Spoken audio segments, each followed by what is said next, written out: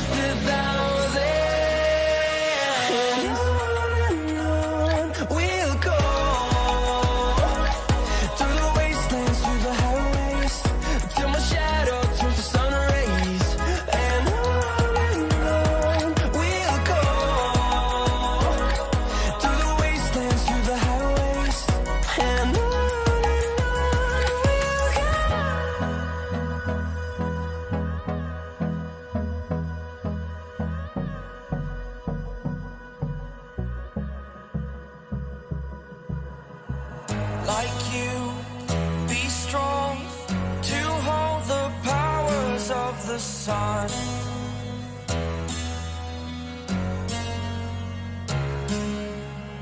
To dream, believe in strength. Now I'm the only one, only one.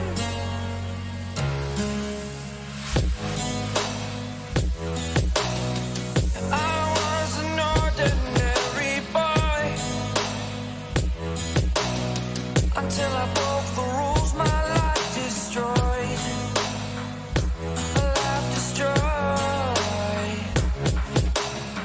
Until I walk awake, scream my mind, I shout, the ground shakes. How much can I take? My mind will break. Will it break? Can I take? Can I be your superhero?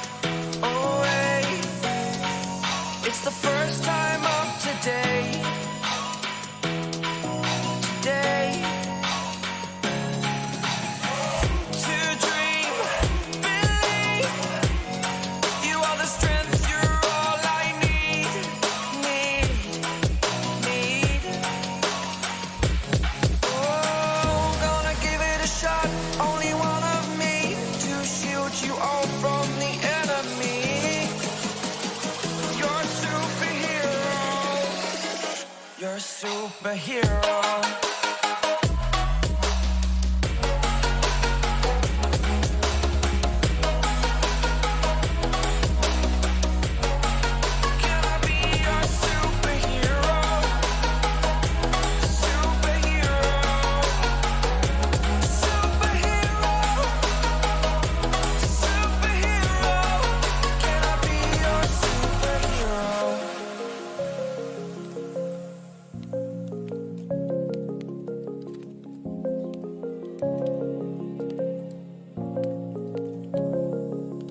Rise up from the ashes, wings on my back, stay lit like a matchstick. We ain't coming back, I swear. Just let go and see what happens. Gotta let go to see the magic happen. They got us a quick change, so we like them in phase. I just bought a new watch, time to make my wrist ring. The zero gravity keeps elevating me.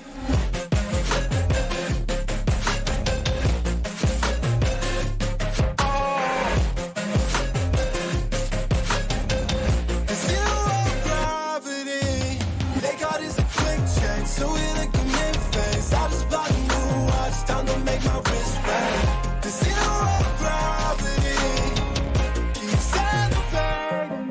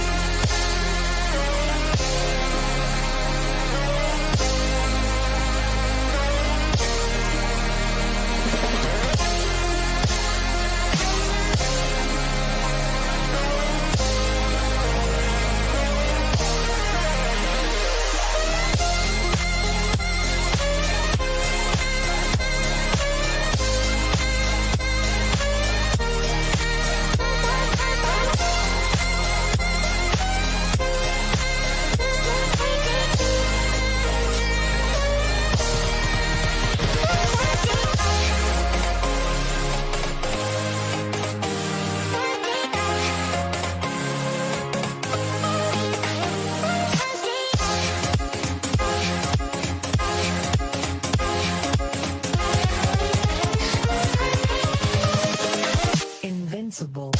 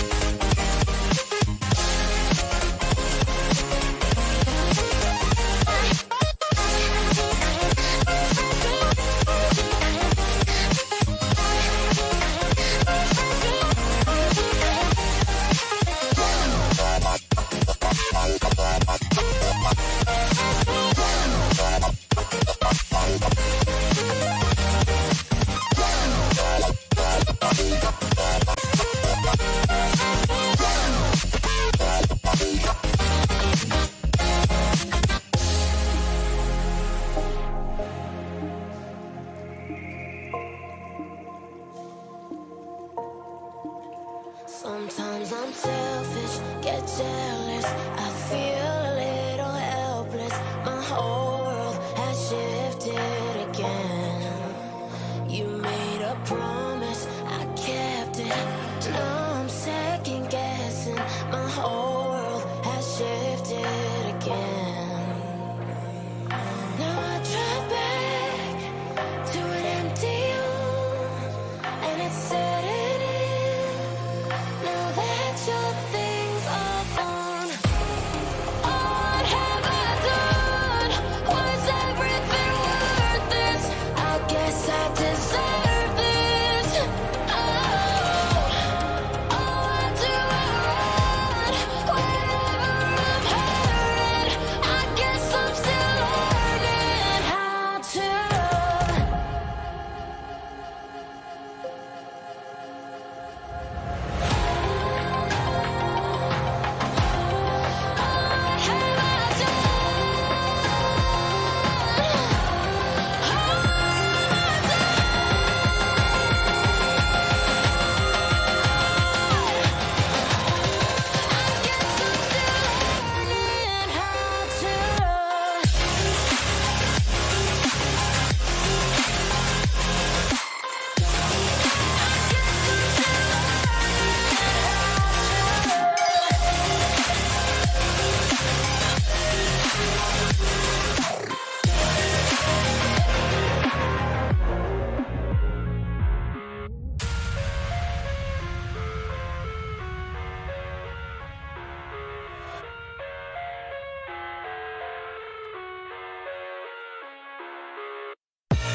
I live inside my own world of make-believe.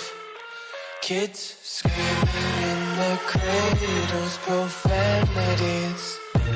I see the world through ice covered in ink and bleach.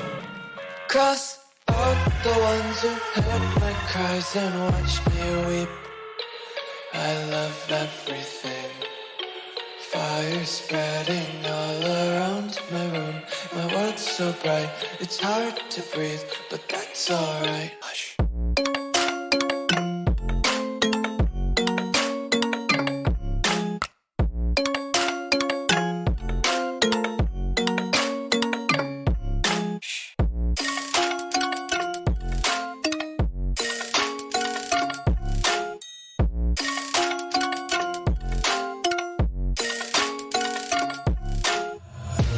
Take my eyes open to force reality.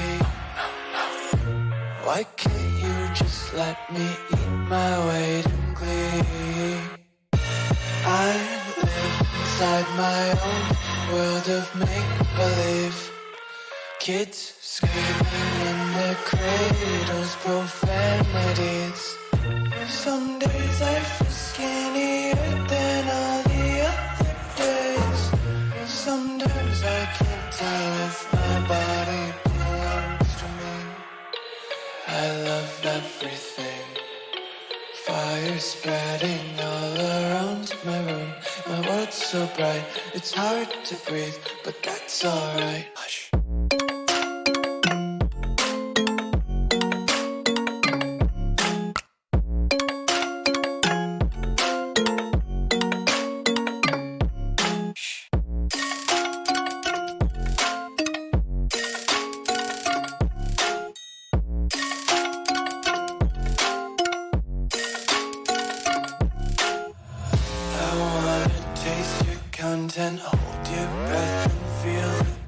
assumption. Devils hide behind redemption. Honesty is a one-way gate to hell. I want to taste consumption. Breathe faster to waste oxygen.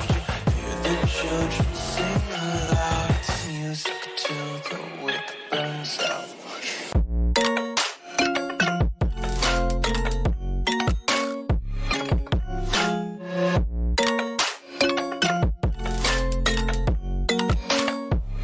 Just wanna be carefree lately, yeah. Just picking up daisies. Got one too many quarters in my pockets. Counting like the four-leaf clovers in my locket. Untied laces, yeah. Just tripping on daydreams. Got dirty little lullabies playing on repeat. Might as well just ride around the nursery and count.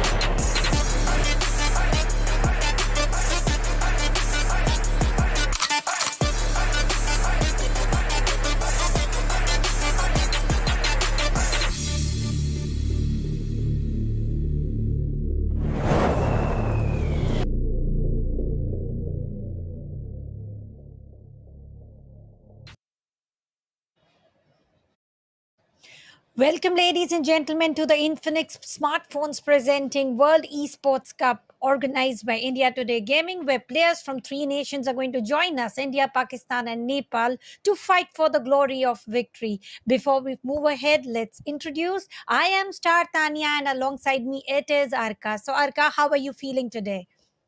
I'm feeling absolutely amazing because this is going to be the first time we're going to see one of the biggest bull lock their horns. Like, just imagine it's not just India anymore. It's like you have bulls from India, you have bulls from Nepal, you have bulls from I'm so sorry, Pakistan coming in. Excitement has hit me hard so much that, I want to bring in all the countries over here to make sure this becomes a bigger World Series than what it is right now. Absolutely, we are pretty excited because now this time it is not only about the best of India; it is the best of three nations joining in, which is definitely spiking the expectations for the casters, for the players, for the viewers, and I'm very sure of viewers are also very excited to see their particular nation to outshine amongst all. But it is just the start, ladies and gentlemen. We are just initiating, and this new start will definitely bring a new change in terms of esports. So, what are your calls here? What do you think? Will India be able to win, or you think India has got tough competitions in here? Because it is the fight of equals. Each and every team is coming through the same grueling process of qualifying. Yeah, but at the same time, I want to grab attention of everybody telling that look at how esports has brought so many things together. It's not just, it's not the states coming in together right now, it's countries coming together, and eventually it's a continent which is fighting out right now. And I have to say this that yes, India will have a tough chance to get, tough fight to be specific, but they have a great chance of taking this cup in their name because let's not forget the kind of, people, the kind of players who have been coming out in the esports right now, all thanks to how Free Fire has been built up, all thanks to how Free Fire game itself has come up all these days. So I do believe that the opportunities given to each and every person, they're going to make the best use of it because we have bought out diamonds when it comes to the game of Free Fire when it comes to India itself. Absolutely. And today we are going to move towards the Indian Invitational Qualifiers, from which total of Yeah. 12 teams will qualify towards the group stages. Today we have got two best of fours waiting for us, and top two teams from each group is going to qualify. So yeah, today we are not going to have any more nations to qualify. Being invitational, today it is all about India. So yes, Indians, keep on cheering for your favorite team, for your favorite player. And yeah, I and Arka are not going to mind even if you want to give some hashtags for Tanya as well as Arka. Yes, eventually you guys will see that we are going to put ourselves into the picture. We're going to put ourselves in every single fight which is going to happen from here on. We're going to be vouching, obviously. I'm going to challenge Tanya in every way possible as to which team is going to come up or which team is which player is going to come up at the MVP as well. So let's see who who amongst us is going to be coming on the top. But at the same time, it's going to be a healthy fight between us. I just hope it's going to be the same in the chat as well. This is World Esports Cup, ladies and gentlemen, and let me tell you why this has come out to be so big, because of the huge prize pool coming in, in this tournament itself. We all know that it's going to be 1 lakh USD, but on the Indian rupees, it's going to be 75,000 rupees. And I believe that that is not a small amount for anybody who will be stepping into this tournament for sure. Absolutely. The prize pool is also very interesting this time. Each and every time India Today Gaming is entering into organizing any event, they are leveling up from 7 digit to 8 digit. And I really don't know, real soon we might see some 9 digit figures as well. Be it not only for the prize pool, we have enormous amount of giveaways as well, which is almost 15 lakhs of total Free Fire diamonds. And for that, you will have to make sure that you have subscribed the channel of India Today Gaming. You have followed us on all Instagram handles, social media handles, and apart from that, also make sure you join in the Discord channel to be eligible and participate into such giveaways. So a big shout out to India Today Gaming for bringing this tournament for all of us to participate. Not only players, not only viewers, for the casters as well. This is one of a gathering where each and everyone is going to get entertained. Exactly. But at the same time, let's not forget the huge giveaways which is going to be coming in for uh, for the viewers who's coming over here. I mean, by the end of this, how many? I believe that we're going to have more than 15 lakhs diamonds, which is going to be given away to all the viewers. So I believe that, so many diamonds, which is on the swing right now, everybody would want to have a grab on it. So ladies and gentlemen who have come in over here, make sure they call in your friends as well, so that they also come in and have an opportunity for the huge amount of diamonds which is going to be given away over here. Tanya, two things are there in my head as we step on into this tournament. One is obviously that we're going to be pumped up with India everywhere in our blood. The second thing is going to be, tell me one team which you believe is going to be standing out, because in the previous days I've seen you do most of the Free Fire tournaments, and I've seen that every time each tournament is bringing out a new name. Tell me one team which you want to vouch for even before we're going to reveal which are the teams coming up, because we all know that there are a lot of fan base for so many teams, that one team coming out from your mouth, one team coming out from my mouth will eventually give a little bit of a boost for the audience to come in and spam out which is their favorite team for sure. Well, for the day, I would definitely pick two side gamers. They are viewers' favorite, they are fan favorite, and they have got a very good fandom. Apart from that, they are practicing very well, growing very well, and I think this is the team to watch out for the day, who might outshine, who might perform better than the rest. But each and every team has got their own potential, own calibers. So for me, it is two side gamers. Whom do you think, Arka, is going to outshine amongst all the teams participating today? It's like you read my mind. I would also stick with you to say that it's going to be two side gamers, because the way they've been grinding, the way they've been performing, I can see consistency in their performance in each tournament, in each game they play. So we all know in a battle royale game, consistency is going to be the key for your success. And eventually, I believe that they have the right kind of key for this lock of the overall World Esports Cup, which is going to be happening over here. But at the same time, for those who want to know like which are the teams, which are the groups which are playing today, what's happening, all you have to do is go to the social handles, and there is where you can find all this happen over there. All you have to do is go to India Today Gaming social handle. That is where you'll get to know which group is fighting out which group, or which are the at the same time. Let's look at the big picture which is going to happen over here. 75 lakh rupees is the total prize pool which is going to come up, ladies and gentlemen. This is just the beginning of something huge, and I would say that in the first place is going to take home a whooping 35 lakh rupees. The second winners are going to take home 15 lakh rupees. The third place is going to take home 8 lakh rupees. Fourth place is going to take home 6 lakhs. Fifth place is going to take home 4 lakhs. Sixth is going to take home 2 lakhs. Seventh is going to take home 1.5. Eighth is 1. Fan favorites, and this is the best part of this tournament, Tanya. I know you would agree on me on this. The fan favorite team is going to take home a huge prize pool of 50,000 rupees, and I believe that each team will want their fans to actually come over here and make sure that they vote out for their favorite team, because ultimately 50,000 rupees is not a small amount. Absolutely, massive prize pool splitting into so much. Best underdog team, best clutch, best IGL, MVP, fan favorite from position 1 until position 8, so on and so forth. Each and everybody is going to get some part of the prize pool. But our eyes will be who is going to get the biggest piece of the cake. For that, we've got a very long journey to follow because today the journey does initiate, but it lasts for months and months. So you are going to see us repetitively. You can still support us repetitively, but for the viewers it is a question, just like we say that we are supporting team TSG for the date. Indeed, we are expecting would be the precise word. We are expecting a lot from team TSG. Whom are you feeling that might outshine amongst all of them? Whom do you think is going to get the viewer, who is going to turn the viewers favorite as well? Because it is all about whom do you want to see win it out, get the best clutch, because ultimately even if you are on position 1 2, you are going to get the prize pool. But if your favorite team is also the fan favorite, your favorite team is also going to get extra little bit of chunk as well.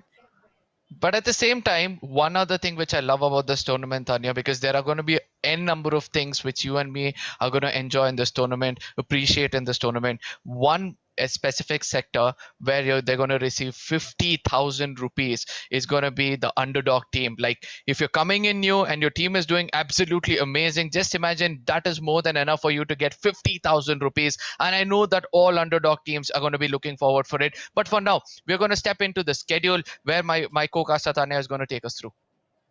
This is the schedule for the day, ladies and gentlemen. Infinix Smartphone presenting World Esports Cup. Schedule for the day is we are going to have total of two groups, Group 1 and Group 2. For the Group 1, we are going to have total of 4 matches. Bermuda, Purgatory, Kalahari. Then once again, the viewers' favorite, the players' favorite, everybody's favorite, Bermuda. Out of the 12 teams participating in Group A, only 2 teams are going to progress, and same goes for the Group B. So somewhere around I and Arka are going to carry you through from beginning until the end. Let's hope we are able to entertain you to the fullest, and it is all the responsibility of the players though that they give us the best moments to give you the get the best out of us as well. Yes, eventually I will have to agree to you on this, that the players are going to put their best, and due to which we are going to be getting the best. And how are we going to rank them when they're going to be the best? This is how the points table is going to be put down. The first person or the team which is going to secure the booyah obviously is going to get 12 points, and after that the second place is going to get 9, the third place is going to get 8, the fourth place is going to get 7, fifth is going to get 6, the sixth is going to get 5, and so on until we have 7, 8, 9, 10 going to get consecutive points of 4, 3, 2, 1, even though the 11th and the 12th spot won't be getting any kind of points. After which is going to be the most important thing, that's going to be how these teams are going to fight out. Ultimately, I know this points table is going to look a bit more dashing when we see the team's name coming in, but at the same time I want to point out that I want to grab attention of everybody. The first place is going to get a double digit in the first game itself. That's going to be 12 points. Absolutely. So from position 1 until position 10, 12 to 1, so on and so forth. And each and every kill point is also going to get counted. So yeah, maybe you don't get standing points for position 11 and 12, but you can still make sure, even if you get eliminated there and you are able to score wipe, you cannot go empty handed. You are going to get some kill points to work out with. But definitely the booyah baggers are going to be into the win-win situation to immediately get the leap of double digit figure. But because it is not always sure that you are going to get the frags, some players go for the sustainability, rather going ahead, picking up some aggressive picks and also accumulating some kill points. So let's see which is that team, which is the team who would want to go for the passive approach, or which are those team who would want to make sure that they are playing for the frags. Because I would always suggest go for the balance, survive until top 3, also Exactly. don't miss to get those 4 to 6 points, and that is how you can sustain. Because today it is not about the title, Arka, it is about going into the top 2, whatever it takes you to go do that. Yeah, eventually that is what they have to concentrate on. And a very good point coming in from your side. It's not about how aggressive you're playing or how offensive you're playing or how defensive you're playing. You have to make sure that you balance both of this, because when you're playing too offensive, obviously probably you might lose a player or two and you won't be able to make it into the final circle. Because ultimately we have been explaining this when it comes to a battle royale game, 4 players in this game, each player will have his own responsibility of 25% to reach that 100% booyah. So if you're losing a player, you'll be losing 25% chances of getting that booyah in your name. So let me put this clear for you, that you have to balance and make sure you have a very good defensive gameplay to carry all 4 players into the final circle. But at the same time, make sure that you have some kill points in your name. Probably, to put it in a very practical way, get around 2 3 to 4 or probably 4 to 5 kill points in the beginning, trying to balance, get your right kind of rotation to enter into the final circle or the end stages of the game, and get secure another 5-6 with a booyah, and I believe you'll be on the top of the table for sure. Absolutely. And you have to make sure that you reach at least in position one or two to qualify. So balance is going to be the key. And not only balance, but consistency of the balance is also going to matter a lot. And to the Yeah. players who are just going for the kill hungry play, still you can qualify even if you are able to procure like totally demolish 3 squads, 4 squads, which cannot be consistent every single time. Like, yeah, for sure, in one map you can go with that sort of a play. In the second, because ultimately hard shifts of the circle are also going to play along, and that changes all the criteria about which position are you holding on to, the hard compounds which you decided to hold on to, and maybe gatekeep two or three teams, and then circle takes the shift. So you will have to make a move. Ultimately, balance it out would be the key call. And yes, it is not easy for the players. For the casters, it is a chill time to just pre-predict, to just talk it out. Yeah, But for the players, it speculate. is going to be a pressure point on. Yeah, surely. I'm sorry for cutting you in. It's ultimately we're going to be sitting here speculating, telling that the crosshair could have been much better. The grenade is what we could have been cooked. But when you're in the game, especially when I am playing the game, and eventually I see more than 2 people rushing towards me, I literally. I don't want to say it's going to be bricks falling out of my body from every look and corner. Ultimately, this is what it's going to be. Probably the first map is already coming on our screens. I would love to see where the flight path is. I can see that it's going to be a bit of a centered flight path because we are able to see Peak is over here. At the same time, Plantation is on the eastern side. So I believe this flight path is going right to the center, giving an opportunity for everybody to go a little northern shift in the flight path. But still, it's going right over Bhima Sakti strip. That comes up to say that every team will have an opportunity to go to their drop location, get the best of what they can. At the same time, we can see the team arrow is going right into the blue zone, where they're going to have the highest loot possible for themselves.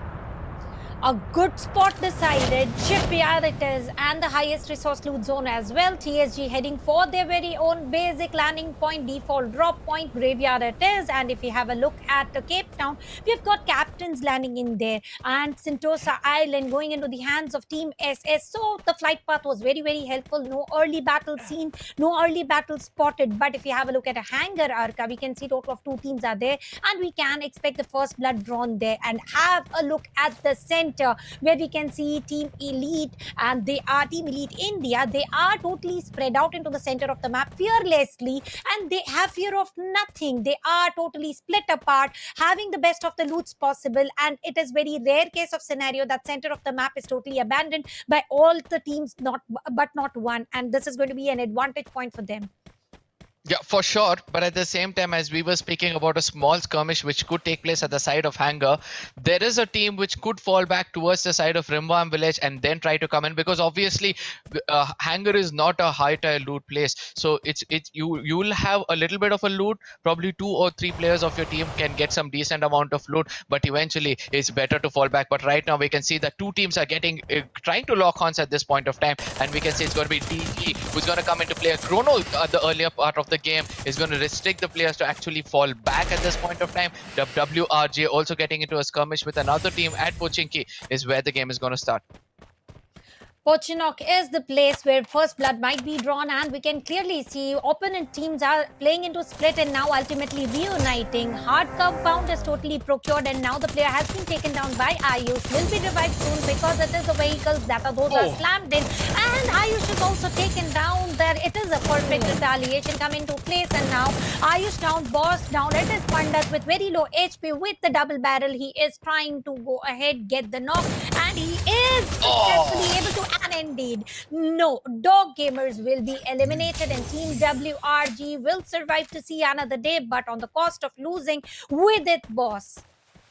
Yeah, but at the same time, I saw how Warrior was able to, secure so many kill points. That is 2 kill points with just a UMP. Whereas even though he was facing off an M18 on the opposite side, Ayush came up with a very good backup with that Max 7, I would like to say. But at the same time, a good gameplay coming in from the side of WRG. At one point of time, I didn't know. I thought that the VR gamers would actually go down, but never. It's never late for anybody to come into a fight. As we can see that Team AV or Team T4 is actually come into a fight. That's going to be Team 4 officials who's already got a kill point in the name, and all thanks to a sniper which they had.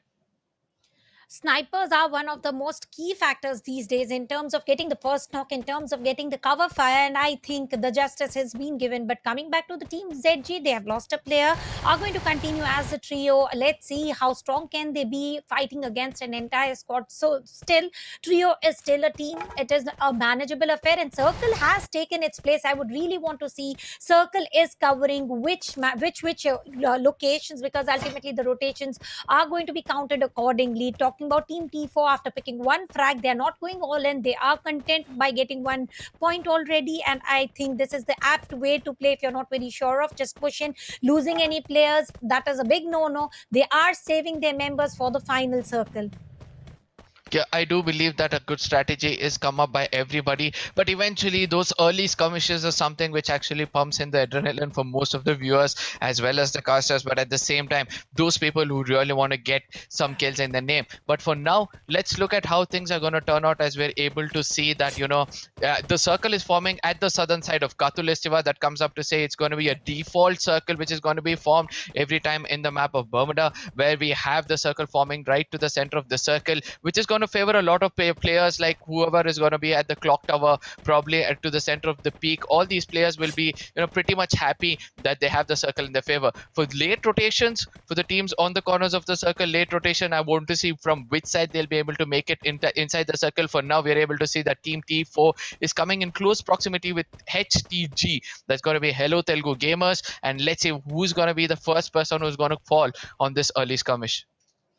Early skirmish not. We're already into the 6th minute of the match, and it's 11 teams and 42 players remaining. And if you have a look at the clock tower, it is getting populated gradually. One team has already procured the best of the compounds of clock tower, one beneath it, just into the canal or the basement of the clock tower. Lazy boy is not being lazy at all, trying to push it in, and if he gets spotted, can be risking himself. But they are going for the split approach. 2 players behind the team, 2 players above the team, and that is the exact strategy to just cover from all different 4 directions. Let's see how are the retaliation going to come in, because it should be grenades to pick up.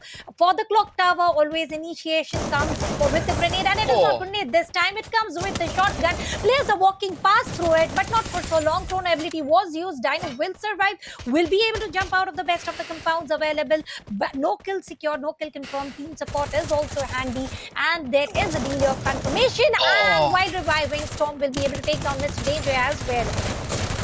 Yeah, HTC doing everything right at this point of time. Storm has gone down, but Dem is come a bit more closer with that Max 7, and he'll be able to execute more than 1 knocks over here. And ultimately, the whole squad of T4 is going to say goodbye in the beginning of the game itself. HTG, hello Telugu Gamers, what a way to execute things over here. They had patience, and I believe patience was the key for them at that point of time. In the beginning, they made sure with the Max 7, they took advantage of the opponents not actually going in for a fight, even though a mini Uzi was being held by the opposite. He did not go for the knock. He just wanted to taunt the enemies and jump out. Eventually, while jumping out, he got knocked off. And then once the revival was coming in, they knew that it's going to be a 4v2, because one player is going to be busy reviving the other one which is fallen down. So obviously the game dominated in a very good way, but it looks like Team CPT is going to come in and make sure they get a chunk of a fight which is happening at Clock Tower, as we had already predicted that the group is going to be forming at Clock Tower in the beginning of the game itself. Absolutely, Circle is definitely favoring near to the clock tower, near to the factory as well. Now Team CPT taking the rotation. The location which was a little while ago conquered by Team T4, now they are eliminated once again. HTG are trying to spot enemy into this perfect TPP area. Surya has now, and I think this is doing wonders for them, because gaining 4 frags without losing any player, it is an achievement within themselves. Let's see if Team CPT is also going to push in blindly, or are they going to wait and watch, exactly try to get the intel, or maybe just try to get the TPP required to just push it in. But once again, a strong rush coming in. Frame using the Max 7 chrono ability has been deployed, and going within the chrono of the opponent, and firing shots are exchanged. It is going to be Fani down, Surya down, Frame as well as Tyrant. It is the fight of the equals, 2 versus 2. Glue wall has been deployed, and the player Crazy is going insane, trying to break out all the glue walls coming his way. No confirmation seen. He is also going for the revival, but ultimately confirmation does come in. It is going to the first frag, and now it is all up to the last man. IB remaining for so long. He will also be eliminated. Team HTG with total of 5 frags getting eliminated against Team CPT. Gradually entered, but perfectly entered. Yeah, eventually I would like to say that we are able to see a lot of max seven coming into play. Like everybody are depending on shotguns when it comes to a close range fights, but execution from Max 7 is absolute been one of the most important thing and been one of the most crucial thing for every team, because eventually you have to make sure that you place the crosshair in the right spot. Otherwise, if you miss once and the enemy starts to jiggle in front of you and they use some other better gun or probably a close range M18 and connect one shot towards you, that's going to be the end for you. But still, teams are able to execute very well with that max 7. Right now we are able to see that Otis Free is going to hold that woodpecker, trying to get anybody into his crosshairs.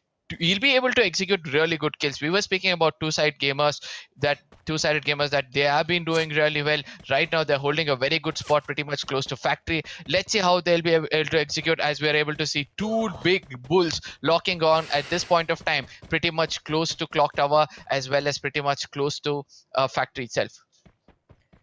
The circle is near to hangar and they did land near to the shipyard, so the position and the gradual rotation is going to give them a lot of rewards. But coming back to Team Arrow, who are again near to the clock tower, every single time we take a look at other team, we do see clock tower being confiscated by one or the other team. This time it is CPT team above clock tower and Team Arrow beneath the clock tower. It is going to be a 3 versus 3 situation. Coming back to the sniper tower near to the factory, a perfect view taken by Prince Singh, and he is also holding a sniper. Let's hope that he is able to get those early knocks. He is able to get those early picks. And if you have a look at clock tower, it is getting highly populated once again. Joker spotted by Crazy with the perfect SKS shot connections, using DMR right in the start, not waiting for the Kalahari to approach. Bermuda as well is going to work wonders right now. Joker will be revived, but Snipex has also been taken down with the retaliation. Prem has also been spotted, taken down. Revival will definitely come in handy for both the sides for now. So nothing achieved but loss of utilities. I mean, for the first time, I'm able to see that clock tower is being, you have so many teams right now grouped up at clock tower at this point of time. I know that it's been just 11 minutes into the game. We still have a lot more circles coming in. Still 9 teams are alive, but we are able to see in the minimap itself that half the teams are in our view. That comes up to say they're all in close proximity with one another. I've not seen many teams actually come into the side of clock tower and try to take control of it in the beginning of the game itself. Probably it's because of the zone favoring towards clock tower. Everybody wants to come in, but at the same time, everybody has to realize that it's going to be easy for any team to lure out the opponents out of clock tower using throwables. But I would want to see how that is going to work out. For now, we can see that Apur has got 11 grenades in his hand, and I want to see how well he'll be able to execute those grenades to get enemies down. For now, it's going to be Vihan from the two-sided gamers who's going to be confirmed with the Car 98, and this fight is happening somewhere far away. Somewhere far away, Team SS within the compounds with the hard covers are able to take down one of the key players for the team. It is the battle of 4 versus 3. Advantage of members lies into the hands of Team SS, but not for so long. Devil has been spotted and taken down by Legend, the perfect shotgunner for the team. He takes the duel very closely and he is able to take down every single time. So now it is going to be the fight of the equals, 3 versus 3, except one team is definitely lured close to them. Let's see how is it the third party going to go. And talking about it, Team ZG, Bhavesh will be able to take down Sasuke as well. Team TSG has been reduced to a total of 2 players. It is the battle of 2v3v4, and now Legend is trying to cross the path. Is able to take down not only one but also second frag, followed by the third. A perfect execution of the plan, and lucky for them that Circle is also going to be the part of it. So it is now 1v2v4 situation. Let's see how TSG is going to fight this battle. Yeah, I believe the experience of TSG is going to make them keep their nerve and under their control. Probably they'll fall back at this point of time. On the other side, we can see that Bhavesh is cooking up a grenade, trying to lure out the enemies who are inside the compound at this point of time. Another team approaching in style with the sports car. Let's see how things are going to turn out. But on the other side, Team IND is pretty much far away from Clock Tower. They want to enjoy the view of how teams are going to fight, or probably welcome them with some lead as they're going to go closer to them. Dead on the other side is going to put down arrow with the Car 98. Close range fights are going to come in as Bhavesh is trying to push in with his teammates. Let's see what's going to happen over here as ZG is going to push in to see every room, and they want to make sure that they take the fight to the enemies at this point of time. Absolutely, they are going to make sure. But for now, it is a play of patience coming in. Each and every team is disengaging except for Bhavesh. He has spotted the last one on the rooftop. Blue walls are not going to work for long because throwables are coming into action. May it be Lover, may it be a Bhavesh, they are using the throwables. Now the question will be how long will he be able to survive the wrath of three players coming in from Team ZG with only Mini Uzi in his hand and a smart move. Players are engaged on the rooftop. He has made a move and come into the hard shelter. And Team TFG have made a move, also trying to fall back. And if you have a look at the circle, it takes a hard shift. A little part of Clock Tower is still inclusive, but now it is a massive factory area where various teams did land. And if you have a look at Team UG, they are also quite safe, not come into action by far. I think this is going to be a time. And talking about time, Ojasvi's time is also neared it out to take. He has been taken down. Will Legend be able to revive? That is going to be the key question right now. Eventually, the question is going to be answered any second soon as we are able to see that CPT. This team is not stopping with that Kar 98, especially Dead. He's like, I want to make sure that every bullet connects, every bullet counts at this point of time. But I really like the patience of Team UG coming in this game. They're playing it really safe. They want to keep all four players alive. That is why they're playing on the corners of the circle. Pretty much having the control of the circle is going to be team number 11 at this point of time. Let's see how well they're going to put that into use, because once, you know, each and every team are going to fight out with one another, you have to make sure that you see all corners. You have to make sure you see in all directions, because you won't know which team is going to come a bit more closer to you when it comes to the finale or the final circle, which is going to be happening at the eastern side of factory. The circle is getting easternized. Now the circle also want to get even more brutal between the various teams fighting in. Also abandons major part of the factory, major part of the clock tower. There's only one team who is into the dead center of the circle. Let's see how are they going to prosecute any of the plans if they have. Because having the center of the circle without any hard compound is equal to being the center of attraction. And on the core shooter was able to take down the last man remaining. And with that, they are able to procure total of 3 kills for themselves. Arrow Esports lost one player as a trio. They are going to fight against Team ZG. They have got the advantage of circle. Team Arrow going very slow, but they've also procured the best of the compounds near to the peak side. I think over here they will not only be able to get keep one team, but with total of 2 teams. Team captains rushing it in with total of 3 players and lots of shotguns. All crash of the blue wall here and there, and casual gaming will be eliminated.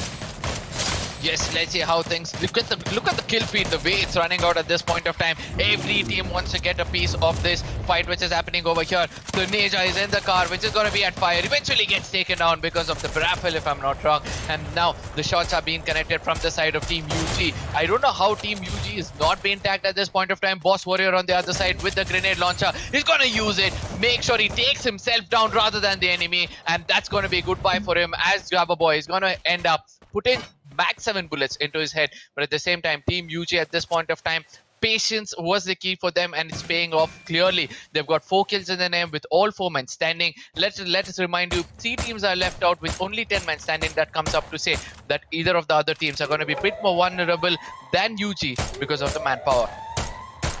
And UG is vulnerable to circle, blue scope. Blue zone might close in any single time, and Arrow Esports has got the exact advantage of circle, and they are able to gatekeep in all different angles. For now, they are trying to gatekeep the team ZG. Well, they were able to eliminate various teams, but Jaz is spotted by Kasana. It is going to be Team UG showing the wrath from entirely different angle. For now, UG with 5 frags, not having the advantage of circle. They are taking the fight, but also making a move towards the circle. And now Team India Elite is also eliminated by the attacks of Prince coming in. With 3 teams, 8 players remaining, Arrow Esports is the team with total of 3 players surviving. UG is the only team with a full man roster alive, and there's one more team with the solo survivor, which is Bhavish. Let's see how long will he be able to survive. And the best part is that I would want him to wait for other 2 teams to just battle it out to close himself to position 2. Yeah, at this point of time, I really want to see how Team Arrow is going to restrict the Wolves, which is going to be rushing in. Look at the grenades being bought at this point of time. UG wants to make sure that they open. Arrow wants to make sure that they stop each and every opening of that building to make sure UG not entering inside, because they know that the zone is going to eat them up eventually, and that is going to be the plan which is coming in from the side of Arrow. But Java Boy is going to give the right kind of opening for the team, where he's taken out one player with that grenade. Team UG is going to make sure they're going to rush in. Arrow's going to welcome them with as much as lead as possible. But Team UG has executed the plan perfectly well. When they have all four men standing, Team ZG is going to make take advantage of all these things. Eventually gets taken down, and a booyah coming in very clearly to the side of Team UG. I mean, the way they executed, the way they entered into that compound was really, really commendable. Somewhere I knew that Arrow Esports had that opportunity to keep everything in their name, because they had restricted one side of the building completely, not allowing grenades to come in, not allowing players to come in. But at the same time, it was a three-man squad coming in from their side. Because of the disadvantage of the manpower, I believe that they couldn't restrict UG from entering into the compound. But at the same time, there was another thorn in the bush on the other side of the building. I believe that was from the side of Team Z Gamers. There was one player actually left out. I think Arrow actually knew that there's another player coming in behind us, because eventually four players are right in front of them throwing grenades and all those things. They knew there was one other player. Divided attention again. UG took advantage of it, and they were able to execute a proper execution on the side of Arrow Esports. And I believe that was a very good gameplay coming in from the side of UG. Absolutely, UG were able to do everything that was required to get the very first booyah for the day, and without losing any Yep. players, accumulating amount of kills. And I think this is exactly what any team would want to go ahead with. And this time, we shall also be thankful to Circle for making things easier. It did not involve any water routes coming in, no hardship scenes, except for a little bit of centralization and gradually moving it into the eastern direction. So somewhere UG were able to make it. But for Arrow Esports, they lost a player with a play zone, and that was the last thing I was expecting coming in from Arrow Esports, the team to procure the circle first, be in the center of the circle first, and losing player to the play zone. That was the last thing expected, but ultimately it is Battle Royale. We always expect the unexpected coming in. Many more matches follow. This is only the first match coming in, ladies and gentlemen. So let's hope you had a great time, and congratulations, UG Empire, for hoisting the flag into the very first match for the day. Yes, and I'm really happy that Team UG was able to do so, even though we were vouching for two-sided gamers who did have a very good start. But it's just that in between the game they couldn't maintain their momentum, due to which they got taken down. Yes, let's look at the points of how it has all turned out. UG with a huge points with both kills and placement points, or the rank points coming in from their side. 12 points. They're going to be putting up a total of 20 points in total, with 8 kill points and 12 rank points. And I believe that's a very, very good start for any given team. At the same time, Team Elite coming in the second place. The way they were able to play themselves, trying to put themselves in a good position. It's just that they did not have enough manpower to enter the final circle. Even though they had better kill points, that is going to place them on the second place. They have 11 points. And let me remind you guys how team IND Elite is on the second place. It's all because of the placement kill points which is having over there. 4 kill points coming in from their side. Arrow Esports expected something better from them, obviously, because they had control of the compound. 8 rank points coming in from their side, 3 kill points, 11 points for them. And if you have a look at Z Gamer, certainly last man remaining was able to survive a little extra seconds with that. They were able to survive until position 2, and they are sharing the score with other two teams as well. And if you have a look at position 7, 8, 9, 10, 11, 12, well, certainly everybody is at single digit. And if you have a look at Team 4 Official and DOG Gamer, that is a proud moment, because usually we do see teams going empty-handed. This time, the scorecard is not zero for anything, and that is something good. So each and every has got the momentum. Nobody wants to keep their hands behind. Nobody wants to go empty-handed. If not standing points, they are making sure to at least get that one kill point and move ahead. If you have a look at the scorecard of Team TSG, they've got a total of 7 points, and which is a little underperformance, but it is just the start of day. Maybe this was the warm-up match for them. And Team HTG with 6 points altogether, not focusing on standing points. Imagine having that 5 kills already, and which is more than compared to other teams in position 2 to position 6 maybe. So somewhere they are going kill hungry. Yeah, and I believe that that's going to work out for them. That's going to be the key for them. I just hope that they do concentrate a little bit on the placement points as well, because ultimately we have seen, right, there was a team which performed so well in the beginning. I believe until the 4th or the 5th circle, Team UG did not have more than 1 or 2 kills. But at the end of the day, when they knew that, the circle, they have 4 men standing inside almost to the 4th circle, if I'm not wrong, that is when they started to execute it, and they made sure they have all 4 men standing. Whereas the others, I've never seen so many dead bodies fall in the side of Clock Tower before. Everybody wanted to come in and take control of Clock Tower, and because of the gun, so much of firepower or the sound of the firing at the Clock Tower, many other teams were attracted over there trying to do third party. Eventually, it became third, fourth, fifth, sixth, how much ever possible, and then eventually the team which had patience, who stuck on near the side of factory, came in late into circle. UG Gamers were getting the best of the first map itself. The second map is going to be much more better. Obviously, it's going to be a very different map. Tanya, what are your thoughts on the second map? Oh, well, Purgatory was supposed to be a textbook map previously, but now the metas are changing. The circles are also Yep. changing. Previously, the circle used to be very urban, like consisting of Brasilia and all that, but now it consists of all three islands together, which makes it difficult to decide how to make a move towards the center of the circle. And on the edge of the riverbank, where the small shacks are hold, the players tend to hold that, and that is totally abandoned by the gods of circle. So something is going to be strained into the map of Purgatory, and nothing predicted over here. The most unpredictable map of all three is going to be the map of Purgatory. Well, talking about Obviously. expectations, I would definitely want to see an aggressive start into the grounds of Brasilia. That has been the meta for quite too long, but if not that, let's see what the time calls us for. Yeah, at the same time, when it comes to the map of Kalahari, we have seen that it's going to be a bit of a long range fight where snipers come into play. When you come into the map of Bermuda, people want to come in a bit more closer. It's going to be a close range fight. But when it comes to the map of Purgatory, it's so different that you need to have every kind of player in your team. It's like sometimes when it comes to the map of Kalari, you need snipers to give you that initials. When it comes to map of Bermuda, you need your assaulter to go in and give that initial knocks and gives an opening. But when it comes to the map of Purgatory, your whole team has to perform properly because the terrain is so weird compared to other maps that they have to make sure that they have the right compound.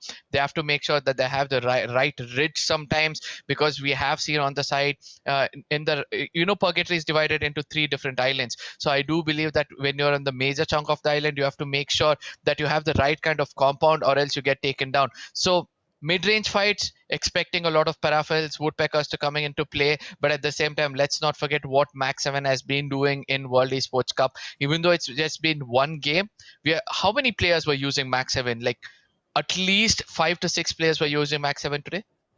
Absolutely, we did see that the frags coming in, knocks coming in with the Max 7. If they are going for the close range fight, they are making sure to carry at least one shotgun. And shotgun has been the massive play recently into the new meta, delivering a lot of Yeah. damage. And Max 7 being the new weapon compared to what M1887, the players are getting comfortable with that. Maybe it is total of 8 ammos that can be used, because unlike Yep. M1887, we have to reload repeatedly. So I think it is a Yes. comfort zone for the close call battle. For the start, we did see an action coming in, and bolt action rifle, which was K9, we also saw some knocks coming in from there as well. So Bermuda has always been the mix of all weapons, but coming back to Kalahari, it is the map of DMR as well as the map for particularly bolt action rifles, snipers. But if we talk about Purgatory, again the weapons are also very unpredictable, because we do see some SMGs coming into action, some SR as well as some AR. So it is going to be the mix of every single thing, and I really want to see that which team is ready to pick up a battle, because UG Empire went with some strategy which worked out wonders into their favor. So now I am expecting Purgatory might go a little slow. Each and every team will try to go follow the footsteps of Team UG, survive until the end. But is it going to work? That will be the question for now. Yeah, but we did discuss about this in the beginning of the game itself, that in the beginning, even before the game started itself, that you need to balance both offensive and defensive gameplay, or else things are going to be really bad for you. And eventually, I believe that UG were the only team which was able to do that. And let's see how things will turn out from here on, as we're going to be stepping into the map of Purgatory. And look at the flight path. This time has a different story to say. Probably, I believe that it is going to go a little to the northern side. Yes, it's gone to a northeastern side, to be specific. Going over Forge, we can see that from the Team Elite is eventually go into Sky Lodge. They want to make sure that they get the good loot which is available at Sky Lodge. At Lumber Mill, an early jump off coming in from the side of HTG. Telugu Gamers are gone in over there. it's going to be hard for any other team. Probably two-sided gamers are planning to go towards golf course or quarry or probably marble works. Those teams who are choosing to go over there have a long journey to go. At the same time, Team UG, the team which got the booyah in the previous game, going into Moat House, taking advantage of the bruise on earlier itself, is going to give them a huge advantage. Absolutely. Once again, same strategy is followed by Team UG, going to the safest spot of the map of Purgatory. Moat House it is, not sharing the grounds with anyone, and inclusive it is hot spot, hot drop, getting the best of the loots and the resources. But there's one more place where the fights have already initiated, and this is exactly what I was expecting coming in from the map of Purgatory. It was Pandit who was taken down, will be revived immediately, but there's no weaponaries to retaliate the fight. There's no health kits to work out with, and I'm afraid nobody is using DJ Alok as well. So certainly they have got no healings whatsoever, except if they move sneakily from shack to shack. If they are able to procure some weapons, some healings, they might be able to pick the fight against Team T4.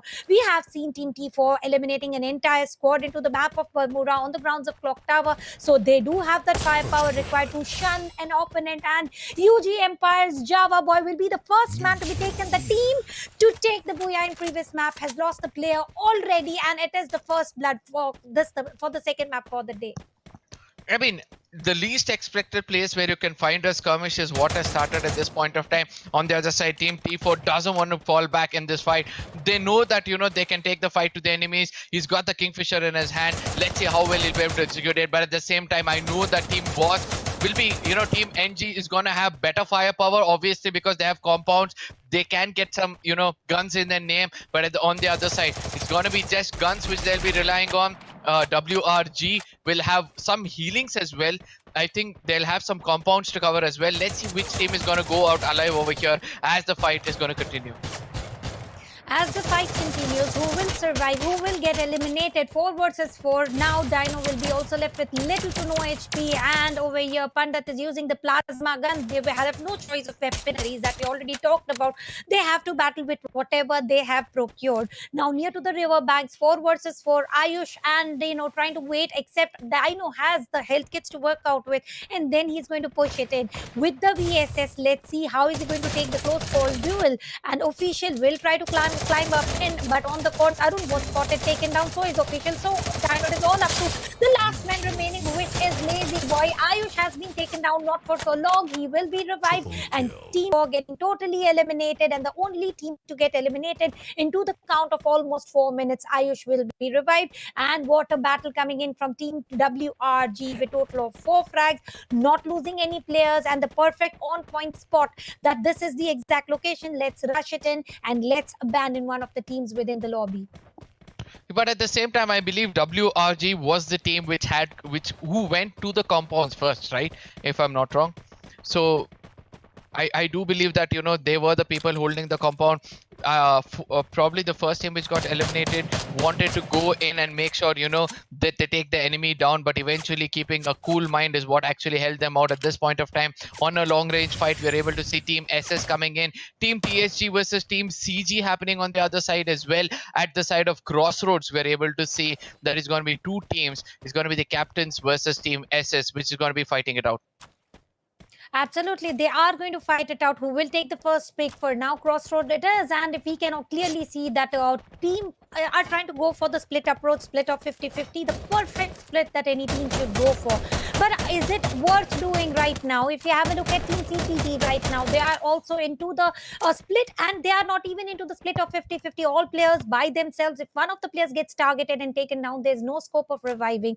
Let's see how everything is going to work out, because quad weapon is being used, which is not used. It has been into the circuit for quite too long, but recently the players are starting to get comfortable with the weapon, and it is a very good close range weapon until and unless you are going for the crouch position and shooting in. And I'm afraid with the advantage of height, they don't get that positioning points, and I don't think this weapon is going to work wonders. But for now, Parafill is also into the hands. If 2 players go against one, this has to be time that they might be able to pick one knock. Now on the grounds of Crossroad are not only 2, we can see total of 3 teams sharing the grounds, and now the change of minds for Team SS, not wanting to battle Team CPT but trying to go against Team UG, who have already lost 1 player. Yeah, at this point of time, what a sniper shot coming in from the side of Kancha. And I believe that will be the right kind of opening which usually were expecting at this point of time. He's going to be confirmed as well. There's going to be a push coming in from the side of Team UG. They're coming as a pack of wolves. They're making sure that they stick together, and probably that is the key for them at this point of time. They've got 2 valuable kill points in their name. They have to make sure that, they have view of the enemies which are pretty much close to them as well. Captains on the other side, on the southern, or on the lower grounds, will obviously have a disadvantage of what's happening over here. But I want to see how many people of Team SS are actually alive. Over there, we were able to see Team UG rushed in. Yes, 2 more players alive at this point of time will be falling back because they do realize that they can't take a fight against the side of UG, who's a 3-man squad. Man disadvantage coming in from their side, and the loss of confidence is going to push them back.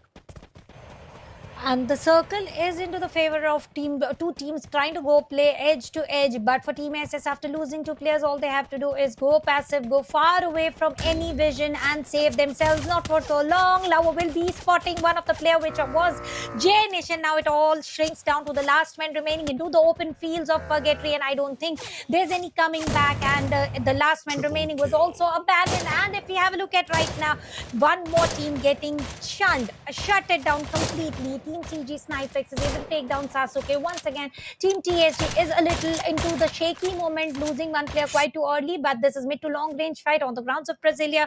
Player will be revived. Coming back to Team CPT right now, they're going for the split of 50-50 for quite too long, and now they are sharing the grounds with the team who has decided to go all by themselves. Each player having their own journey. This shouldn't be able to give them the rewards that they are planning to, but let's hope they reunite right in time, and the opponents are nothing but Arrow Esports, the team to survive for as long as possible into the maps of Bermuda. Let's hope they are able to survive here as well.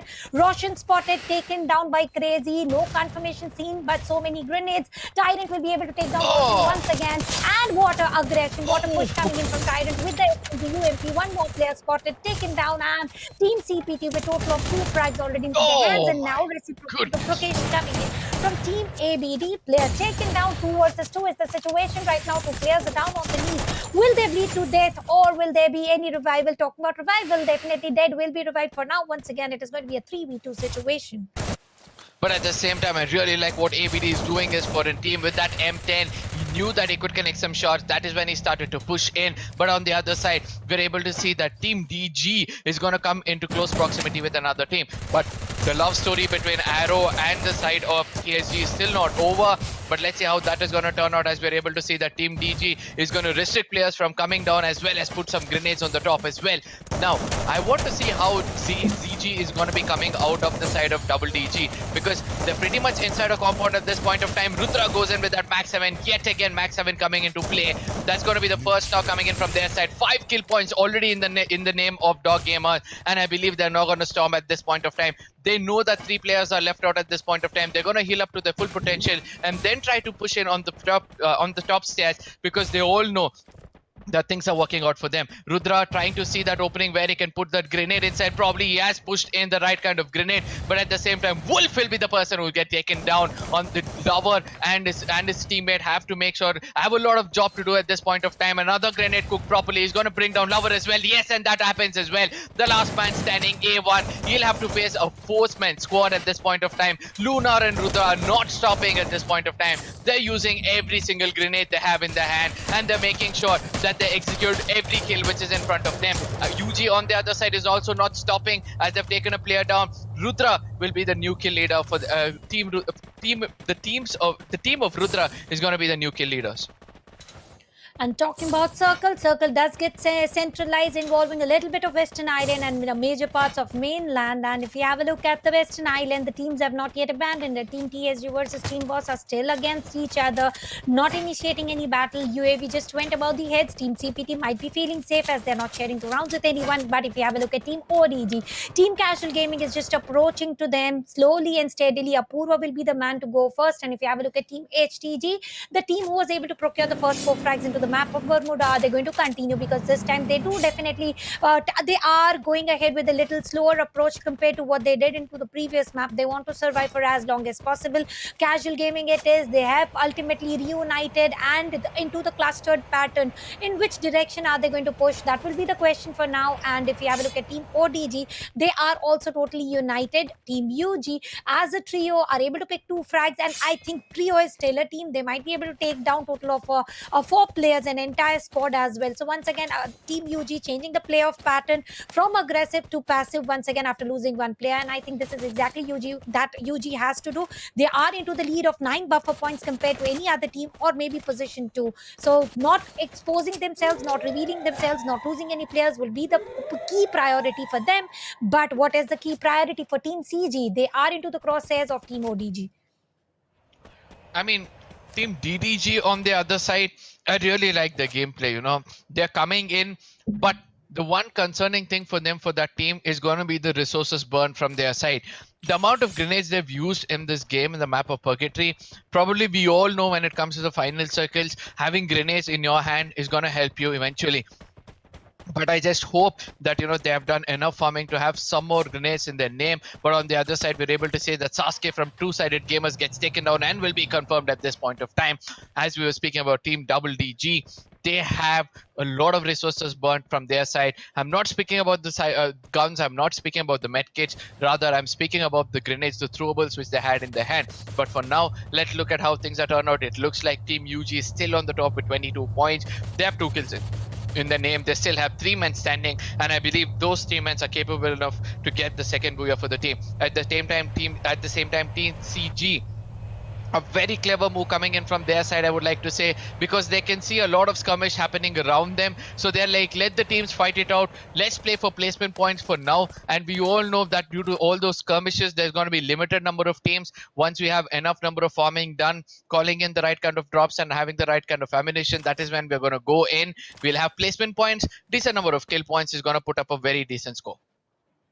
And definitely, this is what exactly Team DDG is trying to go for. And are they going to owe across Team UG Empire? Because both the teams are still surviving. But if you have a look at the position 2, which was supposed to be Z Gamer, they were on position 4. But after accumulating some frags, they have upshifted themselves. Talking about Circle takes a shift, goes east and nice.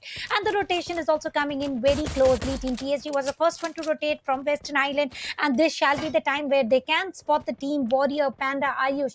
And they might get an early pick as well. But Team TSG has got their own slow plans, don't want to involve into any battles for now. Team CPT will be on the edge of the circle, so will be Team UG.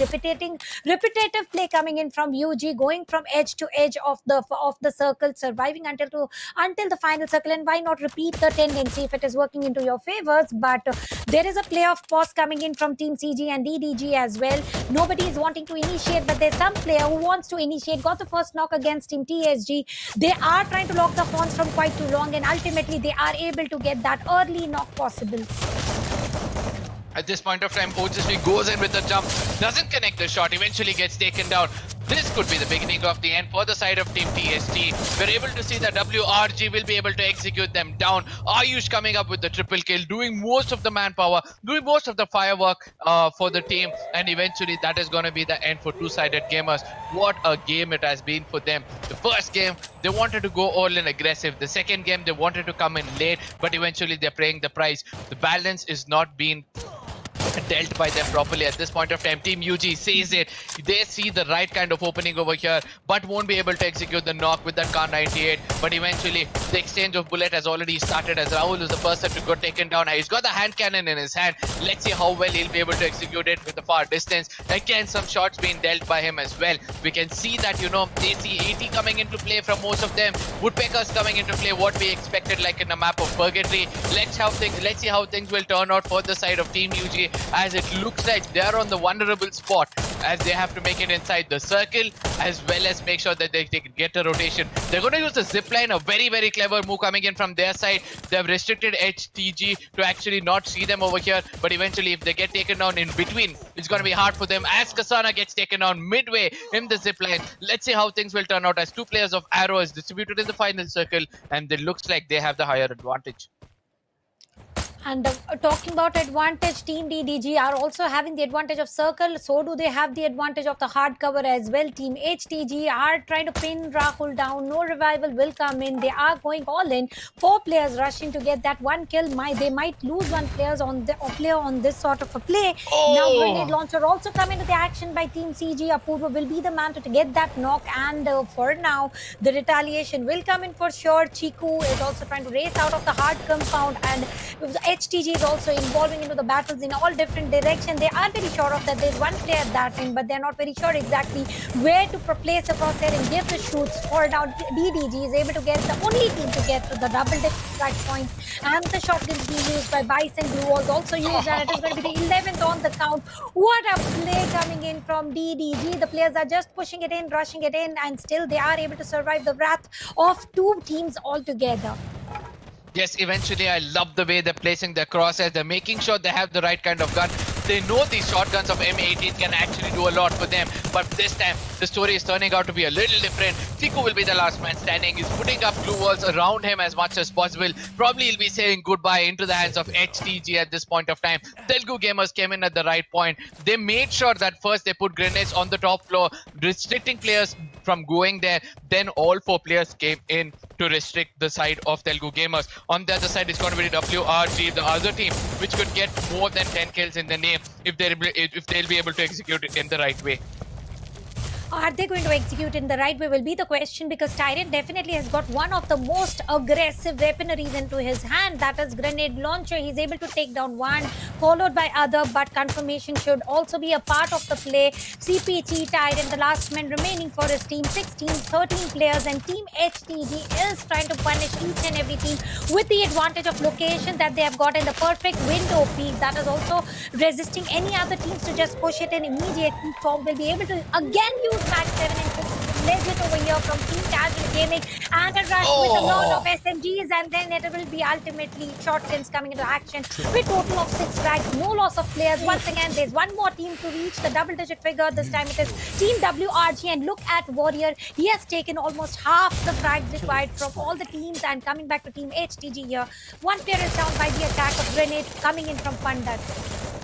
Yeah, I really like the approach of UG coming in over here. They played an amazing game, but at the end moment, they were taken down by HTG. I don't think WTR is going to stop at this point of time. Boss Warrior on the other side, showing who's the boss in this game. 7 kills coming in from his side. 12 kills in total for the side of WRG. And it looks like 2 to 3 teams actually have more kills over here. Sino coming out in the open, did not see that grenade coming in. A well-cooked grenade is going to put him down. Pandat on the other side wants to get a bit more closer to Arrow at this point of time. He knows that he can get that shot connected. ABD with that M10 still not stopping. We have been seeing this guy doing most of the job for this team. He's still continuing to do so. Rotating around this map, making sure he lands the final shot as well and gets the booyah for the team. And I do believe that was a very, very good game. A very, very good way to get the booyah for the team as well. A huge congratulations for them. Least expected time was BR Gamers coming in and getting those kills in their name. I want to see what is going to be happening at the points table, because there are two teams who are wiped out half the room, like 20 plus kills coming in just by two teams. So I do believe that this time the points table is going to go topsy-turvy until the next map for sure.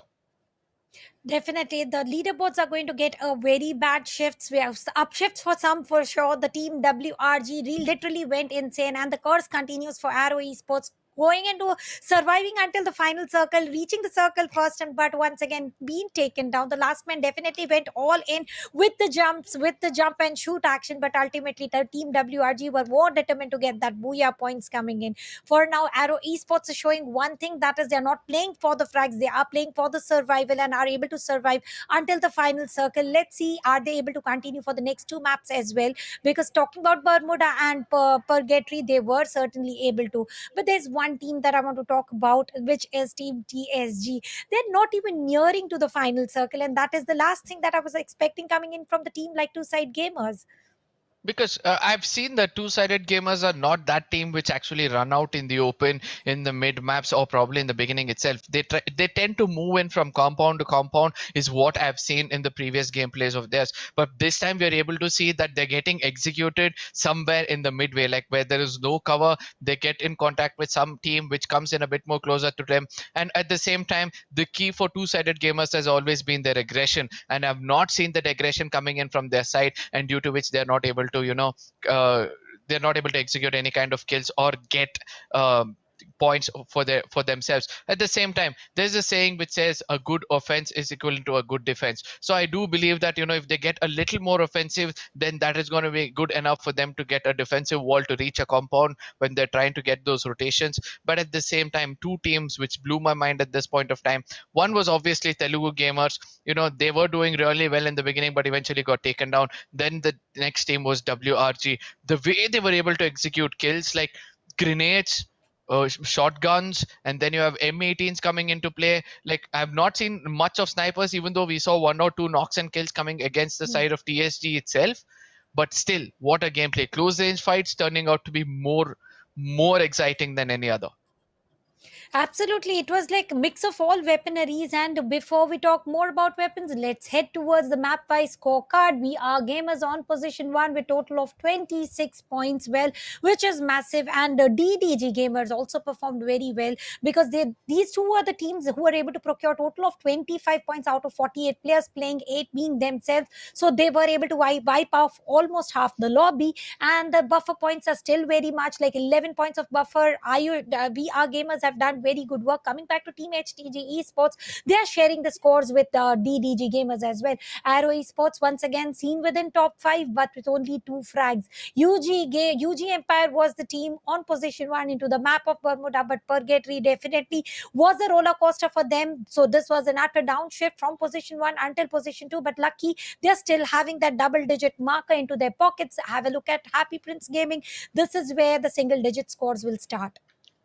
Yeah, and these single digit scores is going to fall off so strongly that it's going to be very tough for the opponents to actually bounce back. When you have teams like VR gamers getting 26 points, I mean, it's like getting the biggest chunk of the points table there itself. But at the same time, last time we did not have any teams going down with 0 points, but this time we have two teams. One is going to be Shadow Shooters and Team 4 Official with no pointers coming in from their side. Team Ind Elite, the least expected team from my side to go down with just 1 point, is there. Two-sided gamers, the team we vouch for, again coming down over here. It looks like all the underdog teams are aiming for that 50,000 which has been put up on the points distribution. Yeah, definitely. Everybody has to go over there if they are very sure of that. We can be the best of the underdog teams, but today all we have is invited slots coming in. Casual gaming is also playing casually, which is not their repetitive play. We have seen them going very aggressive, and casual game is known as going ahead for the crash plays, and they are going safe. I think this is exactly that is not working into the favor. Now coming back to Team Z Gamers, we saw Z Gamers in top 3 into the previous scorecard, but this time they are into the bottom 6, and let's hope they are again able to acquire the position where they started, because if they are not able to now, then only one more match will be remaining. And talking about next map, it is going to be Kalahari, the table turning map, the leaderboard changer. That is what usually we tend to say. Yep, let's see how Kalahari is going to turn out. I really want to see which is that team which will go to get the early access of Refinery where everything happens. We have been seeing the team which gets early access of Refinery and holds Refinery and is able to control Refinery always gets the booyah when it comes to the map of uh, Kalahari. But at the same time, let's look at the overall points table. So far, how does it look? It's going to be VR Gamers. The team which came out bouncing so hard in the second game is going to outnumber UG Empire, for 30 pointers, getting 36 points in the name. A good balance of offensive and defensive gameplay, we would like to say. In the first match, they went in for a very defensive gameplay. In the second map, they were able to do a lot of offensive, due to which they got 18 kill points. So I do believe they've done a great job. But at the same time, 2, 3, 4, 5, 6 also have got some decent kills, decent points for themselves. But 7, 8, 9, 10, 11, 12. This is the point of concern. This is the table of concern, because we're able to see that Team 4 official is able to put just 1 point for themselves. Shadow shooters were able to do only 4. Casual gamers, as you just spoke about, the team which actually has a very good chance to get 10 points, very good chance to get some kill points in the name, are restricted to 10 because of the less kill points which they have achieved so far. Two-sided gamers on the other side, the team which has to wake up at this point of time, and we all know that this is the team which is well known for their comeback, and we can expect that from them as well. Team IND on the other side, it's not like they're having a bad day, it's just that they're not able to execute the proper kind of rotation and kills. I know that they'll also be able to bounce back. Z Gamers coming in with 11 rank points and 4 kill points, a total of 15 points for them as well.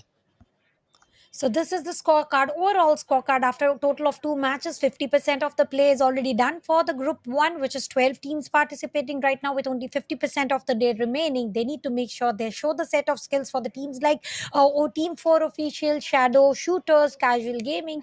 They need to also make sure that they level up. And talking about Team 2 side gamer, they definitely need to jolt themselves, wake themselves up, because we know this is the team who has the potential, who has the caliber.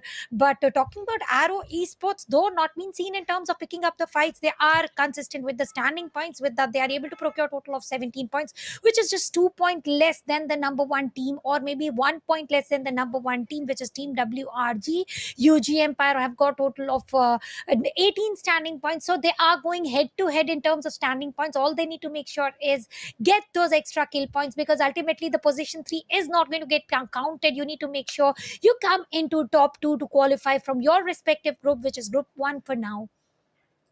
Yep, let's see how things will turn out for them as we'll be stepping into the next map. The most crucial map for the teams on the bottom, to be specific, because eventually if they're not able to bounce back from here on, then things are going to be very, very tough for them, because we all know that it's hard for any team to actually bounce back after a third or a fourth game, because everybody will be in the momentum of making more points for themselves, but this one team will be actually suffering. So let's see how things will turn out for them. But for now, yes, I'm really vouching for teams like Two-Sided Gamers and Team IND Elite to actually come in and do a good job. So let's see how that'll turn out for them. Absolutely, we will have to wait and watch. So, ladies and gentlemen, we are heading for the small short break. Grab your popcorn, get your drinks, because much more action is due. We are down with 2 more matches for Group 1, 2 more to go. So, see you on the other side.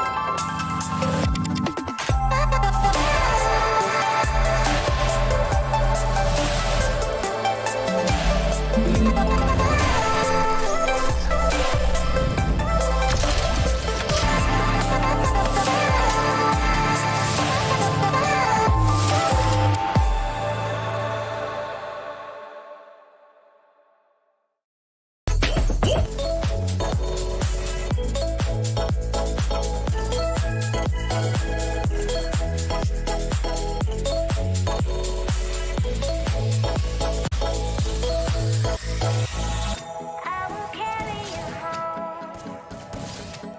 I will carry you home. When you got nowhere to go, I need you to know I will carry you home. Carry you home. I will carry you home.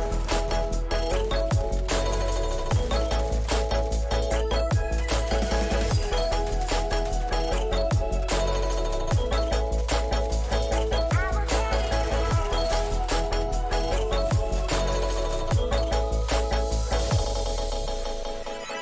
I will carry you home. I will carry you home. When you got nowhere to go, I need you to know I will carry you home. Carry you home.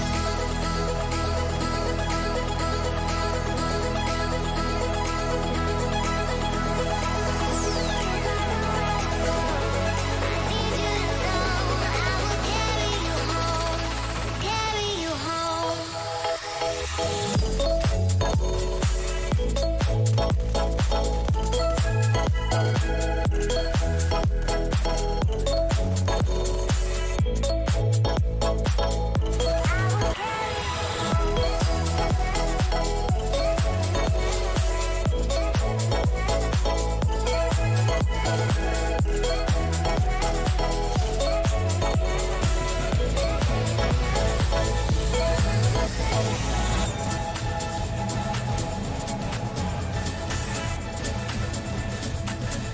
I will carry you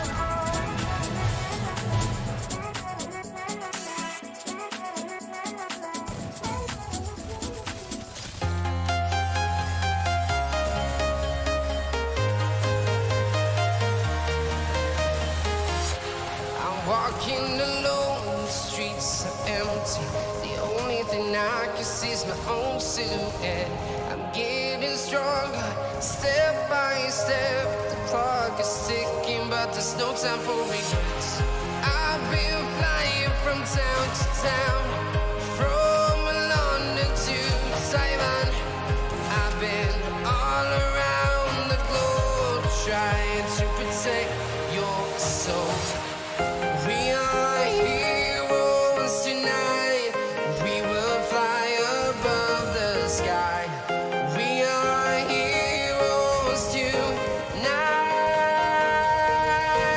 Yeah. We are heroes tonight. We will fly above the sky. We are heroes tonight.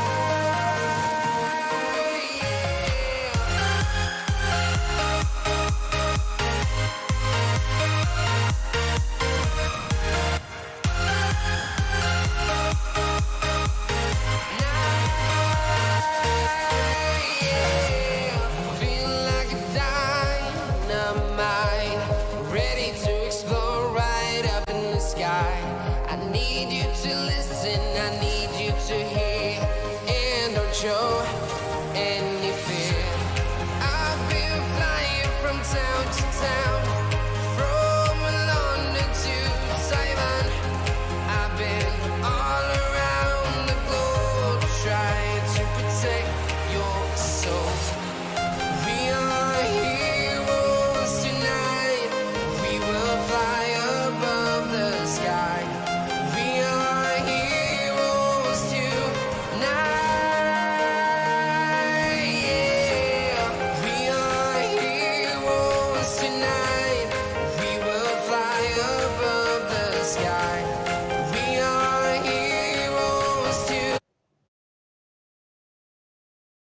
Welcome back, ladies and gentlemen. After a short break, it was a very, very good game so far. I mean, 2 maps, amazing gameplay coming in from most of the players.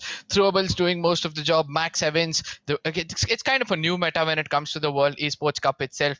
Yes, ladies and gentlemen, you are watching World Esports Cup, which with me is going to be Tanya. Star Tanya, things are looking really tough for the side which we vouched for in the beginning. It kind of put my head a little down, but at the same time, I know that at the end of the tournament, we're going to have our heads held high. But at this point of time, what do you feel about the two-sided gamers? Well, if this is the match, if they are not able to procure or grow into the map of Kalahari, I don't think there's anything coming back real soon. So they need to make sure that this should be the map that they are leveling up, because it is now the situation now or never. With only one match remaining, you're never going to Yep. be able to achieve the score which already position 1 and position 2 have procured. Coming back to Team UG Empire, are they going to get the throne of number 1 back? Because certainly they are playing very, very well, and they are also Yep. able to procure some extra kill points as well. So for me right now, Team TSG is not the cause of concern. The concern is Arrow Esports. By only going ahead with the standing points, will they be able to survive once again and show their presence into the final circle? Ladies and gentlemen, welcome back once again towards the Infinix Smart 4 presenting World Esports Cup. This is the third match for the day, organized by India Today Gaming, and let's head for the map of Kalahari. Yes, Kalahari it is, and it looks like the flight path is going right to the center of the circle. We saw Refinery coming into play as well.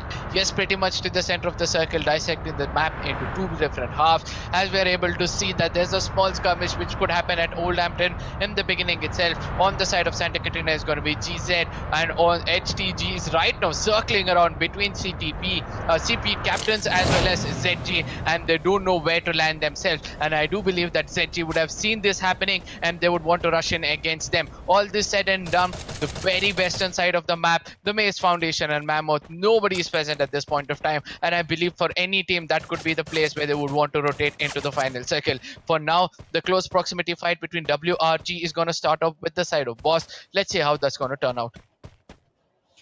For now, they are playing all split. Nobody want to go all in. Nobody want to get the first pick. They are waiting for that one of the teams. Just players, they tend to go ahead, get the first pick, and expose themselves. And that is when exactly 4 players rush it in and procure that 1 point. That is the exact situation going into the hands of, going into the grounds of Wavefront right now. The players reuniting, except Roshan with the VSS has spotted Pandit. He did attempt to attack, deliver a lot of damage, but unfortunately, it is a mid to long range fight. He's not able to achieve what he is targeting to. Coming back to Oldhampton, Team DDG is right here, and Team DDG have shown their presence into the entire day. But will they be able to continue into the map of Kalahari as well? Coming back to Team ZG, they performed very well into the first map. They stumbled down into the second map, but coming back to the third map, what are their skills going to be into the map like Kalahari, where verticality has got a lot of importance, and also the circles are very, very brutal compared to what other maps have. So if you are on the vertical side, if you are on the top of the peak, and unfortunately the circle doesn't favor you, then what exactly happens is you have nothing else but to get eliminated by the circle. Oldhampton will be heated real soon. It is JNMI with the FAMAS. He's able to spot 2 players, and realizing the danger is high, uses glue wall right on time. Yes, let's see how things will turn out, as these early skirmishes have still not got any kinds of knocks in front of us. I'm expecting to see one anytime soon. And look at the sniper shots coming in. Speed sound to ears at this point of time. Jane goes in with the right kind of shots against an XM8. Let's see how well that he's going to survive at this point of time, as there's going to be 2 players who will be concentrating their firepower on him. We have seen what Rudra can actually do, and it looks like he's going to be falling into his death anytime soon, as Rudra will be trying to come in a bit more closer to them. Devil on the other side with that woodpecker gives the right kind of opening for the team. Let's see whether Double DG will be the sufferers for this, as we're able to see that 1 player down, and Team SS seems to be dominating this fight at this point of time. Coming back to DDG, they've lost 1 player, followed by taking down once again. Jenamai was traded out. Will he survive to see another day? And Chiku will be the last man remaining for Team DDG. CG. Well, it is entirely opposite for by far what has happened, but Team SS, the team who is into the bottom segment of the leaderboard, and Jenish will be revived with total of 3 men surviving and 3 frags earning. So it was a fair trade for them, but Oldhampton is not going to go barren any soon. There's entry of one more team coming in, and they are going to cross the path real soon. For now, Lazy Boy not so lazy, is able to take down one, and on the attempt of second, he needs to reload, goes into the cover, and Jenish I is bleeding to death. I don't think there's any help coming real soon. Yeah, but at the same time, T4 official finally making it with the points table. I mean, they're able to execute some good kills because they were the team which were actually suffering in the overall points table, and it looks like this time they're going to bounce back hard as they've started to dominate against the weaker teams. Devil Eye is the last man standing. He's got that max 7, again tries to come in with the jump shot. Dino doesn't know where he's landed at this point of time, but eventually official is going to put him out with that MP5, and I believe the confirmation is also going to come in. So T4 with 4 frags, it looks like they built their momentum. All they have to do is maintain it at this point of time. Team Ind Elite on the other side, the Nature OP with that SKS on the higher ground. Let's see what is going to be the fate of Team IND, as they're also one of those sufferers when it comes to the overall points table. They are definitely into the bottom 6. They need to level up without a doubt. And over here we can see the amphibian vehicle being used. Team CG, Casual Gaming are also sharing the grounds. Firing shots are exchanged. No result as of now, except Storm was in hard compound. He has to make a move, go backcourt, reunite with his team into the open ground with little to no HP. Oh, nice. Now he's got it taken down by Legend with the shotgun, using promo ability, healing himself up. It is funny into the terrace right now, and safe as well. Storm was confirmed, but CG will also not delay their confirmation, delay their retaliation. It is going to be IB who is down on the knees, and I don't think Revival is coming in. What a timing to use the chrono as well, but it was a little hasty. Now it won't be charged for the battle, which is already viewed. The IB is also bleeding to death. CG pushing it in with all incoming will be the last man remaining. No delay in confirmation, and he is able to deliver a little bit of damage before he gets abandoned, before he gets demolished by the opponent. Yes, at this point of time, it looks like the chase is not going to stop, as Team HTG will be left out with one last player, and he'll be running for his life at this point of time. At the same time, Team CG sees Bunny as well. He's going to go a bit more closer, and it looks like he's going to end him up with that UMP.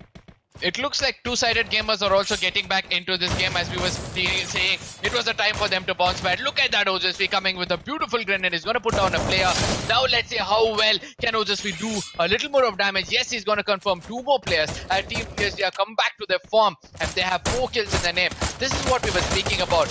Aggression is the key for Team TSG, and once they've started to be aggressive, things are working out their way. We're able to see that the Korg is also being put in good use by the side of Sasuke. The Claws Air is placed so well above that compound that is going to help him out, do a lot of damage to the opponents at this point of time. I would also want to see what Legend will be able to do with that AC-80, but at the same time, the Revival has come out successfully. Arrow on the other side playing it a little safe at the side of Santa Catrina. They have Team TSG in pretty much close proximity with them. Yes, this was the fight which was happening. I'm so sorry.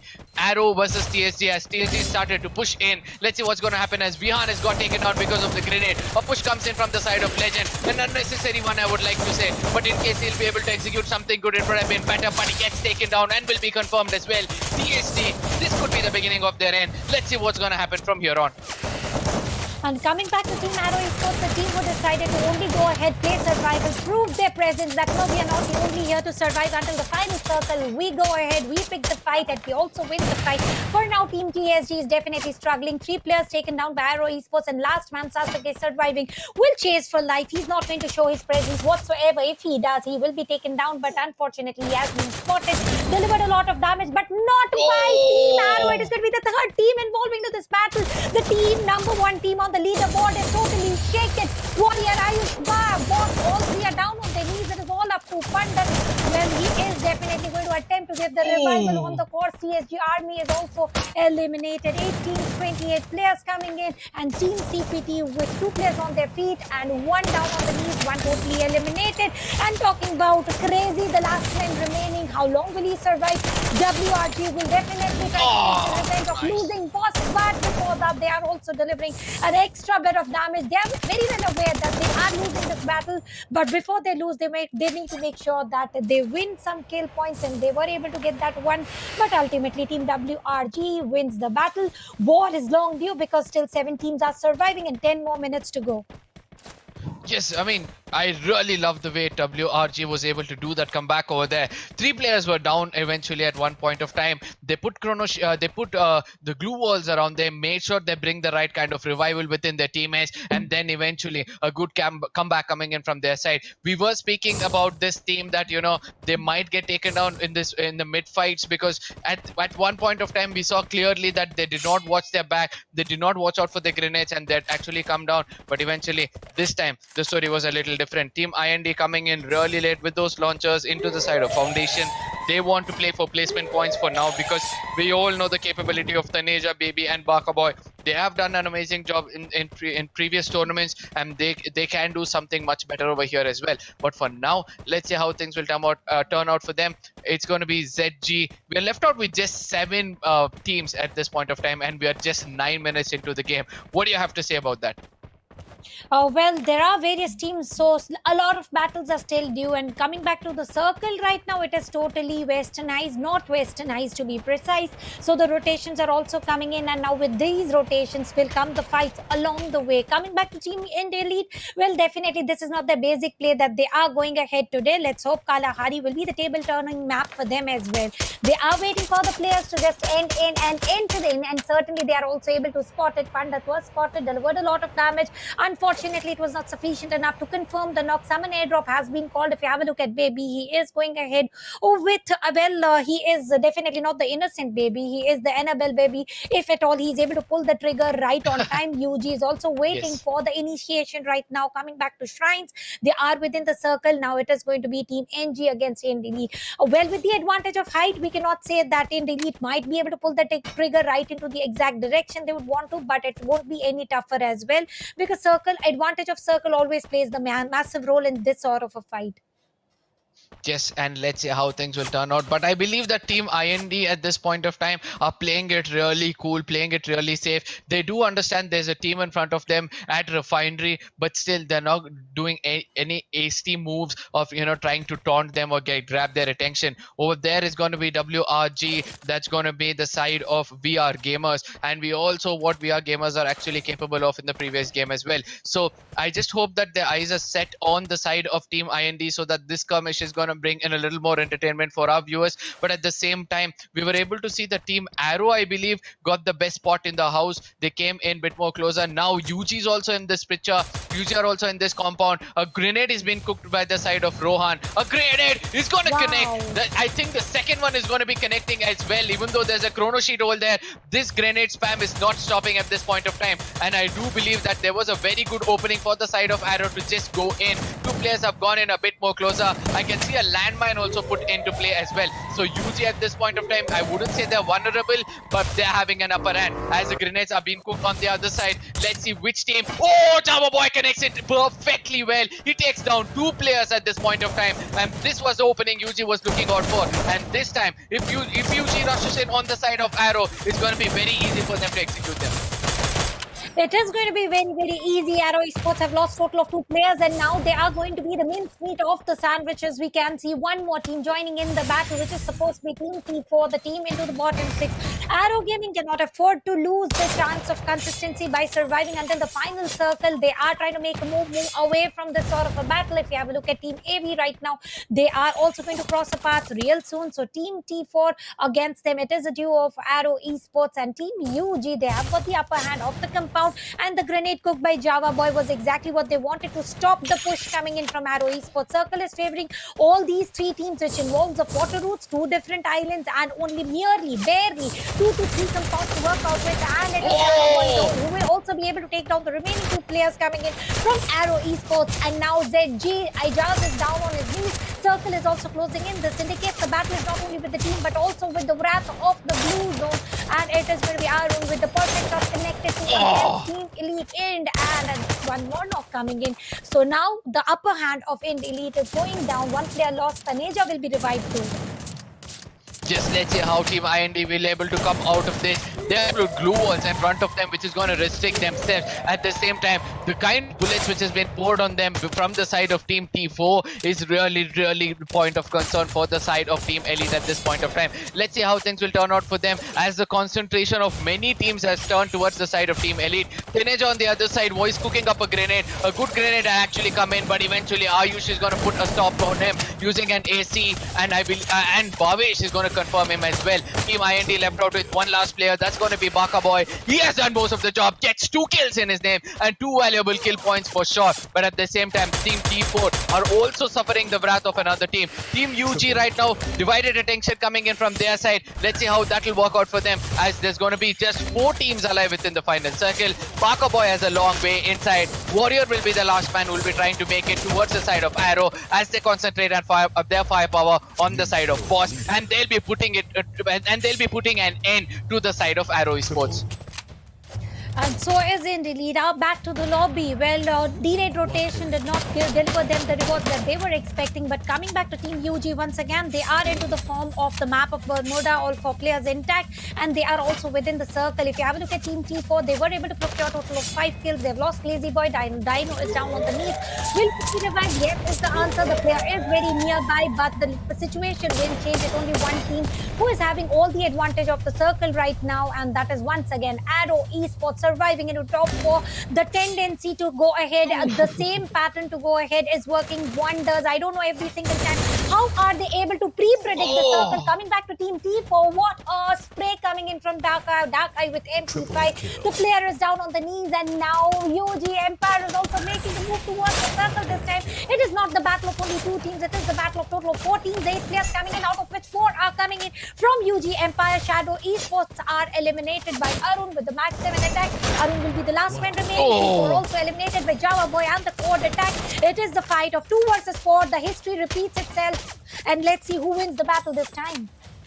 Yeah, I do believe that the odds are favoring Team UG at this point of time. Not only do they have the center of this circle, look at the way they're coming in. 2 players from one side, 2 players on the other. They want to make sure that they take the biggest chunk of all these people. Rohan has put out Kasana at this point of time. How much is that going to restrict players is what we have to see. A shot gets connected with the Max 7. The final kill might be coming in anytime soon against the side of Shino as he confirms one more player. A jump shot coming in from the side of Rahul is going to put an end for them. And another booyah coming in for the side of Team UG. A good execution coming in from the side of Java Boy. His grenades gave the right kind of opening. His grenades gave the right kind of ending for most of the teams. And I do believe that was a very good booyah coming in from the side of UG Team UG. At this point of time, one more thing which I would like to point out for the side of 2G Empire is that this is their second booyah in the 3 games they're playing. That comes up to say the consistency is paying out for them. Yes, the first game they did the same thing. The third game also they did the same thing. They did not want to take any kinds of early ugly fights. They came in really late into the final circle, or probably came in late into the fights, and that is how they were able to execute the booyahs. In the mid game, that is the second game they played, they couldn't do it. They went on early on, but I believe they're going to retain the top spot in the overall points table. Absolutely. Now they're going to get that upshift. And Kalahari has always been the map to upset all the scoreboard, but for them, it is not upsetting at all. They are again going to procure Yes. position 1, which they lost into the map of Purgatory. A good performance seen, and it was a deja vu moment once again. It was Aero Esports against UG Empire, and UG Empire winning the battle once again. And it is massive. Out of 3 booyahs, if you're able to procure a total of 2 booyahs, they have achieved a lot. And also, I would want to say, at least tentatively, they have kept their spot into their name, and I think that is enough. Even if they lose the next upcoming map of Bermuda, they have still done enough to retain the position 2. Because if you have a look at the score of WRG, they were into the lead into the previous map after the map of Purgatory, but unfortunately Yes. Kalahari did not end up into the exact way they wanted to. So I think UG Empire has done enough to get the spot. If not position 1, 2 is definitely solidified for them. Yeah, I somewhere feel that UG have got the top spot for sure. But at the same time, Team IND, the way they're suffering, the way they're fumbling in this game is something which is shocking for me. Yes, we can expect them to bounce back anytime soon. We were speaking about this, that this was the map for most of the teams to bounce back. And it looks like Arrow Gaming was able to do that. At the same time, we were able to see that the team of Arrow Esports was able to do that, as well as Shadow Shooters, I believe, was able to do that as well. Let's look at who has performed the best over here.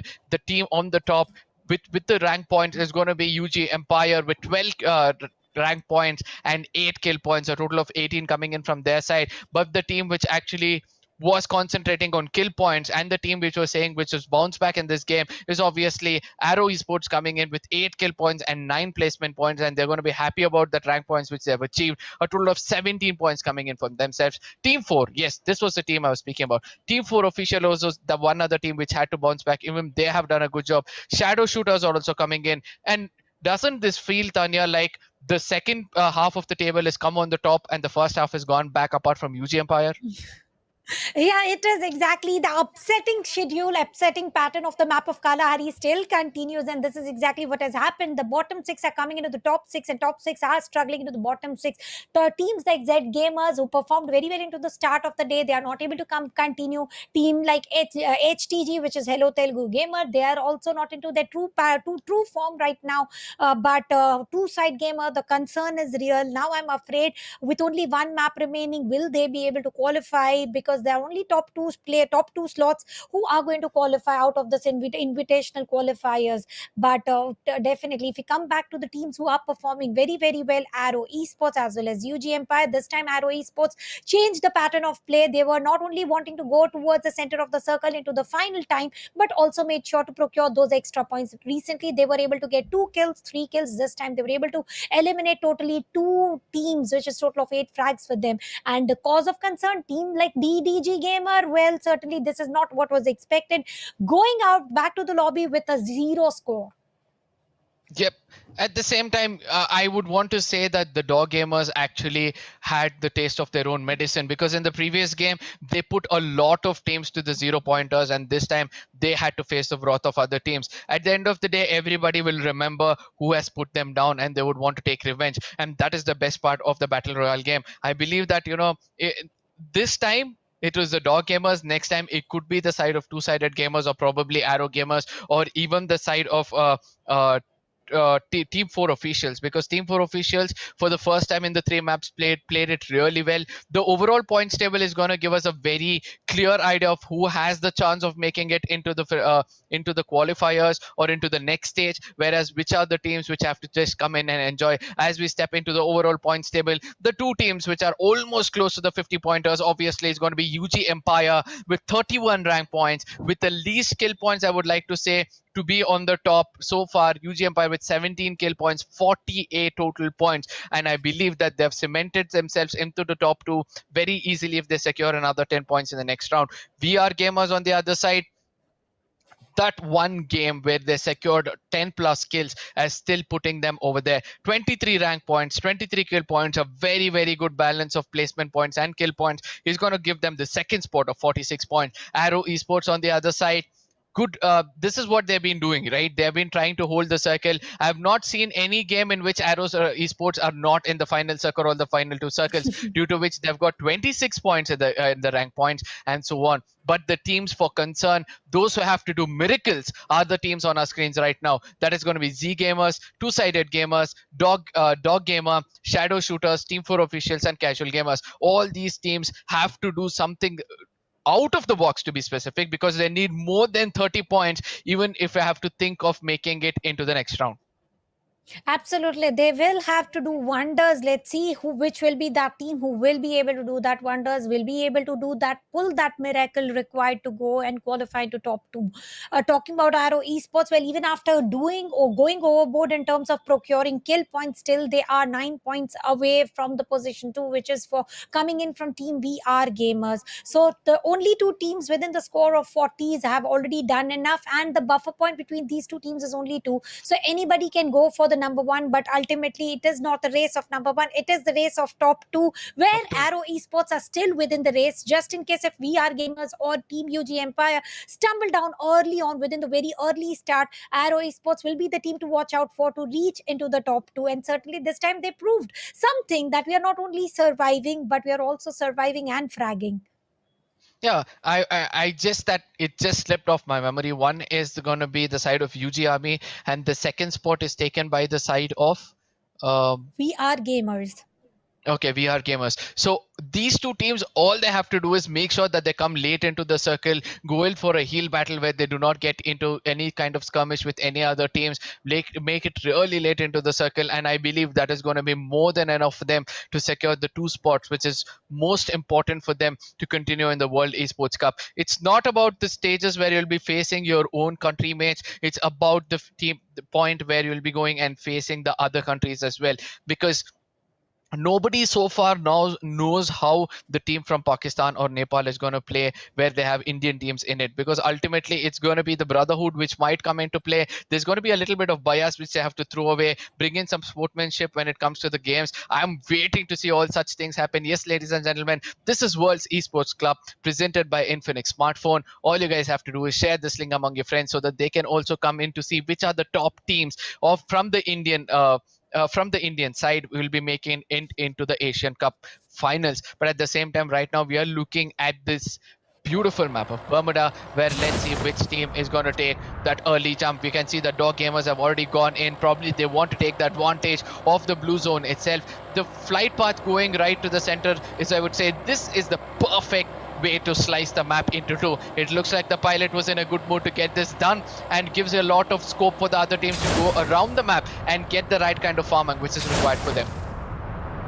And if we have a look at the spread out, no early battle scene. Everybody is trying to locate the safe spot for themselves. If you have a look at Cape Town, well, Team CPT has made a move, landed there. But once again, Arka, I think if we cast together, Clock Tower it is. Not only once, but repetitively twice. Clock Tower will be the place which we might see once again be into the Heath zone, where we will see the first blood, because it is a mix of total of 3 teams.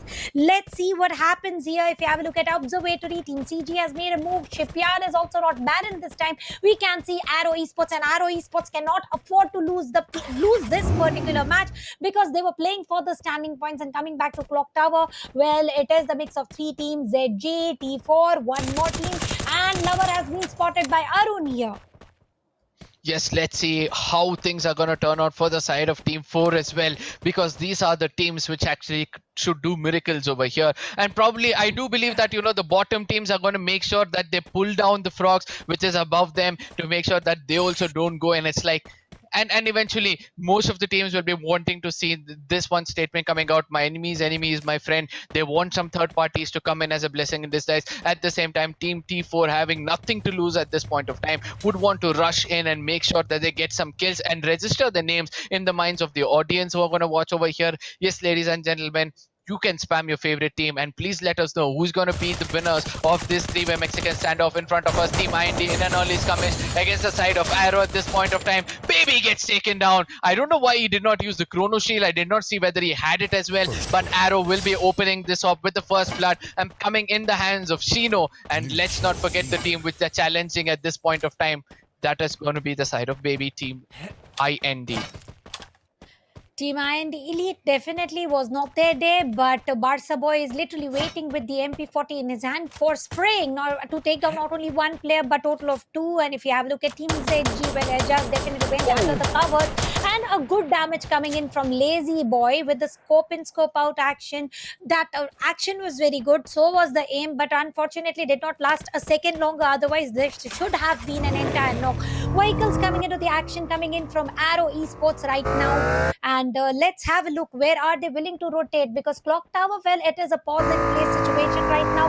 Everybody wants to be in the play of Clock Tower, but nobody wants to initiate. So vehicles coming into the action for Arrow Esports, and Dino has got a plasma in his hand and is able to spot out only 1-2. Total of 3 players of Team ZG and HTG with the best of the covers, with the best of the compounds on the ground. So Clock Tower is able to deliver a lot of damage, and coming back to Lazy Boy getting active. Yeah, but at the same time, I want to see which is that one team which actually became the patty in this sandwich, because eventually all they had to do was hold their compounds. Everybody should have been like, let's not fight one another. Let's play for some rank points over here rather than taking those fights. But eventually, it looks like Team T4 was in a bit of a hurry, due to which they might face the wrath of the other team. It's Arun who's already gone out of the equation. Lazy Boy is pretty much inside the crosshair of somebody. He eventually gets taken out. He was in the crosshairs of Lover. Eventually gets the kiss of the love and and gets taken down and will be confirmed as well. And let's see how things will turn out for them, as Team T4 is the most vulnerable team in this Mexican standoff, and it looks like it's late for them to realize this fallback, but luckily they've done it. Luckily, they have done it with all the efforts, with all the hard work, with all the instincts of surviving, with all the instincts of procuring those extra kill points. And now, if we have a look at the circle, includes a little bit part of the mill, but it is going to be Shipyard, which is getting heated up. Two teams battling against each other, and the rotations of Arrow Esports all the way from Clock Tower towards, after picking the first frag, all the way from peak towards the Shipyard, well, which was very long. Now they have realized all they have to do is survive a little extra compared to what we are to give. Team WRG as well as Team UG Empire are up to, and Ind Elite is also lost a player, and they are looking quite safe. Coming back to Team DDG, they've got a big compound to hold on to, and they are surviving very strongly. And if I'm not mistaken, Archives TG was the team into the very first map of Bermuda where they were able to demolish total of 2 teams together. Let's see if they are able to repeat that play or no. Yeah, but at the same time, these are the teams which actually have to come back to the same kind of momentum. They have to go and play the way they played in the first game, or else I don't think they'll be making it into the top 2, because the teams on the top will obviously be playing for rank points. They'll want to be played really safe. They don't want to get into any kind of skirmishes, because they very well realize that 10 to 12 points is what is required for them at the end of this game to keep them in a very safe spot. Arrow Gaming on the other side, pretty much on the side of Hangar. I don't know what are they thinking at in that corner, or probably on the side of Shipyard. I'm so sorry. Pretty much over there. I don't know how much of chances does Arrow have to make it inside. Yes, there's a chance for them, if I do believe, but how well can they execute it is what we have to see. At the same time, Team ZG on the other side, it looks like all these teams are just chilling at this point of time, even though they do realize that, you know, they have a very meek chance of making it inside into the top 2. But on the other side, look at what's happening over here. Predator very much in the open. A Chrono Shield might have come in from the side of opponent, but eventually, what a gameplay coming in from the side of Arrow. Team IND, I really don't understand as to how come this team is going down so bad in the hands of a team like Arrow, because I know how strong of a team can Team IND actually be. Baka Boy at this point of time chilling with the car, trying to go away. 2 more shots against him, that would have been the end of him. Teneja OP trying to take down players in the air rather than the one in front of him, the ground. Probably he's the most vulnerable guy at this point of time. A heal might be coming in, but a jump shot is more than enough from the side of ABD. With that MP40 will be bringing an end to him, and the hopes of Team IND Elite surviving in this tournament, it will be left out with just one man. That's going to be Barca Boy, and let's see what is he going to do throughout the game. Well, what is Barca Boy going to do? That we will certainly see. But what are Team T4 up to? That is one of the questions. They are riding the vehicles on the staircases of Clock Tower. Nobody is blasting their cars as well. It is like racing into the open area within the house, and nobody wants to stop them. Let's see what are they up to next. But before that, we'll also have a look at Team UG, who's using the launch pad to go towards the blue zone. I really don't understand what sort of a rotation are they planning to on the grounds of Observatory, where Team Casual Gaming is already waiting. Each and every team has realized that they want to go for a pause and play, don't want to overextend themselves, not wanting to lose the players. And talking about losing the players, Arrow Esports have lost 1 player. Let's see how are they going to go ahead with the handicap situation with only three men remaining. Coming back to Team SS. Wow. 1 second of a knock and 1 second of a confirmation. A perfect shot coming in from Janishai. Yes, on the other side, we can see Java Boy, the grenadier for the team, puts it in the right spot, gets that knock. I think a confirmation might be coming in as well.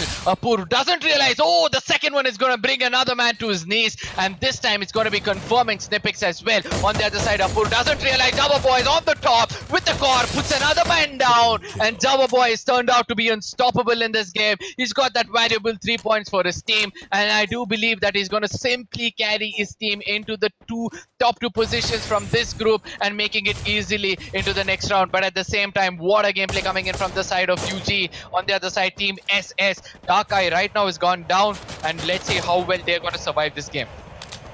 How well are they going to survive? Coming back to Team HTG, coming back to Clock Tower, SS versus HTG from the start until now. But what a precision of aim coming in from Devil's Eye. He's able to knock one, and now push coming in from Devil's Eye as well. Revival will come in handy, but this was the time where he could have used the throwables and get those two knocks tentatively. But unfortunately, they've ran out of throwables, have been using it for quite too long, and IB has been spotted, taken down with 3 men on the feet, 1 on the knees, where Surya will also go back on the knees. And what a push coming in from Team SS right now. Jenishai with M1887 is able to take down one more player using the inhalers. No delay in the confirmation as well. 2 frags already, and on the count of 2, this is going to be the third one. Team SS will survive to see another day on the grounds of Clock Tower. IB is bleeding to death into the compound, and they are on the hunt. And now ultimately IB is also confirmed. 4 frags confirmed, and the entire owning, they are literally owning the grounds of Clock Tower. The last man Funny definitely chased out, ran out of the race, but where is he ending up to? Into the mouth of Lions, into the mouth of Team WRG, who is dominating on the leaderboard. So 1 versus 4, so 4 will be the situation, and a hard point for Team HTG. Yes, at the same time, Team HD had to realize that there's an enemy right in front of him. Will be given that slap of M18 onto his face, and that's going to be the end for the team as well. WRG is going to welcome that easy kill. You know, it's like the kill, it literally walked towards them and was granted to them. But at the same time, Team Arrow on the other side with just 3 kill points, and then Name, after losing a player, is going on a hunt. They do realize that they want some kill points in their name. They also want some rank points in their name, and there's going to be Team IND on their back. Baka Boy coming in really late. I just hope that Baka Boy doesn't get detected by any of the UAVs which is going to be flown above his head, because if that happens, I think that could be the end for Team IND. Absolutely, that would be the end of Team IND. And Team IND is already struggling, at least to not come into top 2, but also to come into the top 6. Let's see how long will Barca Boy survive. With the flag still being an opportunity to be hoisted. And coming back to Team Arrow, they've got 3 different compounds into their hands, and they are trying to go split. UAV just above their heads. They have realized that there is no enemy nearby, sharing the grounds, and 9 teams, 29 players within the same map, and 11 minutes are already down. It is going to be Team CPT initiating the battle, but he was immediately taken down. What a perfect, and talking about flags, Arka, we can see Shinu is ready to hoist the flags already. Yes, eventually that confidence can keep them high, but eventually if that turns out to be overconfidence, that could be the beginning of the end for the Arrow. Let's see whether they'll be able to do a bullseye in this game, as we're able to see that WRG at this point of time is pretty much held up at one corner. I do believe that at Bhima Sakti Strip, the control from the side of Arrow can retain for a really long time. They're really good at getting the placement points, as we have seen that in the points table as well. Team CPT, the captains, the ones which are not able to execute the right salute, is actually suffering over here, but Crazy will be happy to welcome another kill with that AC-80. We all know what this gun is capable of. The first bullet will give you the lesser damage, but the second connects, that is when it's going to give you the highest. On the other side, we're able to see that Ayush also gets taken down, and the bosses are not having the right game. And definitely not the right day, not the right time, not the right game. But Team CPT are trying to turn the tables and make everything right for them. Pandit being the only man into the crosshairs of Crazy, and there's nowhere he can race. So he's holding to the same position. And by hearing the firing shots, one of the opponents is also chasing out of the grounds. They don't want to share the grounds. And now from the Lion to the walls with the double. Wow! Barca Boy is able to take down one player. ABD is down on the knees, but RNS comes as a savior, will be reviving ABD, and now the loot is all theirs. With that, here comes the end of the journey of Team Ind Elite from Group 1. With that, 8 teams are still surviving. Arrow Esports with 4 frags already and a 3-man roster. Once again, Arka, Team Arrow Esports will be the team within the circle and have got the opportunity to gatekeep not only one but several teams like always. Yes, and I do believe that the IGL of Arrow is actually eaten something really good, or drank something overly good, to actually make him predict each and every zone, like precisely. At least they'll be in the corner or the center of the circle itself. I'm not telling that in this game is going to be hard for you to predict zone, but predicting it every single time does give a lot of confidence, does give a lot of praises for himself. But on the other side, Team ZG at this point of time are suffering. Wolf gets taken down, the backup is not coming in the right way, and we see that Team ZG are just, all 3 players are rushing to revive one teammate. This is what we are seeing at this point of time. Team SS on the other side is going to have fun taking down all the other enemies at this point of time. Bhavesh on the other side will be putting down one grenade, and I believe that Team ZG, this is the opportunity they were waiting for to go in and take down the team of SS, as we're able to see that A1 is trying to come in as well. Team SS, I think the complete squad was just erased. No, Devil Eye will be the last man standing, and let's see how much of fight can he give against the side of Team ZG.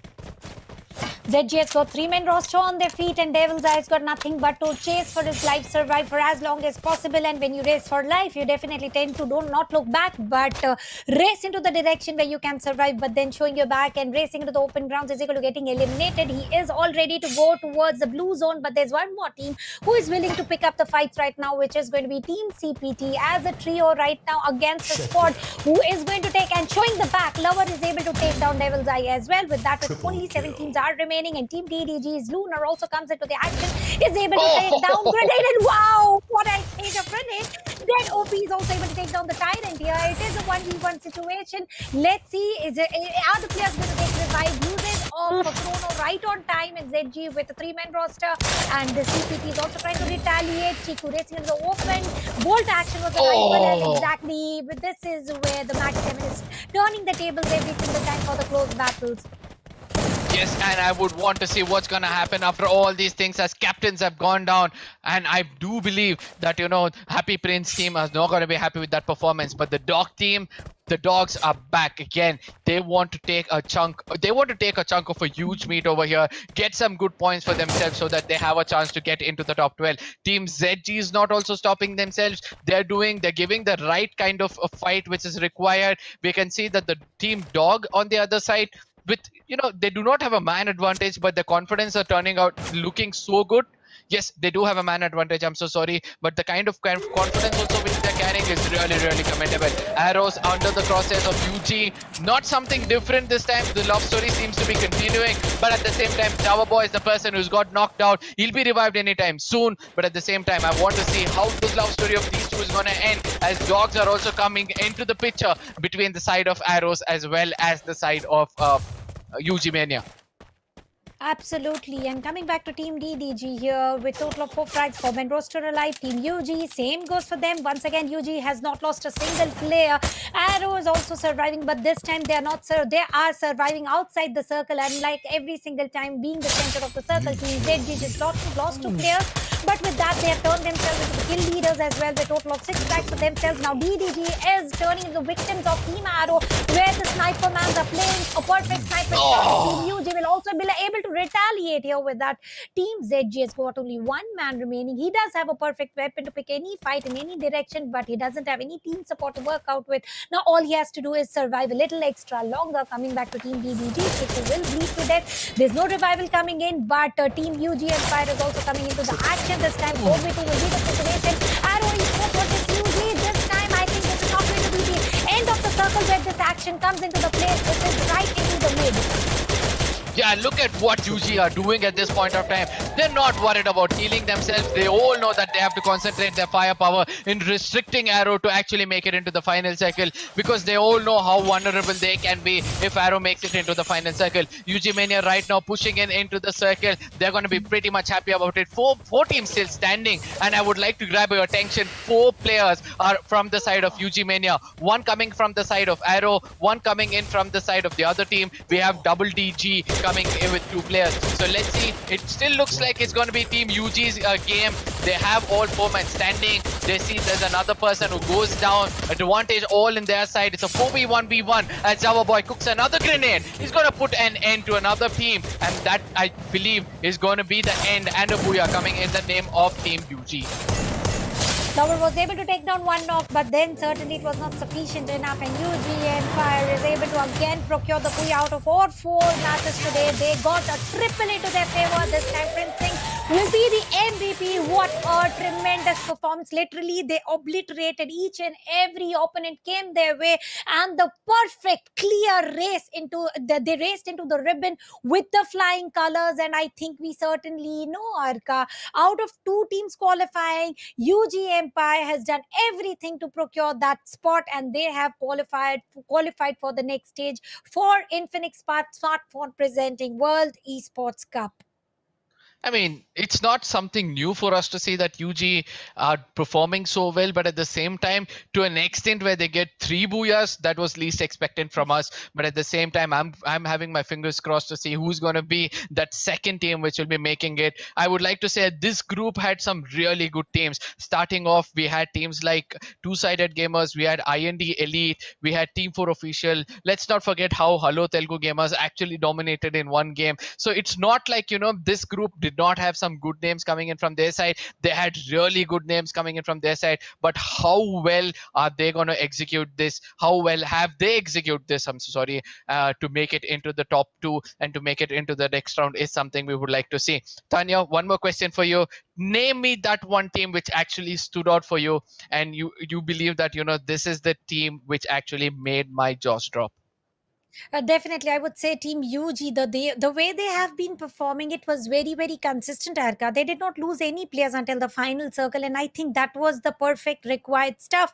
Every single time Yep. they did not go overboard. Every single time they did not go all in. They made a point that we should be seen at the point where they are very sure of that they are going to win the battle, because their target was never to win that one battle. They were battling for the long lasting war, and ultimately they won the war, and I think they have sufficiently done enough to get that position one. And talking about this map wise scorecard, here we see UG Empire once again crossing the score of 20s, the only team to cross the score of 20s this time. Z Gamer again came into the action with total of 16 points, and then comes DDG Gamers with total of 14 points for themselves. Arrow Esports, this time they are not in top 3, Arka. Now this is a cause of concern. What happens to them? Will they go across the position 3 to reach position 2, or it is going to be the end of the journey for Team Arrow Esports? I don't know, because it's very hard. As we can see, there's just 1 point gain coming in from the side of Team DDG, and Arrow Esports have got an average of 13 at this point of time. I somewhere strongly believe that Arrow Esports can still make it. VR Gamers, I'm so sorry, was one of those teams on the run. So I do believe that Arrow won't be able to put them out, but in case they have done it, then that's going to be a huge shocker for us. At the same time, Two-Sided Gamers and Casual Gamers are the two teams which couldn't put up any point on this. Team IND on the other side, it's just 2 points. That is going to be rank points. They were not able to execute kills. They are on the bottom three. Hello, Telugu Gamers. They did say a hello in the first game, but then they had to say an early goodbye in this tournament. I believe they've just got 2 points in this game eventually. Team 4 officials, yes, they did bounce back in the previous game. In this game, again, they were restricted. Happy Prince Gaming, somehow good to see them on the 7th position with 7 points in their name. But the overall points table is going to shatter a lot of teams, as well as build up confidence of a lot of other teams as well. It's like, yes, they all are fighting for that one title of getting the champions of World Esports Cup, but at the same time, there are other things like underdogs. There are other things like MVP of the tournaments, which can also give them some good prize. Let's hope the teams on the bottoms, or the teams which are actually getting eliminated, have that ray of hope that they'll be getting either of these titles in their name, and they're not going to go empty-handed. Absolutely, and they will also not only the prize pool, Arka, they are also going to get a very good name, because they're going to play with the top tier teams already. We know UG Yep. Empire participating in FFIC definitely went very strong into their group. And also talking about Arrow Esports, they are also one of the players teams who have gone through the official tournaments. And now, ladies and gentlemen, we are here with the overall scorecard for the day. UG Empire literally dominated the day, and coming back to VR Gamers, they go into the next stage with the lead of 2 points. Arrow Esports, if barely would have they taken 2 frags into the very first and second match for the day, it would have been a tie. But we never talk about ifs and buts. It is what it is, and congratulations UG Empire and VR Gamers once again for qualifying for the next stage of Infinix Smartphone presenting World Esports Cup, powered by India Today Gaming. Yeah, but at the same time, one more thing which I would like to grab attention of the viewers, the point which we keep telling of how to balance yourself at placement points and kill points, rank points and kill points, is this. Good gamers were able to get those 2 valuable points of getting into the top 2 is all thanks to the kill points which they were carrying. I mean, the balance is pretty much visible, 29-25. It's just that UG Empire were able to secure 3 booyahs. That is why they have a 43 pointer, or else they wouldn't have. They would also be in the same position of 28-29. But at the same time, Arrow Esports, the team which actually played for placement points, remember, ladies and gentlemen, Arrow Esports were there in the final circle in all 4 maps, if I'm not wrong. It's just that they did not have have any kind, the proper kind of kill points, and that is why they were restricted with just 2 points. So this comes up to say that sometimes all kind of strategies are required, especially balance of offensive and defense. Z Gamers played really well, 37 pointers coming in from their side. DDG, I'd like to call them the double DG Gamers coming in with 30 points from theirs. They had some kill points but couldn't execute. Hello Telugu Gamers on the other side, 14 kill points, 10 points, 24 points. Shadow Shooters, from being at the very bottom to making it at least to the 8th spot, really commendable. Team Elite on the other hand, on the other end, we had a very good hope for them, but eventually it's like every day can't be your day. Team 4 Official coming in with 19 points. Two-sided Gamers, after vouching so much, I know that we're not going to have a big smile on our face, but we're going to be happy with what they've performed so far. 17 coming in from their side. Casual Gamers on the bottom with 14 points. Yes, ladies and gentlemen, we would like to say congratulations to all these teams for making it so far, at least, as well as, they're not going empty-handed for sure, Tanya, because they have something which money can't buy, and that's going to be experience. All these teams have a very good experience of facing off one another in World Esports Cup, and that's not a small stage for them to gain experience. Absolutely. That is something you either win it or you learn it. And I think this has been a learning experience for total of 10 teams who did not qualify towards next stage. And I'm very sure for the minute mistakes that they have made with this sort of a learning experience, they're going to make sure that they don't repeat into the future tournaments. So somewhere it is a very good platform. For now, today, it is only Indian Invitational Qualifiers. And if you want to know more about this tournament, the website's name is itg.gg. You will exactly know about how the roadmap is going to be. It is just the start of the tournament, start of the event, and it is going to run a long journey, and it has total of 3 months to follow. So make sure you follow all the social medias here. Make sure you subscribe, hit the subscribe button, like button if not, and share the stream with all your friends and all your family members to enjoy the stream together, because this sort of an action coming in UG Empire, I'm very sure you don't want to have fun all by yourself. You want your friends to enjoy as well. Yes, but at the same time, do not forget to go to the socials of India Today Gaming, where you're gonna be getting, it's like you'll be the first person to receive all kinds of info, because everything is going to be put up there as well. But at the same time, Infinix Note 11S.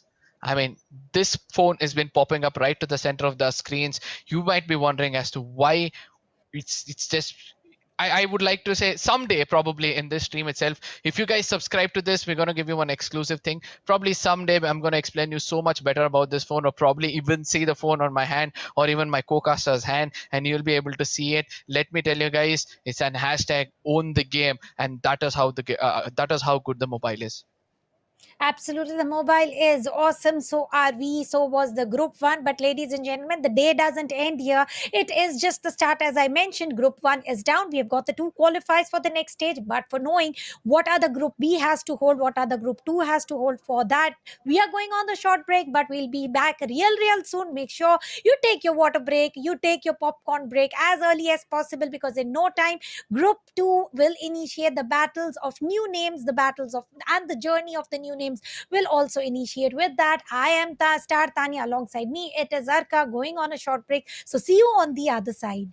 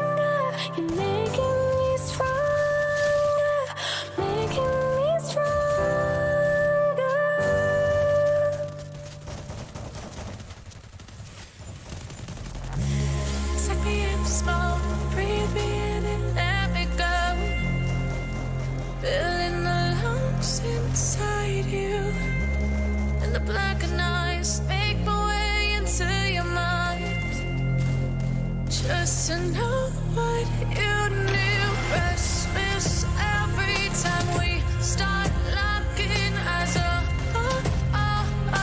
Lost control. Oh, it's paradise with honesty, but I'm in the dead of the night.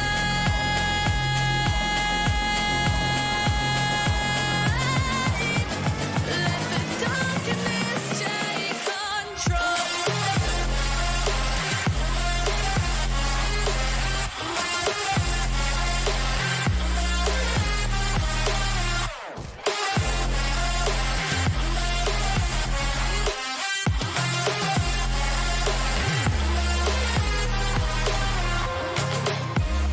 Let the darkness take control. Darkness take control. May the darkness take control.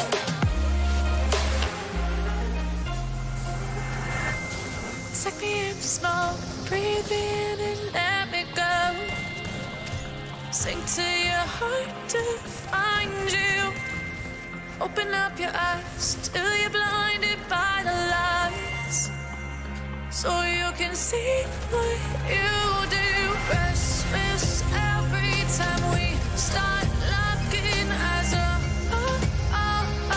Lost control. Oh, it's paradise with honesty, but I'm in the dead of the night. Teardrops on the floor. The pain is over. Feel the darkness take control.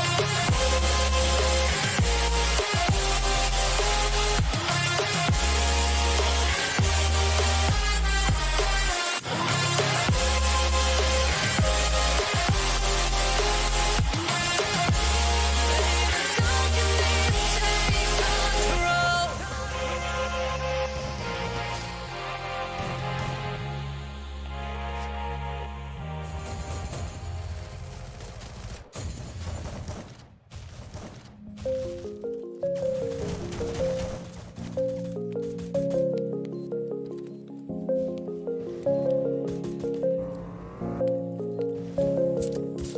Rise up from the ashes, wings on my back, stay lit like a matchstick. We ain't coming back, I swear. Just let go and see what happens. Gotta let go to see the magic happen. They got us a quick change, so we like them in phase. I just bought a new watch, time to make my wrist ring. The zero gravity keeps elevating me.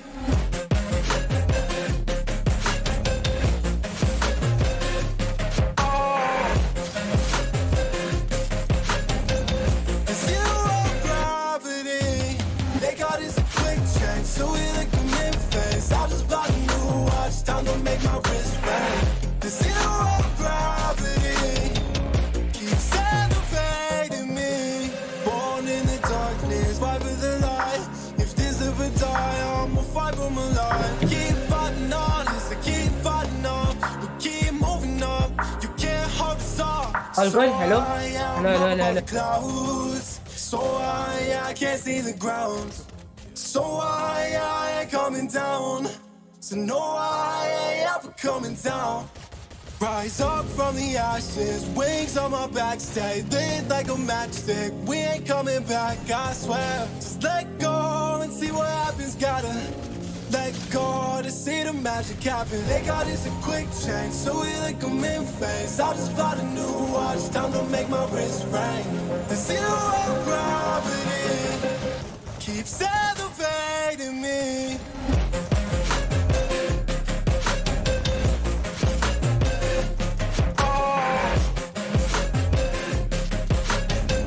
The zero gravity, they got us a quick change, so we like them in phase. I just bought a new watch, time to make my wrist ring.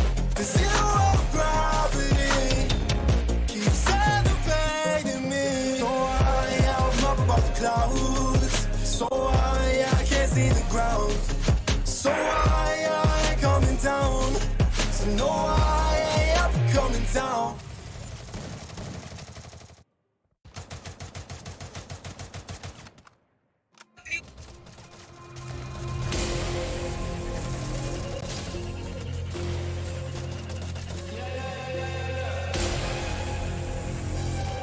Yeah.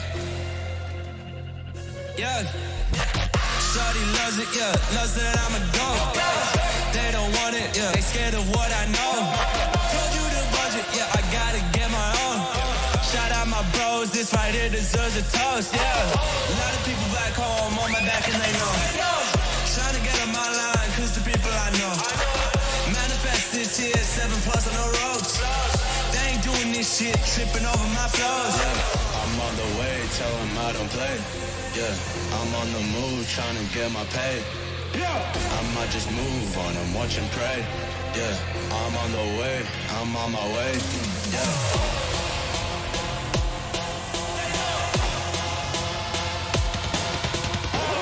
Manifest this here, 7+ on the ropes. They ain't doing this shit, tripping over my flows.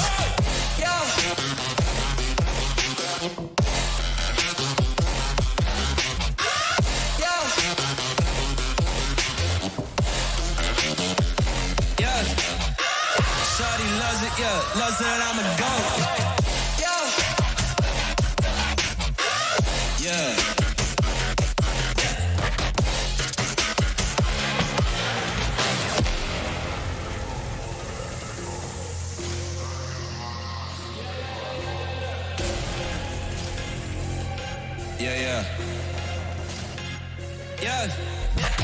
Shorty loves it, loves that I'm a goat. They don't want it, they scared of what I know. Told you the budget, I gotta get my own. Shout out my bros, this right here deserves a toast, A lot of people back home on my back and they know. Trying to get on my line, cause the people I know. Manifest this here, 7+ on the ropes. They ain't doing this shit, tripping over my flows. I'm on the way, tell them I don't play. I'm on the move, trying to get my pay. I might just move on and watch and pray. I'm on the way, I'm on my way.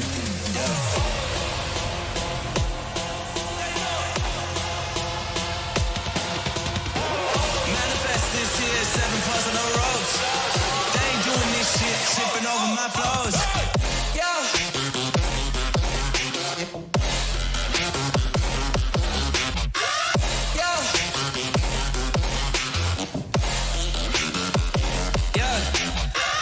Shorty loves it, loves that I'm a goat.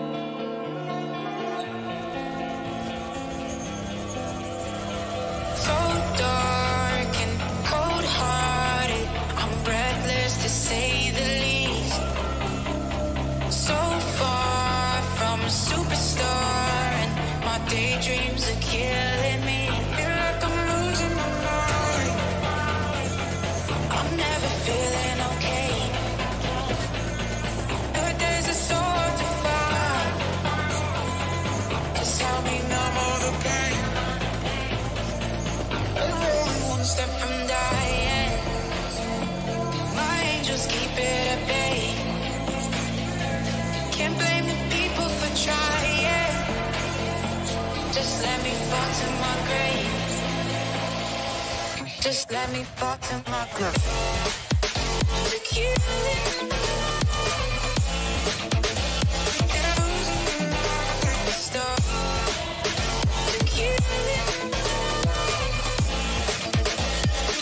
Just let me fall to my grave.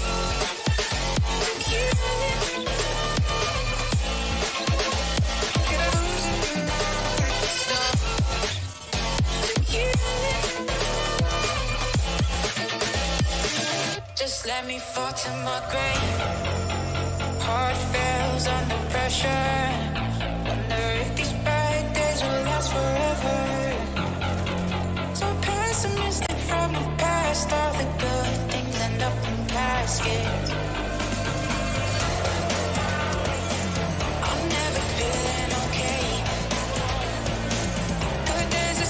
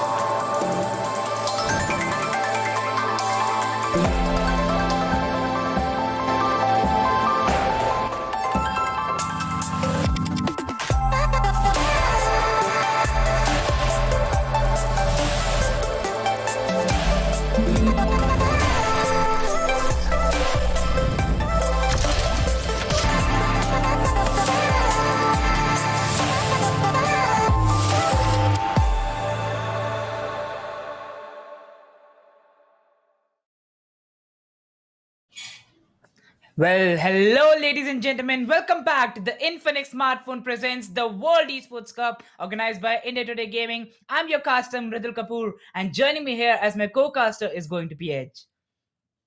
Well, Mridul, I am excited, first things first. You can see it in my face, right? But here's the thing, back to Free Fire after a long time, and I've been watching Free Fire as well. There are some new teams coming up, right?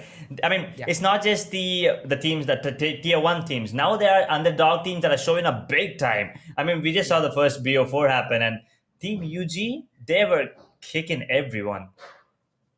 Well, Team UG, they have enjoyed their part, but right now, we do remember that this is going to be the group number 2, where group number 1, they have showed their performance, they have showed each and everything that they are capable of. Well, let's take a look over to the prize pool of this tournament, because yes, it is going to come in front of our screens in a short while, and we do know that's a prize pool of 1 lakh US dollars. That means 100,000 US dollars on stakes, and the teams are fighting for that. Well, we have started with the Indian Invitational Qualifiers, and the teams are going to be all set, and they are going to drop in Bermuda in a short while. Yeah, it is a BO4. So we have 4 maps lined up, right? We are going to be starting off with Bermuda, as you said, and then Purgatory, and then Kalahari, and then Bermuda again to end things off. But there you go, the total prize pool of 75 lakh Indian rupees. It's not just the first or second or third, right? It's going to be 8 teams getting a piece of that total prize pool. First place walking away with 35 lakh in their bank account. Riddle, that's a huge amount there. Well, definitely, that's a huge amount. And just to back it up, we have 15 lakh INR for the second place. While if we take a look over to the third place, we have 8 lakh rupees for them on the stake. Talking about the fourth place, we have 6 lakh INR. Fifth place is going to get 4 lakh, while the sixth place is also going to get 2 lakh rupees. But if we talk about the INR from the seventh place, we have 1,50,000, then dropping off on the 1 lakh rupees INR. And after the 8th position, Edge, we do have some different things too. The fan favorite team is also going to get 50,000 rupees as their share. The MVP, the most valuable player of this tournament, is also going to get 50,000 rupees. While the best IGL, the best clutch, and the best underdog team also have a share of 50,000 each. So it's not just the teams. Yes, imagine being a part of a team that wins. Yeah. And then imagine you get the best clutch, you get the MVP, you get the fan fave, you get the IGL as well. And if it happens to be an underdog team, you basically are taking away 5 awards. Exactly. That is just insane. And I'm actually looking forward to see who the MVP of the entire tournament is going to be, because that is the most prestigious one, if you ask me, Amrito. But well, definitely that is going to be most prestigious one. Well, continue with it, please. No, what do you think? After looking at the first BO4, right? What are your expectations on this second BO4 right now? Well, right now the teams are going to change, but I think the pace of the Indian invitational teams that we do have today in front of us, well, if we take a look on the teams, those are going to be Kemen Esports, Arrow Gaming. We have seen their performance in the WEC scrims. Well, we did had around 12 days of scrims, where all the teams were playing with each other, and they do know some of the strategies. It's just that they have to utilize it and just get those booyahs, because the booyahs are important, but with the kills. That is true. It's not just the placement points. We've seen a lot of teams, qualify just with the kill points. Even if they had terrible, not terrible, but bad placement points, they still have 10 to 16 kills, if I'm not wrong. So, having those kill points always gives you an advantage. So it's all about the balance, getting enough kills, but also being at a good placement rank, right? Maybe let's say you're in the 7th and 8th position, and you still have 10 to 12 kills. That will be enough for you to qualify moving on forward into the tournament. But here's the thing. It's not about, understanding the strategy of the opponent. You have to, capitalize on your strategy and make sure that you are ahead of everyone else in the server. Because, one small mistake and all of a sudden, you're at the back foot there. Well, if we talk about the teams here, right, the teams are going to be on a back foot if they don't favor the zone, because the zone is the MVP. Well, if we talk about the MVP, we do have 50,000 for them, but I think so the zone is the most valuable player at this time, because we do know the meta is also going to change as the updates are coming in Free Fire. And also teams like Team Chaos, Team Sixth Sense, they are not steady with their drops. They have not played a lot of matches in the scrims, so they have to get back with the pace. And also we only know that only two teams, mind you, out of the 12 teams, only two teams are going to qualify for the further stages.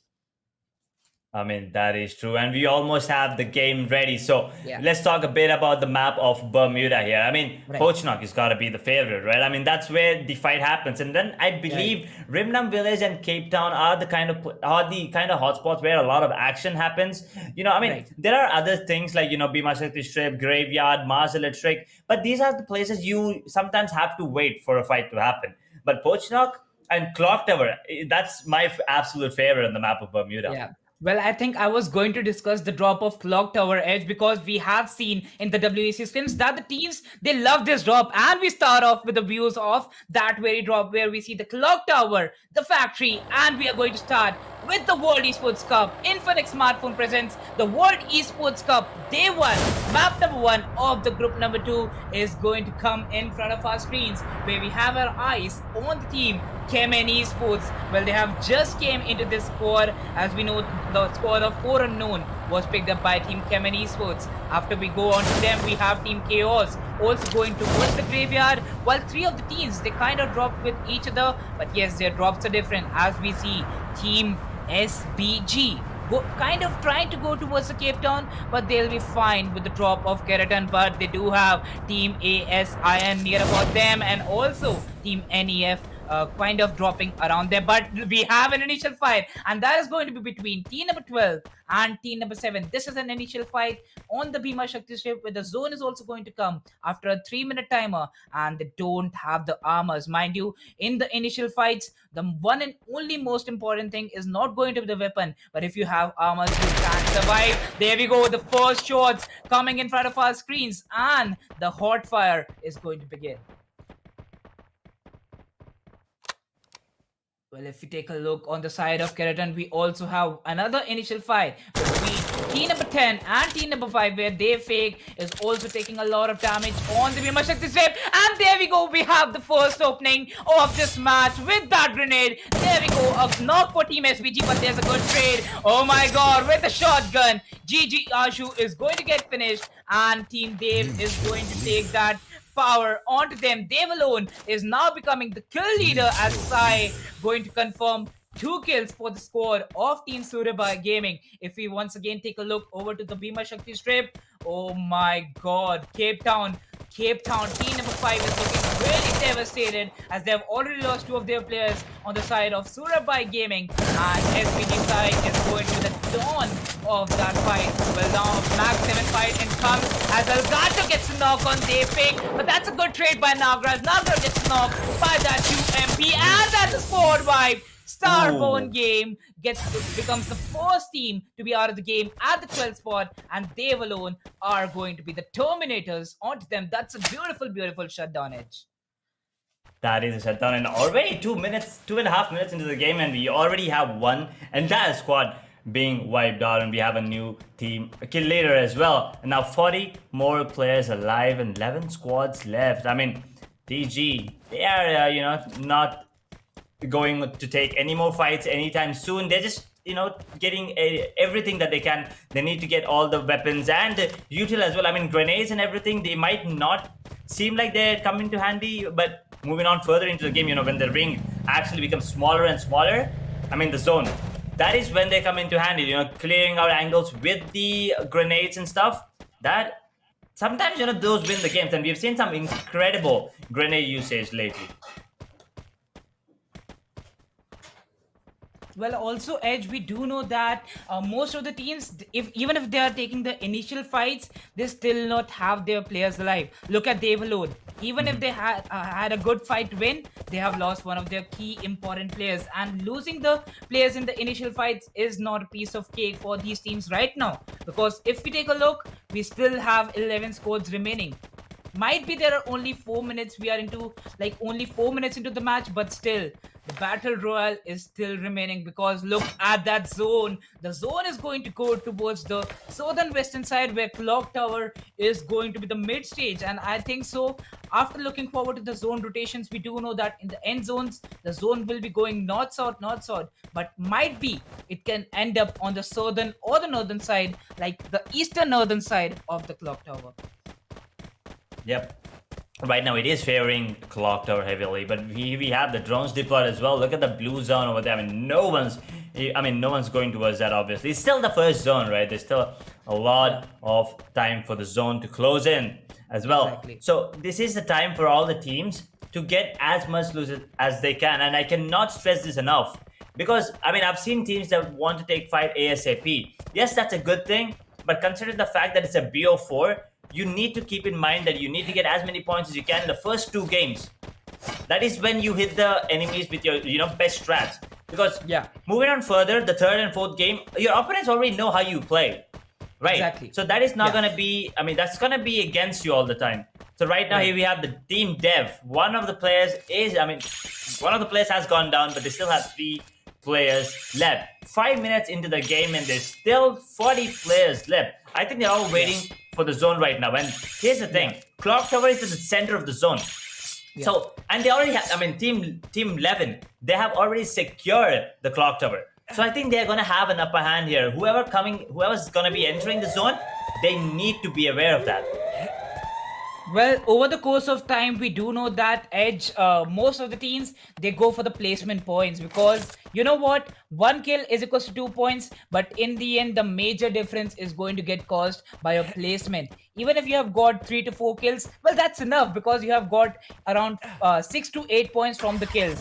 But the placement points are going to make a difference, and the teams do need to understand that aggressive nature is really good for them, but sometimes you have to be silent with your firepower. And in today's time, most of the teams are looking for their firepower because they know how to survive, how to go inside the zone. Look at Team DG, like how easily they have got inside the zone. They also have vehicles available with them, and that is their most important power, because it is Team Desi Gamers, one of the top tier 1 teams that we know is right now moving towards the Pochinok. Well, as we talk about them, from the north, there is going to be Magician Esports entering the zone. So might be there's going to be a fight in the middle phases of the zone, but look at Dave alone. They're not going to stop. After having an initial fight, they are on to the Clock Tower, trying to look over to Team Eagle Eye. But if, as their name suggests, if Team Eagle Eye Gaming, they have that Eagle Eye, one of the most important picks is going to come in a short while. That is true. They already spotted them. Team 11, they spotted 12 for sure, but I'm not really sure if the team 12 that is there alone, did they spot the players of 11? That's the question. And here we have the small peek as well. We did take a look at the squads, and we already know one of them has been eliminated here. Oh boy, this is gonna be a fight here. Team 2 and Team 8. Team C and Arrow, they're gonna be facing off against each other any second, and there you go. What a beautiful grenade coming in from Junaid. Takes down 2, knocks them out. They're going in for the revive. Oh, he misses a grenade. He misses a grenade onto his teammate. He does a bit of damage, but that's about it. Spider takes out Swastik as well. Not only 1 player alive, actually. Spider will confirm the kill on the Swastik. But is that squad? No, they still have 1 more player running. Trying to take him down. Wizard goes down as well. But he did revive one of them, so I think there's 2 more standing. Radit, the key, beautiful grenade play coming in. Radit takes the kill on the Radit. Radit, beautiful grenade. Again, another grenade. Anand, on the other hand, knocks another player. It's going hand to hand. Arrow, all of a sudden, on the back foot. Only have 1 more player as well. It's going to be a 1 versus 1. Anand actually confirms kill onto him. Now, here's the thing. Radhi versus Junaid in a 1v1 low. So many balls. He's out in the open. He's running towards his teammate. They're going for the revive, both of them. So they actually, respect each other, right? And they're like, it's okay. You can revive one as long as you let me revive one as well. But they're running out. There's no more time. It goes down, and so did one of the players as well. Yes, Jade, on the other hand, gets the kill on the Dave. Actually knocks him down. Controls and Radhikar. He will confirm that kill onto the player. Finally, I think 1 more player on the side of Arrow is alive. Apart from him. Oh, it's not good. It's not looking good, Mridul. Yeah, it's definitely not looking good, as Radhe Thakur, the most valuable player of this fight, as soon as he got picked up, he just made sure that even if his team is getting wiped out, he is going to take those kills. Well, the twin duo is out of the game, but still Radhe Thakur and Vizardo are surviving. Radhe Thakur having 2 kills, but if we look over to 1 more fight that is going to initiate on the Clock Tower, Team Eagle Eye Gaming having the fire shots on the side of Team Devalone. Well, only 2 players I think we have an eyesight on. Yes, only 2 players of Devalone in our eyesight. Still remaining on the clock tower. While Team Arrow Gaming, Radhe Thakur with that 1 versus 3 is going to wipe out the whole team. That was an amazing fight, and I think to witness that fight with our eyes open, that was a beauty.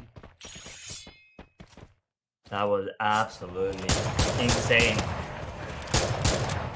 And right now, 10 more teams alive, 33 players. We're, just hitting that 10-minute mark. And we've talked about this, about the timer on the map in the game of Free Fire. As soon as they hit around 13 to 15, that's when you see a lot of fights happening. Yes, we do see, some fights in the first 5 minutes, but then the next 5 minutes are usually silent. But then 13 to 15, that's when a lot of fights happen, because that's when the second, third, and fourth zone come into play. And here you go, that zone once again favoring Clock Tower. So team 11 and 12, they're still in good hands. But what about team 5? They're in the waters. I don't think that's a good idea. Well, I think, Edge, you look really happy by the zone closure right now because it's closing in the center. But just wait for 5 minutes and you'll see the rest. You'll see the rest part, because after the third zone, the zone gets dizzy. I think so.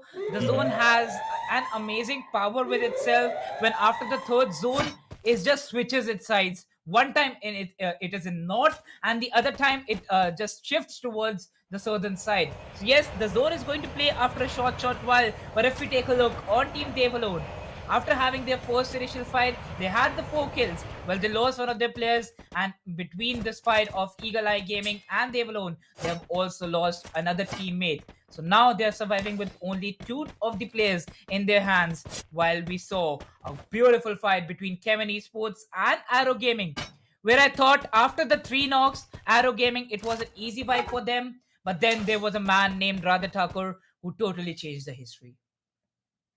Yeah, he did. Those grenade kills, I mean, it was looking like Arrow had the upper hand because of the first initial, grenade double knockout. But then, I mean, we all know what happened. Absolutely brilliant gameplay coming in. But right now, let's focus on the other 10 teams, the remaining 10 teams. We had jump pad trying to run away. Radha Thakur, he's taking a bit of damage from the zone, that is obviously, but it's the first zone, so it's fine. Dave, 22, he gets knocked out, he's gonna get revived. Whoa, Radha Thakur knocked down. Zone. Oh, that's a fall damage. I think that's a fall damage. Was a fall damage plus the zone, because the zone was also closing in and they were not allowed to enter. And that is how, even if you engage in the fights, you kind of have to take up a part of the zone too. They were not inside the zone, and look at Team ASIN. Even if they're inside the zone, only one of the players is surviving. So yes, as I always say, the zone is the MVP, and it is going to deal the damage you're not trying to hold up for. Look at Team DDF Gamer. Ignite getting the first pick. Well, this is going to be Ignite Ignu initiating that fight as Ignite gets the second knock, and that too on the same player. Power got revived, but I think it is going to be one more heck of a fight as Power for the third time is going to get knocked. Why would he get revived for 3 times?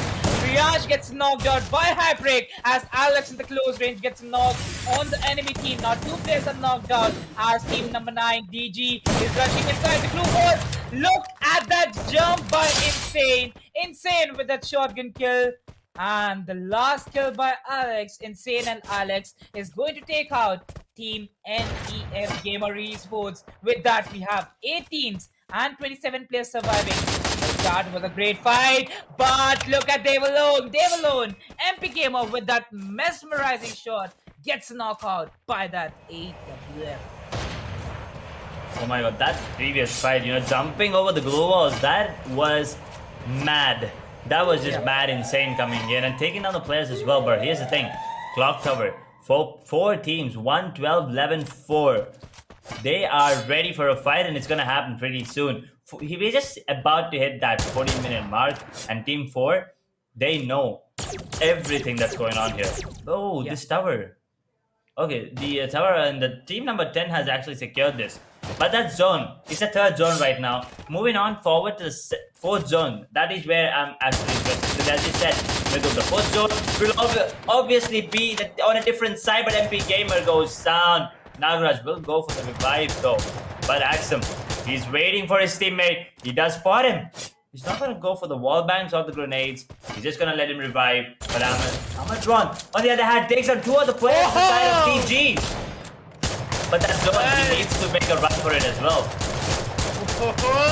6 cents is for the roll as Stoner with that grenade launcher is going to take down 2 players from Team Desi Gamers. And now we have Insane as the only player surviving. And Stoner is not going to allow Team Desi Gamers inside the zone. Look at that. With the grenade launcher, 3 of the players of Team Desi Gamers are out of the game. And now we have an eyesight on the 8 teams. Still 3 players out of the game. We still have 24 players surviving. And look at the zone closing on the southern side of the clock tower as I particularly predicted. But still, it is still on the center of the clock tower as the position of team number 11 is on point, and they have an amazing angle on each and everything. It's true, and right now, 8 more teams, 24 players left. So, I mean, there are teams with only 1, 2, at max 3 players left. Not all teams have 4, but Priyansh gets a kill. Actually, a knock onto side there. He will actually confirm the kill with the grenade as well. Team Emmy taking out one of the players from the side of SBG there. And now Martin. Ooh, he needs to make a run. Amazon is not looking good as well. Risky is gonna be healing himself, but he's gonna get taken down before taking one of the kills. Ooh, MP Gamer will confirm that. 21 players and 7 squads left right now. And this is gonna be going to the end right now. Here we go. Arslan gets that kill onto Axum. Actually, the knock onto him. One of the players did go down again. 16-minute mark here, Mridul. I mean, I think the game is going to be over in the next minute here. Well, oh, look at that. Priyansh with that grenade is also going to get an end on Surya Bhai Gaming at the 7th position. And now, Edge, we have the 6 squads. Well, after this zone, the zone is going on the northern side. And that is what I said. After the 4th zone, you'll see the real power of the zone. Look at that. The zone was totally in the south.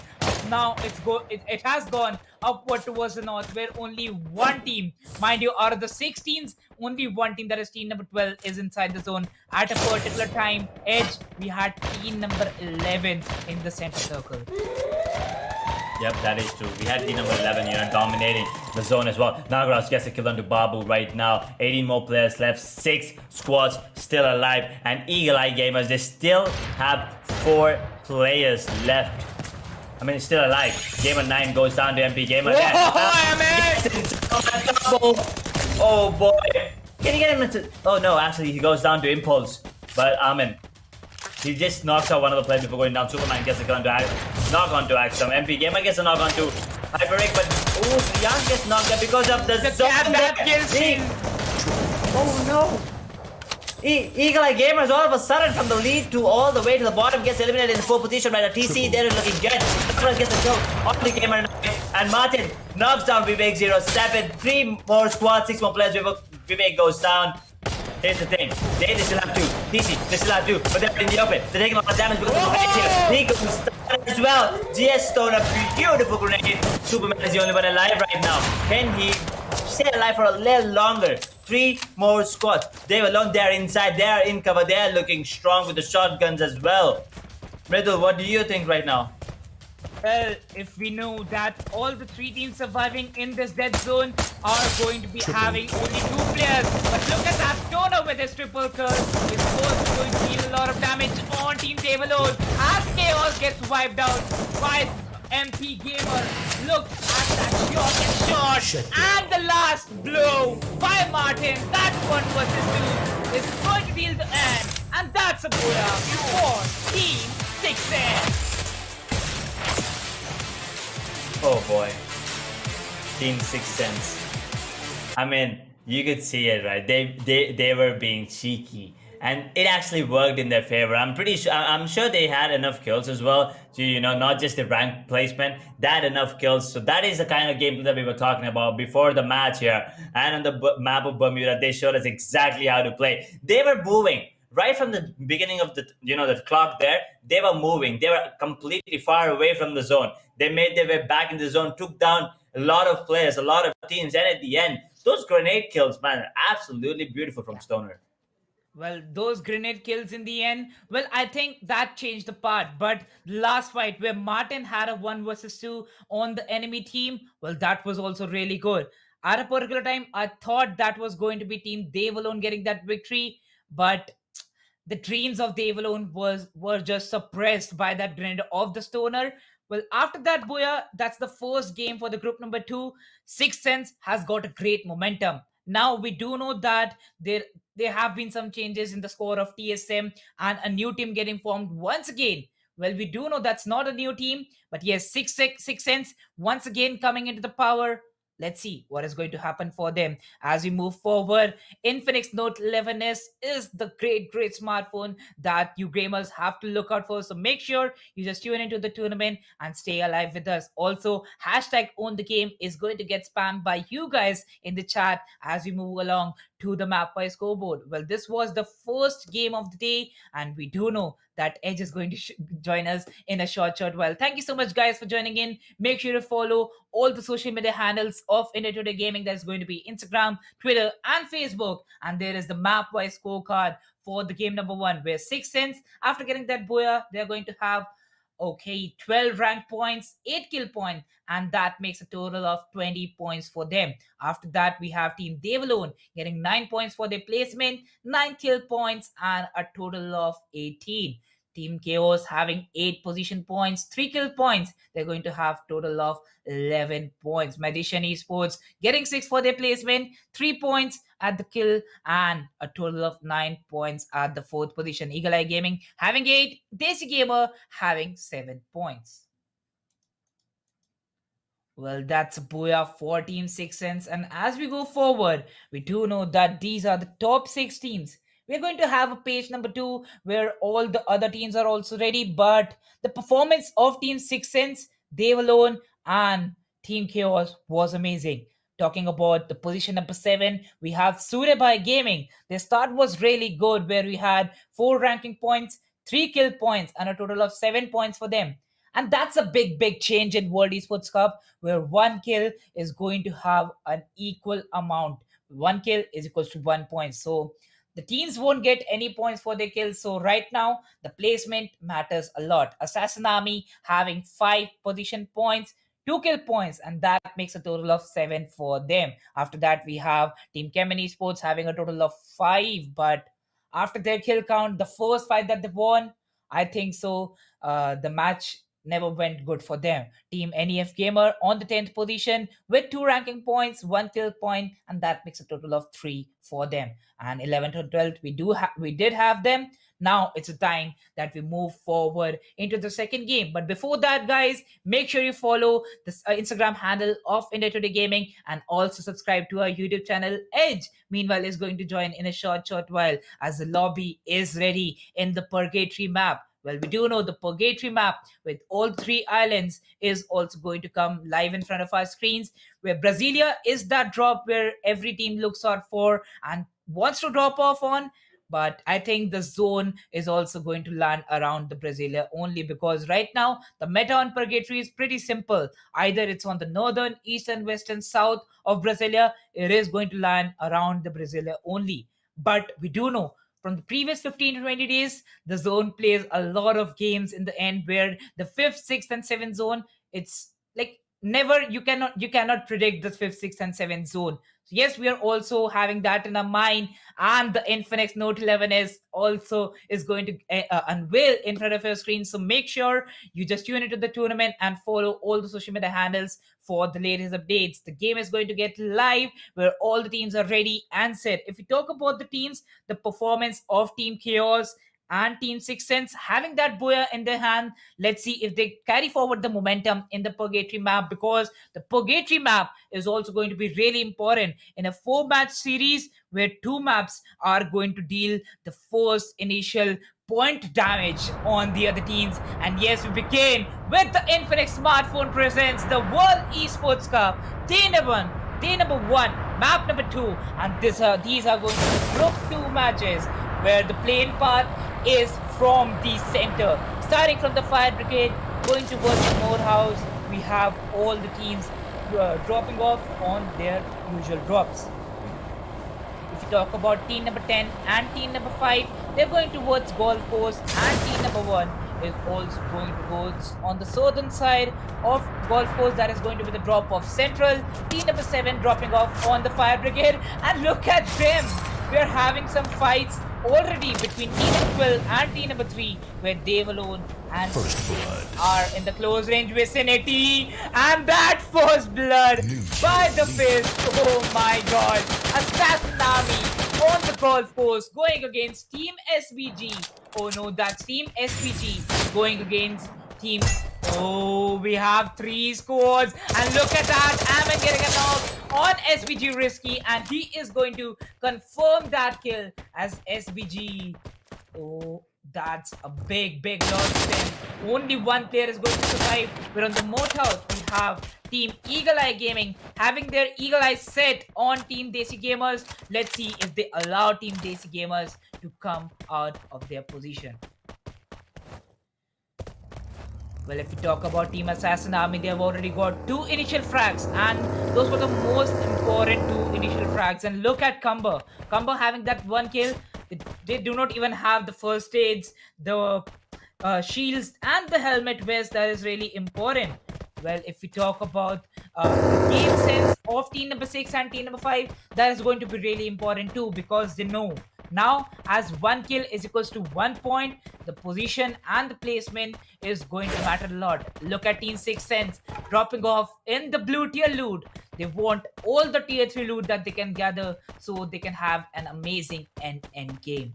And the playback hashtag own the game Infinix Note 11 is, well, we do have some highlights of the phone in front of our screens, but make sure just stay tuned with our tournament, because the phone is going to launch in between the tournament. Also having an eyesight on Team Dave alone, they are onto the campsite enjoying their initial loot. No initial fights for them, but Team 6 Sense on the forge enjoying the blue tier loot. Only 1 minute left for the circles to start closing in, and we do know after 1 minute we'll get an eyesight on how the circle is looking, because at the 5-minute 40-second mark the real first circle will also start to close in. If we talk about Team Assassin Army, getting those 2 initial picks were really good for them, but still they kind of have to maintain that pace, because even after having 2 kills, they cannot lose out on any mark. Even if they lose out 1 point out of their eyesight, they are going to lose it all. And when there are $100,000 on stake, you cannot lose even 1 single point, because 1 single point would mean you have lost $100,000. But if you talk about Team Assassin Gamers, their position is really good on Mount Pillar. As soon as they ended with that fight, they have changed their position pretty fast. And that's a good strategy, I must say. Because look at Team Kemen Esports. They're onto their usual drop of the Marble Works. But the map is looking really good for all of the teams, as now the Southern Island, the Fire Brigade Island, is having only 1 team. And that is going to be Team Chaos. Team number 1 and team number 12 also kind of look really close to each other. But if we have an eyesight on the map once again, Team Kemen Esports, if they make a move towards the Brasilia, they might be having a fight with Team Emmy and Team Magician Esports. That is Team Emmy.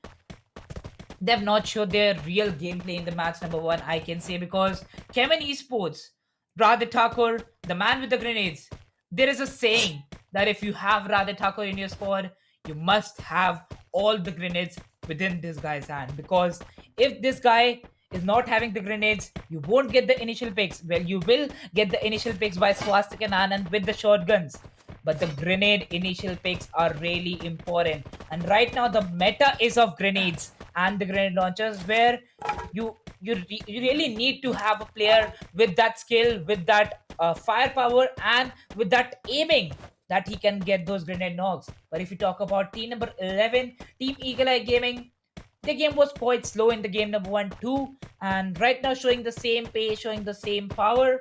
They are having a slow game once again on the side of fields, and more 15 seconds remaining, where we'll switch over to the second zone in a short while of 3 minutes.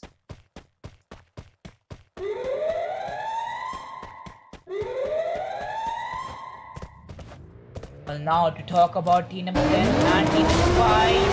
Zone was already closing as the water pops up. We heard the siren, and team number 10, look at Sky. Sky is the last survivor. He knows he has got a vehicle, but I think he has to be safe with that vehicle too, because he was going inside the city, and as soon as he was on the verge of entering that city, he got that thing in his mind that I think so, the position is not going to be good for me. If you talk about team SBG, GG Ashu, GWG King, and the other two players also are looking forward to the other players arriving in the circle, because they have already holded their spot on the height advantage and even inside the city. If you talk about team Six Sense, after moving out of the forge, having that initial blue tier loot, oh, Team SBG, they are going to have an eyesight on Team Six Sense, and this is going to be the first fight of this match. Not the first fight, but I think so the first fight where we are going to have an elimination, and that elimination is what we need to look out for. Ashu already cooking that grenade, well, Stoner also has his hands on the grenade, but no, we have Team Devalode having 2 knocks, and Nagraj and Fake are going to confirm their kill.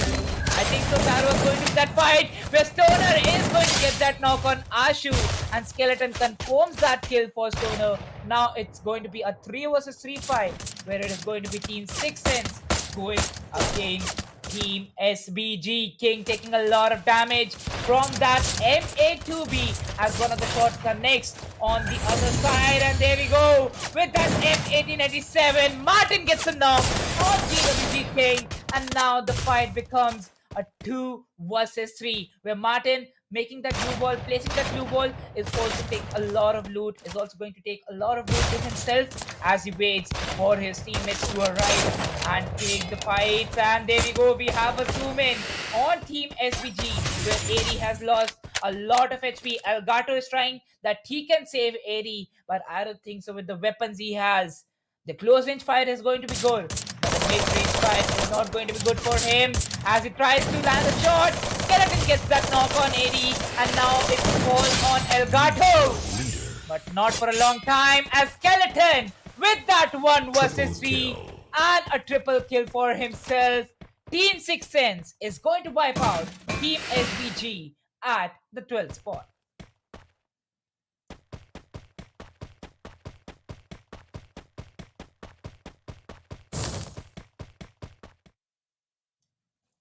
Now, well, after that fight, that was an amazing one. What a good end to that fight. But they alone were thinking that the position is going to be really good with them. But I don't think so after that fight. Look at that knock. One of the players, MP Gamer, the man with the AWM. I do remember that the man with the AWM, he had an amazing shot.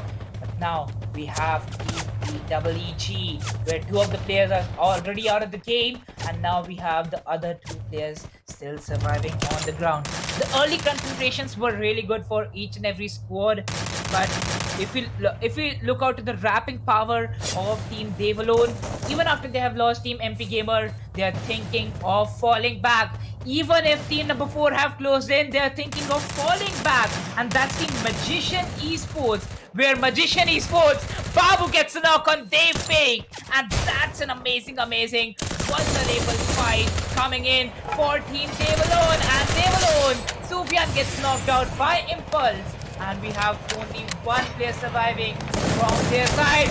Oh, what was Nagraj doing? Just riding on that bike as Team ME, Magician Esports arrived, and they have wiped out Team Dave alone at the 11th spot.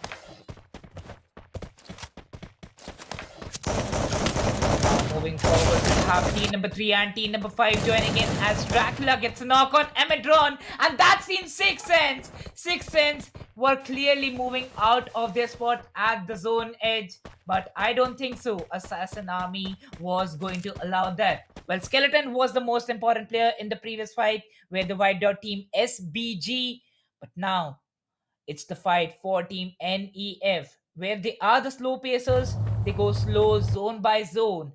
But in the purgatory match, if you take the initial fights, you kind of build that momentum for the end game fights. Look at Team Desi Gamers already holding their positions on the other side of the zone. Well, that's a good position for them too. Because look at 6 Sense. Even after losing 2 players, they're still having a great position inside the zone.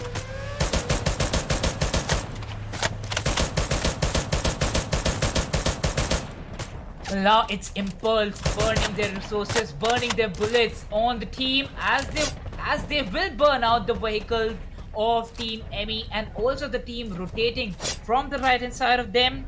But still, the poke that they are doing towards the side of Team Chaos. And what is 6 Sense doing? Oh no, Team Chaos, Vivek with that kite is going to get a kill confirmation on Skeleton. Now, last player, Martin, going to have a run. Skeleton! Oh, silent killer indeed. Even after he has died, there was a landmine that was placed by him, and that landmine will break out on 2 players. 2 players, they will get knocked out, but still, look at Team 6 Sense. 1 player surviving, and he is still having that power. Mindset with him that he can survive inside the zone. Going outside the zone, taking a big rotation. Where exactly they landed, I think so. Team 6 Sense should have holded. Might be they never predicted the zone because the zone is still on the side of campsite.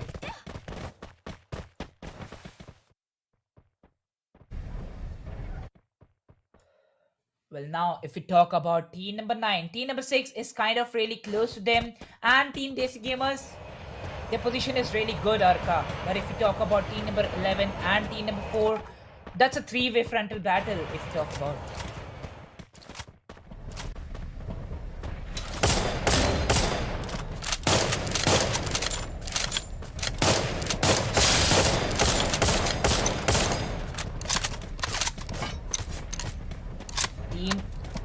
Magician Esports having 4 kills.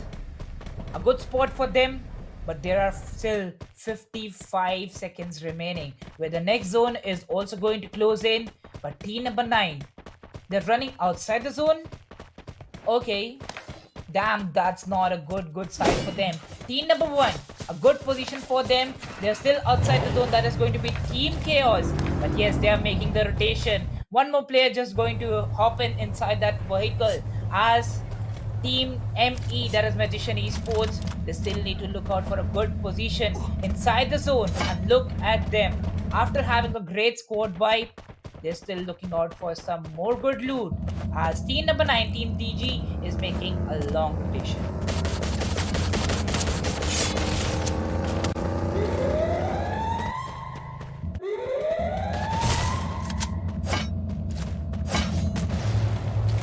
Now moving forward, team, oh my god, Magician Esports. Look at them. Now they have Arrow Gaming inside of them, and they are going to engage in another fight.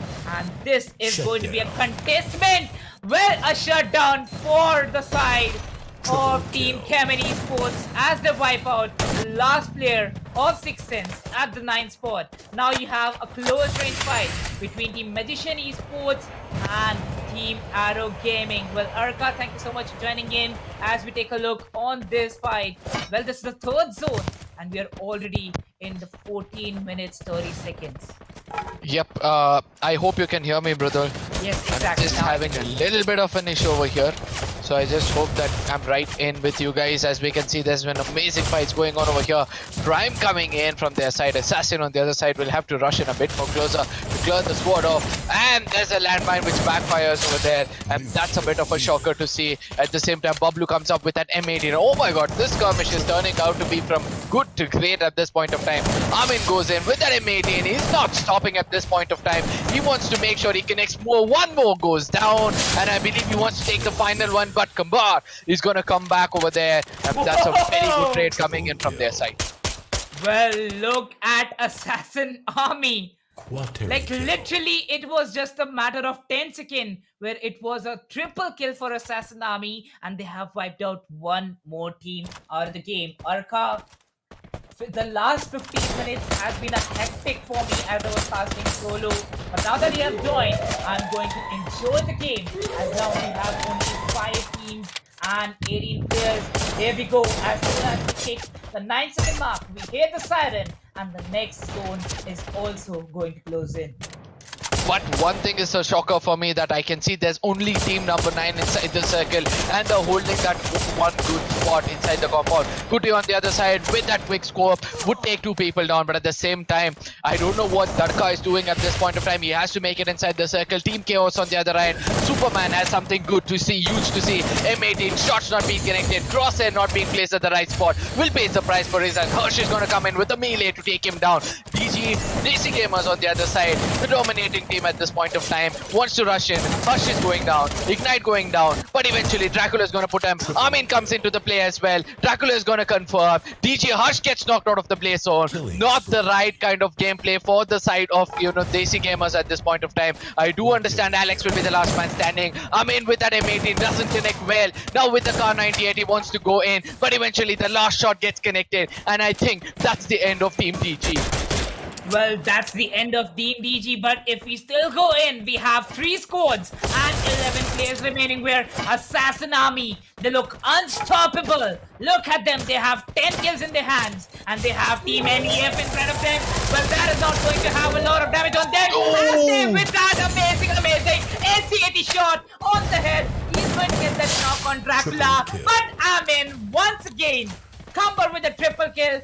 Amin with 7 freaking kills is on a killing spree. And now we have the last 2 squads, where Team Magician Esports, they are on the lower end. A 4 versus 3 fight. They do have the zone, but I think that's a good fight for them. But now it's a 3 versus 3 fight, as Dracula confirms his 3rd kill. 7 kills for Amin, 3 for Camber, and that was a good connect on Team Magician Esports. Oh, Bobby comes in with the right kind of grenade. We saw the grenade was being cooked. Right now, it's going to be spamming with grenades. And Priyanshu has to realize that he's not present over there. Everything going into the side of Assassins at this point of time. A close range fight happens over there. It's a 2v1 if I'm not wrong. Probably converting it into a 2v2. But eventually, the final shot being taken. A lot of confusion between over there. I really don't know who took the booyah. Assassins at the end of the day have taken the booyah. A good gameplay coming in from their side. What a rush coming in from them. I did not expect them that they'll make it inside the circle and secure this amazing booyah. Assassin Army showing us how to do it in style at the end moment. There was a point of time where one team could restrict Assassin Army. They could have come in from behind, restricted them rather than making it inside. But one good grenade cooked by the side of Assassin Army gave that opening for the team, and eventually they were able to come and dominate over there. What a gameplay it has been, Mridul. Always a pleasure to share the desk with you. I mean, this energy with you has always been high and heavy. Starting off with you on an energy like this is always makes me happy, my friend. Well, thank you so much for that warm welcome, Arka. Well, welcome once again on the desk. As you finished with Tanya, you're back here again, as we just disconnected with Edge. But if we talk about this game, that was an adrenaline rush in the end, where that was a blood rush in the match, but I think our paces were too high for the fight, where 4 to 5 squads were just having that confusion. And you just mentioned that in the end too, because in the end we never thought about who exactly got that booyah. And there comes Team Assassin Army with 14. Like I think that is the 13 to 14 kill booyah, because in the end they got around 3 to 4 kills. But still, the scorecard is going to get ready, and we are going to have our answers in front of us. Yes, but eventually I want to say that, when it's just the beginning of the tournament and you see teams like this dominate against team like Desi Gamers, I mean, I believe that you can't ask for a better start, but at the same time, it's important for each group to realize that only top two teams from each group is going to get selected. 12 teams fighting out over here, amongst which only two from this is going to go over there, so they have to outnumber 10 teams, and that's not an easy job. Consistency has been the key in the first group, where we saw two amazing teams making it. For now, we're going to see the map wise scope card. That is going to be the previous match, how Assassin Army was able to execute 16 valuable kill points on getting that booyah. They'll be putting a huge score of 28 points. Right behind them is going to be Magician Esports, who actually had the game in their hand. All they had to do was watch out for those grenades, try to rush in or use some ammunition to stop Assassin Army from making it inside the circle, but nobody could stop Assassin Army. Now Magician at 16 points. Right behind them is Desi Gamers, the most chill people I've seen. They did not have to do anything much. They made it late into the circle. They knew that they could take the fight, but eventually a small confusion within the team had to restrict them on the 10 pointer. After that, it's going to be NEF Gamer coming in with 10 pointers. But from here on, the second half of the table is where the concern starts to rise, because these people have a lot of job to do to make sure that their team gets selected into the top two.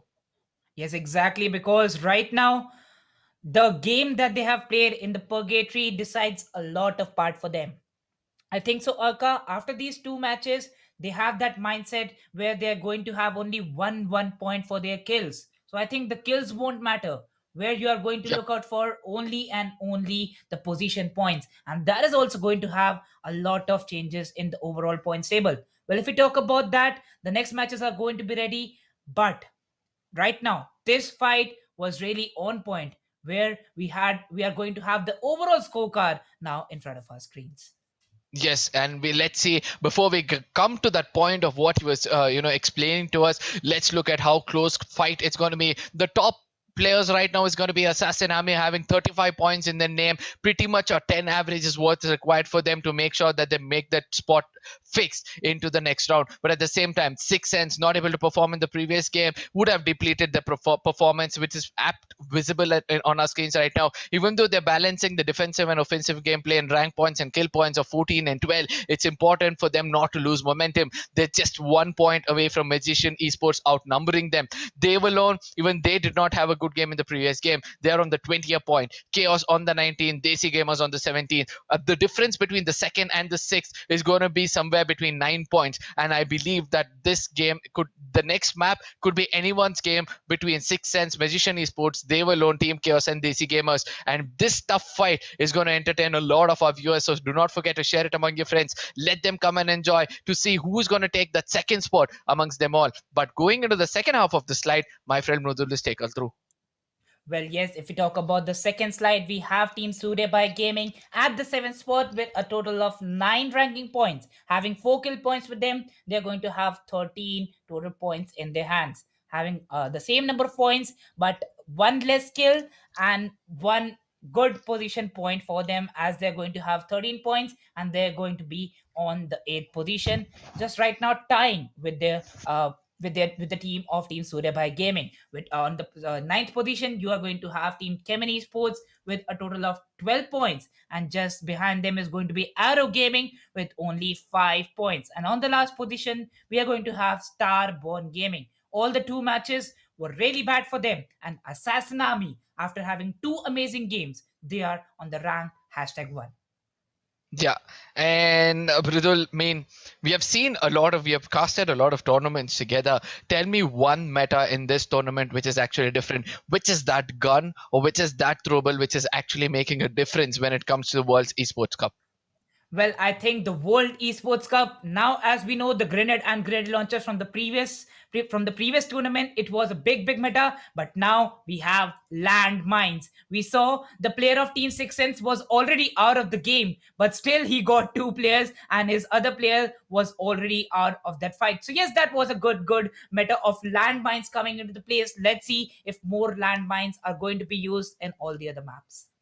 Yes, and let's see how things will turn out. As of the first group which I was casting, I saw that the Max 7 was the new meta which came in. In the previous game, it was the M18, which was actually the meta. So let's see how things will go from here on, because this is going to be World Esports Cup, ladies and gentlemen, presented by Infinix Smartphone, and it is brought to you by Today Gaming. But at the same time, Ridul, I mean, close range fights coming in, we are seeing a different kind of gameplay, because in the first group we saw that with an M10 people are firing at the enemy, and when it's time for reload they're literally running close to the enemy, restricting their crosshairs from actually connecting. That gives them a lot of time for reload, and once they know that they've reloaded, they're going to jump, take a different angle and land their shot. And this is something really good to see, and I believe the audience would want to execute in every single game they play. But at the same time, M18s, your crosshairs placement, we saw how it was working out for them in the previous game for the side of Assassin Army. I mean, literally, they exactly know how to actually jump and land those M18s.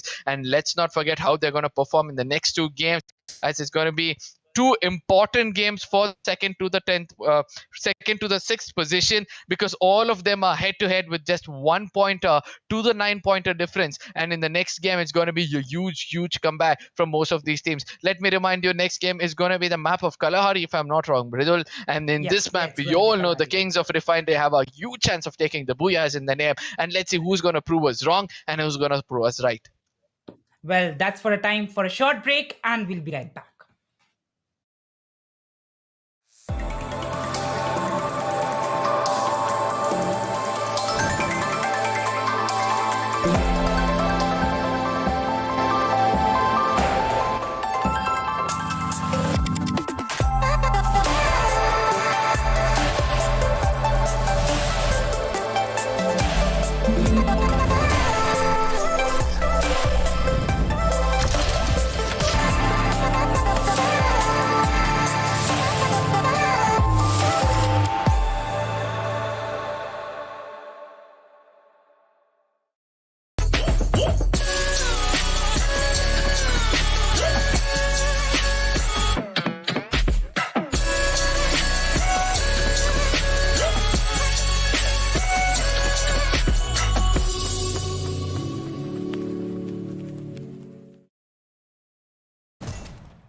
Triple kill.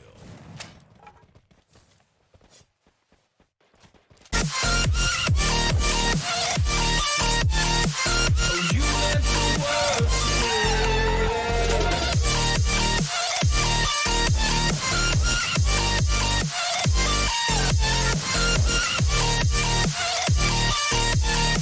Oh, you let the world my darling dear, you never hear. When I'm in pain, you hide and disappear.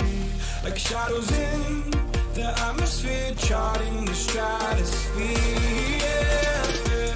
I prayed for you and kept you near, in hopes you'd chase away my fears. I'm on my own, you made it so, and now I'm chasing nightmares through. I used to run with you through the great big leaves, laugh at you when you laugh at me. Hope for us because I believe the home was just you and me. I thought you were the one for me, that's why I gave you everything. Held you close by the stormy seas. Oh, you meant the world to me.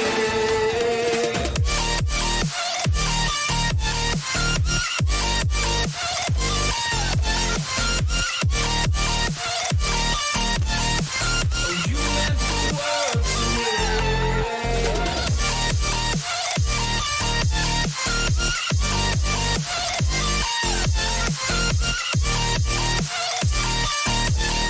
Oh, you meant the world to me. Oh, I'm gonna do this on my own. No point in blaming you, you did not know. Oh, I thought you were the one for me, that's why I gave you everything.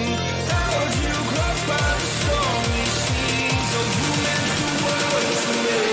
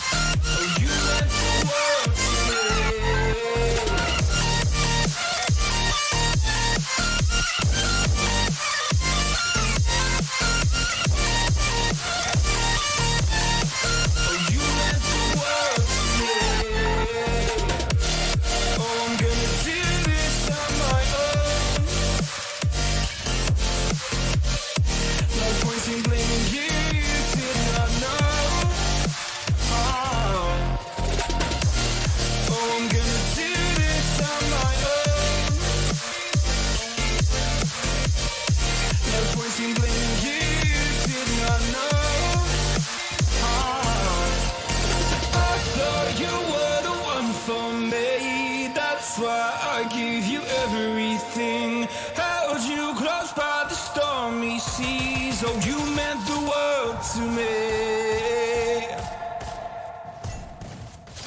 Triple kill.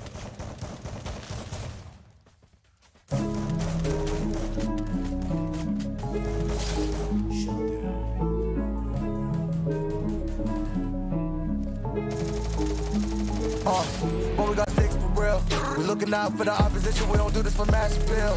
Don't make me blast it still. I put in work, no Vladimir. They want me to lose, but I can't. Mama shed like 1,000 tears. I can't do that shit to waste. I pull up in Mercedes. Next year you gon' see me pull up in the race. All I do is ball hard. Mama told me, boy, make sure you tie up your legs. Hey, when I was down bad, boy, I got on my knees and I started to pray. Now I'm breaking bread with my young Betty Wiz. You was a part of the gang. No, now he getting paid every 28. Let me show you. 12, they can kiss my ass. Yeah, see them lights, but you know I got the strap. Go right up, now he getting paid every single day. Yeah, I was hustling, I could turn an 8 to a 28. Let me show you. 12, they can kiss my ass. Yeah, see them lights, but you know I got the strap. Go right, I push the.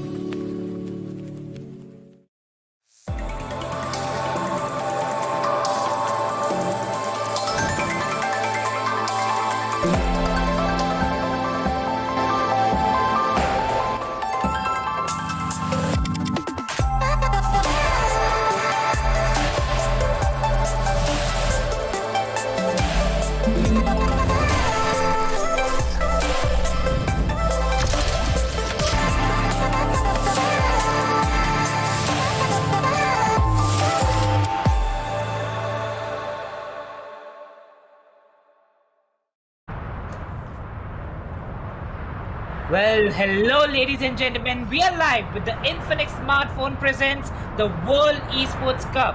Day number 1. This is going to be the map number 3 of Group 2, where we see the Kalahari map. The flight path started from the sub, going towards the Old Hampton.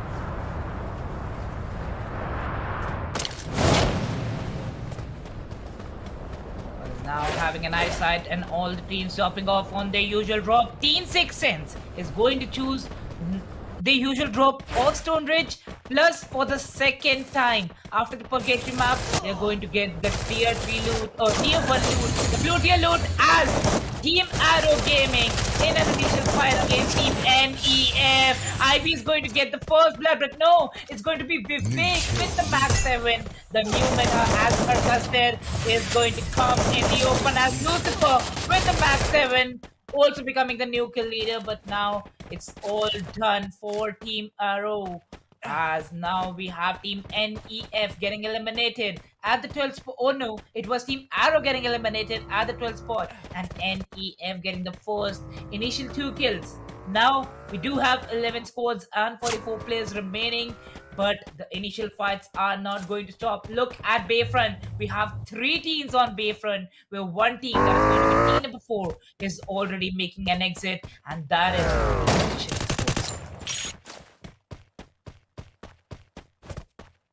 Well, now after Magician Esports, they have made an exit. We have Team EEG, that is going to be Eagle Eye Gaming on the command post, and their position is also really good, where they do not have early skirmishes or the confrontations near about them. If we talk about team number 4, Scary Gamer, with that AC-80 headshot, is going to deal a lot of damage on the enemy team, and that's the first pick that Team Chaos wanted. Team Chaos Scary with the first pick. Now Team Chaos are already on the run to wipe out team number 6, RTK. Well, guess I'm back now. I had a technical difficulty, minor technical difficulty, but I just hope none of the players have any technical difficulties, because this is one hell of a series, you know, this BO4. Right now, we still have 11 squads, 44 teams. 44 players left, I'm sorry. 3 minutes into the game, and looks like we are in for a treat here. Well, we are in for a treat, but look at team number 1. The fights are still not stopping because Edge, this is Kalahari, where the map is already really small, and all the 12 teams in initial fights contesting the usual drops of each other. That is going to be one heck of a fight. But we know the kings of Kalahari, that is Team Kemeni Sports. Right now, they are near about the refinery, their usual drop, and let's see how they move along near about the next zone, because the next zone is also going to start closing after a timer of 1 minute and 10 seconds. Yep, you are right, the kings of Kalahari, as you call them. And Kalahari is a very short map, which means the gameplay is gonna be faster, they are, unknown land. It's an unknown land, Kalahari, Stone Ridge, Santa Catarina, Command Post, and the sub. These are the, major loot spots, and they make up for most of the map as well. Apart from that, there are lots of houses, compounds scattered, right? So there are, plenty of loot options. Since there are only a major, few major looting spots on the map, the gameplay is going to be really chaotic. As you can already see, 4 minutes, and we already heard so many gunfires happening, and most of the players, they don't land on the same spot, which is why it's going to be a lot of kills happening, right? And right now we see team number 7, team number 10. They are right close, not next to each other, but kind of close. They are actually, quite spread out, the team number 10. They are circling, they're sandwiching the players of team number 7. And that first zone is going to be coming into play anytime soon here, Mridul. 5-minute mark, and we might see a fight happen here. Well, a fight might initiate between Team SBG, and we also have in front of them that is going to be a good initial fight by the side of Team GG Ashu. Look at them. SBG having an initial fight with SBG. 2 different teams, while Martin from 6 Sense is going to have a good knock on the other side, as now a warning comes in and Martin gets his kill confirmed on ICU No Man. That's one more player down. 43 players left, and that zone is just coming into play. But it's the first zone, nothing to worry about. But these snipers, I mean, yes, I did say it's a really small map, but right there, Ashu gets taken down. But they're going to get the knock onto that Dakar as well. Right now, 2 players. Now they're gonna be revived, so nothing to worry about. But it's all about making sure that the enemy uses their heals instead. It's gonna be risky, confirming the double kill. Ashu and King, both of them go down to risky. Those snipers and rifles belong to medium range. I mean, risky is making use of it. Well, he's definitely making a good use of it, but look at that. Even after confirming the 2 kills, his position is still risky. Because look at team number 7. They are in this fight. But just behind them, we have one more squad approaching them. Even if they're still inside the zone, they want to have a good... you know what? Even if the fight has ended, we might get 1 to 2 kills as well. That's the position. Team 6 Sense was waiting for Emedron, the man with the sniper, getting 2 different unique kills. And that's how they will wipe out one more squad out of the game at the 11th spot. There goes a grenade, and that will confirm the kill. Elgato gets the knock at the close range by that MP5K. But that would be it, because Starborn game is going to get wiped out by SPG. And that's a 4 amazing kill streak. Look at Risky getting the 2 kills. That was a risky drop indeed, because we have seen players falling to death in the Kalahari battle. I mean, Risky is living true to his name, making some risky moves, but making it all work as well. Players dropping, and then the grenade, just to confirm the kill, just styling on the players right there. And right now, 9 more squads left. 36 players still alive on the map of Kalahari and the second zone. Mammoth, Sub, Command Post, they're still inside. But what do you think here, Mridu?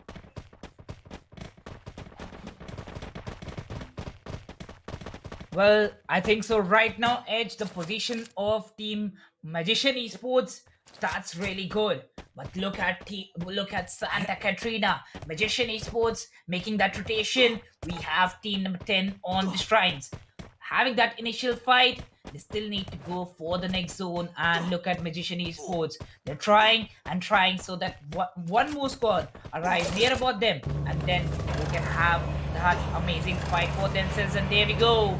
The launcher with the launch pad. Team SPG going exactly at the position where each and every team wants to be, and that's the drop of Refinery entering on that position. They're going to have a good ground, a good position, and with that position, let's see if they can get some more kills confirmed for them. Well, now we are going to have Team CE, that is going to be Kemen Esports, and on the right hand side we have one more team approaching. 40 more seconds. Look at Team Dave alone. 0 kills still for them, but they have a good position on the Bayfront. 30 more seconds for the next zone to close in. Okay. Still, that's a good spot for the other teams as they move inside the zone. They need to have a good pace of game with them, because the early confrontations were not good for them. We already have lost 3 spots. Recently, all the 12 players, literally no single player, even if one player survives from the team, they would be having some position points. But this match, they've lost it all. Still, looking over to the loot of Team Kemen Esports, the Kings of Kalahari, we do know them. Their name has changed, but I think the title won't be changed until Team Headhunters meet them. Because we have seen in the previous tournaments, Team Headhunters, they have challenged Team Kemen Esports on the drop of Refinery. But if you take a look on Team Magician Esports, they're on the southern side of the Refinery, where that's a good position. But Team Desi Gamers, that position, if Desi Gamers is not there, I think so no team deserves to be on that position, because Desi Gamers is their favorite spot at Refinery.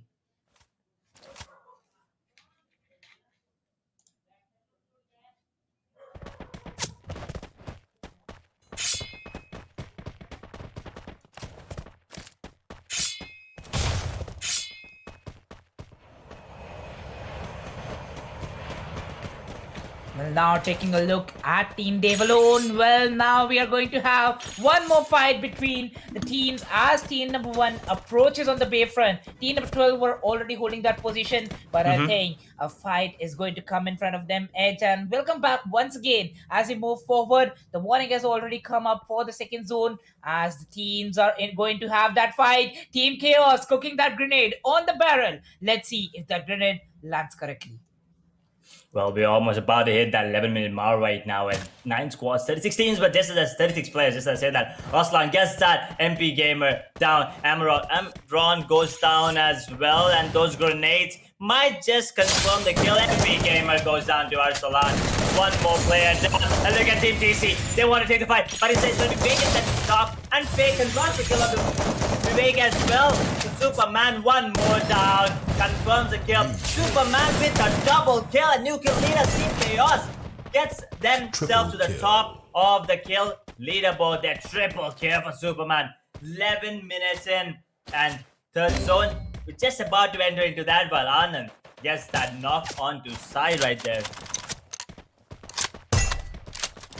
Well, look at that. Still not stopping with the fights. We have team number 2 holding their position. Well, that's a good 2 split if we talk about that. But no, we have now Team Assassin Army going against Team Sixen. And they already have 2 openings. Sona gets wiped out as he gets a shutdown by the side of AZT Dracula. Now we have Swastik with the M249 as Swastik is going to get that knock on this gamer's Ignite. Well, those grenades, man, I mean, they're doing a lot of damage and a lot of work as well. Team DG, look at that. They are in that low ground. So, you know, that's not a place you want to be, and that's not a place where you want to take fights from, especially when your opponents are at a high ground advantage, you know. And then, ooh, Dick Ignite actually confirms the kill on the good do as well. 29 players still alive, but look at this. SPG, they are still not safe here. They need to make their way back into the zone as well. One of the players is knocked, and I don't think they can actually revive him because it's a third zone. It is a lot of damage actually. Babu 5-5, he gets a knock as well. Sky gets knocked out of the play zone, and he's gonna get another knock as well. It's gonna be harsh. Knocking down power and confirming the kill as well. While Bizarro gets him another one. Andy actually confirms the kill there. Ooh, look at the teamwork coming in from this team. Yes, exactly. Well, that is what Team Desi Gamers is known for. But now, it's not landing good for Team Sixens as Martin gets knocked down by the safe zone. Well, not the safe zone. It's the blue zone dealing the damage on Martin. And Martin is going to get finished too. And now, we have Kemen Esports. They were inside the refinery, but now they have to come on the position of Desi Gamers as NEF Gamer Esports already spotted by Assassins. Last player getting wiped out, and now Assassins, the next squad they're going to deal damage on is going to be Team Desi Gamers. But no, we have the other side of Anand with the Car 98, the man with the Car 98 already having 2 kills for himself, not 2 kills, but the second knock as Radha Thakur with the SYD and that grenade on point to confirm 1 kill for the grenade man. A beautiful grenade confirming the kill while Anand gets that kill on the risky as well. Babu and Priyanshu getting a knock with himself. Babu confirms it, and so does Vizardo on Dante. 6 more teams, 17 players still alive. Vizardo gets the final kill onto the last player of 6 cents, and 6 cents goes down. Priyanshu, he just gets another kill for himself. 5 more squads here, and there's a lot of fights happening. Team number 9, they're not looking safe here. Game 9 gets the knock on the impulse with the grenade. Dracula goes down with the sniper. Rade is making a lot of work. Gets himself a triple kill. Rade! That is insane. Assassin Army, they are done for. 4th position for them, not a bad one, but we still have 3 more squads, 12 players. So here's the thing, 3 squads or 4 players from every squad is alive, so this is gonna be a banger here, Mithil. Well, I'm praying for only one thing, that the way out for Team Kemen Esports is that zipline, but that zipline is also not inside the zone. So how are they going to get inside the zone? Well, that's not the question, because even up there on the edge of the zone, Anand is dealing that damage on Magician Esports. And look at Swastik! The M249 M249 was nowhere to be stopped as he gets one more kill confirmation and a quadra kill pops up for Anand. Look at the teamwork. 4 for Anand, 3 for Swastik, 3 for Thakur, and 3 for Wizardo. Swastik jumping into the mouth of Team Desi Gamers. No, that is not the real fight I was waiting for. Shorty getting a knock on Radha Thakur by that Sky. And now they're waiting for the other two players to arrive. And now with the grenade launcher, let's see if that grenade is going to deal that damage. Well, now with the walls closed, now with the glue walls closed, what they're doing is the heal battle, but no, they won't survive. As that is an easy booyah for Team Desi Gamer. Well, what can I say? Team CE, they were just hanging on, to their dear lives by the skin of their teeth, right? But then DG, Desi Gamers, they made it all work. Those grenade launchers, those utility gameplay coming in at the end. I'm not really sure. Swastik just jumped to his death, basically, right? He just jumped in between 4 players. And then Rade, he was stuck there as well. Then the last 2 players coming out from CE, they were, just inside the zone. But by what inches there? They were like 3 to 4 inches. There was nothing they could do. They had to go down at the end. They either had to just stay there and face those grenades and get taken down, or just jump to their death. So, in all cases, Desi Gamers were coming on top. So that's beautiful gameplay coming in from them, and they truly deserve that booyah. Even the first 2 maps, yes, it wasn't their best gameplay, but they did show us what kind of potential they had in us. And right now, they do deserve that booyah in the 3rd map.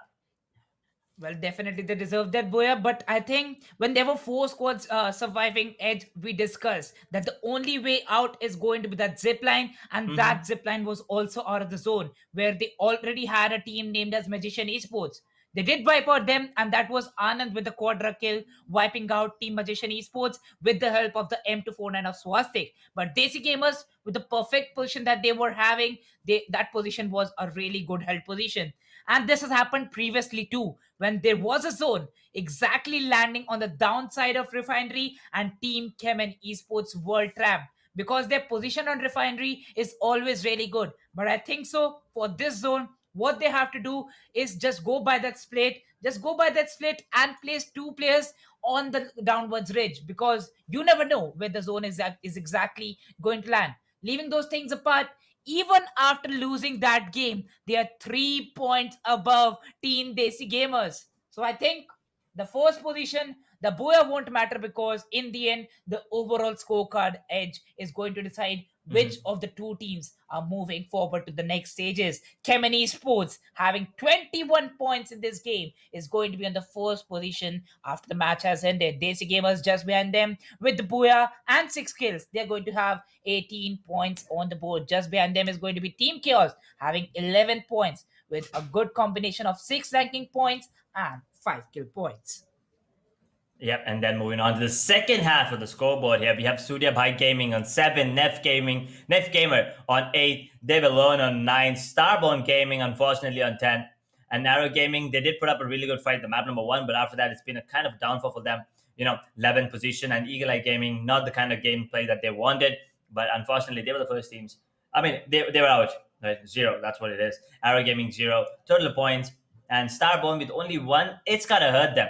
But we still have 1 more map left. It's gonna be the map of Bermuda. So once again, we're gonna end how we started things off, right? So I think team number 3 and 4, they still have a really good chance of picking it up in this final map. And then it all depends on the overall scoreboard, as you said, Mridu. Booyah, yes, it does give you those 3 extra points, but that's it. It's all about the kills. We did see how it matters right now. Desi Gamers, although they did get that booyah, they're still second on the scoreboard there. And now talking about the overall scorecard, it's going to be Assassin Army. 24 rank points, 21 kill points, 45. They are 9 points, ahead of Magician Esports, the second top. 23 rank points, 13 kill points, and then 6 cents. So I think 6 cents and Desi Gamers, if they have a really good game here in the 4th map, they can, move on forward to qualify, moving on further into the tournament here. Well, yes, exactly, because right now, Assassin Army, even after having a good game, I can say, because they were still in the top 5, they're still maintaining that position. But I think one single game can also change a lot for the teams, because we have seen how Team Kemeny Swords performed in this one. Just on the 7th position on the overall scoreboard, we have Team Devalone with a total of 23 points. Behind them is going to be Surya Bhai Gaming with 21, NEF Gamer on the 9th position with 18 points, and then it is Eagle Eye Gaming, Arrow Gaming, and Starborn Gaming on the 10th, 11th, and 12th positions, respectively. That is true. I mean, Assassin Army. They kind of. I mean, all they need to do right now is stay alive, at least till third zone, right? They stay alive to third zone. I'm pretty sure they will qualify, move to further into the tournament. But here's the thing: second position. That is what they are fighting for right now. They see gamers. I mean, after this particular matchup, I think they are gonna be really confident here. Riding on the momentum and moving on. It's gonna be the map of Bermuda, where Sixth Sense came out on top. So there is a good chance they can also qualify, but they need to put up a really good fight. Maybe get around 8 kills. It's a bit too much to ask, but I think 8 kills and then maybe 7th position or 6th position, and then they might have a really good chance of qualifying. But here's the thing: Assassin Army, if they get knocked out early into the game, I don't think they will qualify here, because then the other teams will start taking advantage of them.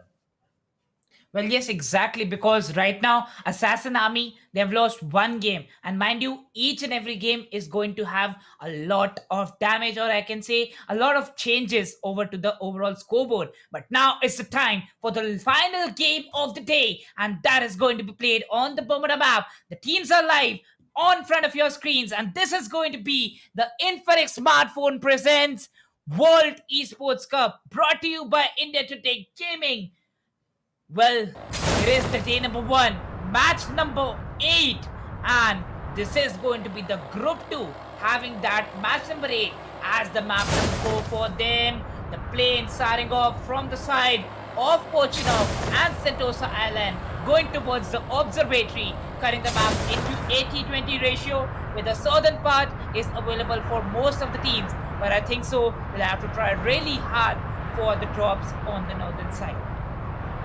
But they need to, get as much loot as they can and try to stay alive as they can. This is the final chance for them to, get as many points as they can and, make their way into the next stage of the tournament. That is to qualify, staying in the 1-2 position. But look at that peak area.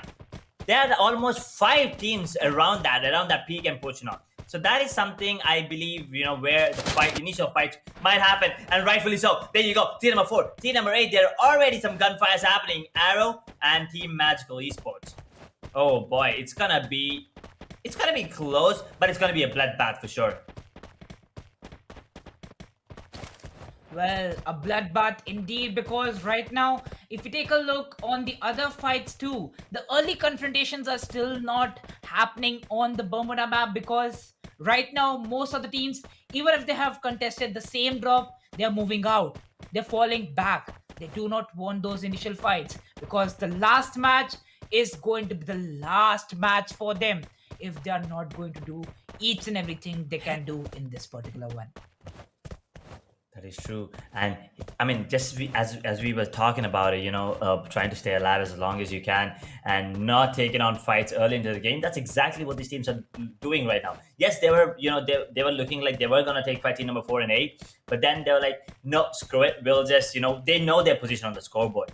They know exactly what they need to do to make it into that top 2 position and qualify to the next stage of the tournament, right? So they were like, we'll go back to safety and loot as much as we can, and then come back and take fights when we have everything that we need. That's why 3 minutes, almost 2.5 minutes, that is to be precise, but no gunfires, no shots being fired anywhere on the map. Yes, Bermuda is a big map, but we still did see that a lot of teams, did drop almost close to each other. And right now, team number 1, they are coming into the faces of team number 11, and although they do have that higher ground advantage, team number 11, they have a man advantage here. Well, even after having a man advantage edge, I don't think so the fights can still land around in your far, because look at that, Assassin Army, that position is good, but the team is already out and waiting for team number 5 to arrive near about them. look on the right hand side. On the observatory, you have Team Eagle Eye Gaming having a close range initial fight against Team Chaos as Arslan with the first pick from the behind, and that was a beautiful headshot. And now we're making the close range with the UMP as Team Chaos becomes the new kill leader. New kill leader, getting themselves a double, might just getting themselves a triple, and eliminates Eagle Eye Gaming. That's it. Tada, bye-bye. Thank you for coming, because they are not going to be qualifying if I'm not wrong. But that's a hard thing, and eliminating the entire team yourself, that's got to boost up the confidence of Team Chaos, and getting 4 kills already. That's a lot of points on that scoreboard. Moving on, but look at Draka, long-range sniper rifle taking those shots, trying to take down the wall there. But UAV has been deployed, so the information will be gathered, and the airship is approaching as well. So more loot here. Get as much util as you can. Get as many weapons and get as much ammo as you can, because you're going to be needing it. This is going to be a long map, and it's going to be a fight till the end. I'm pretty sure we might be looking at 6th or even 7th zone here, because looking at these teams, they are determined to take that booyah with themselves. Yes, it doesn't matter as much, but getting those 3 points might be crucial when after the final map here, because that might just be enough to determine if you are going to be qualifying or not. But I think even after we say that the team won't qualify, the gameplay has been on point. Look at Team Arrow Gaming.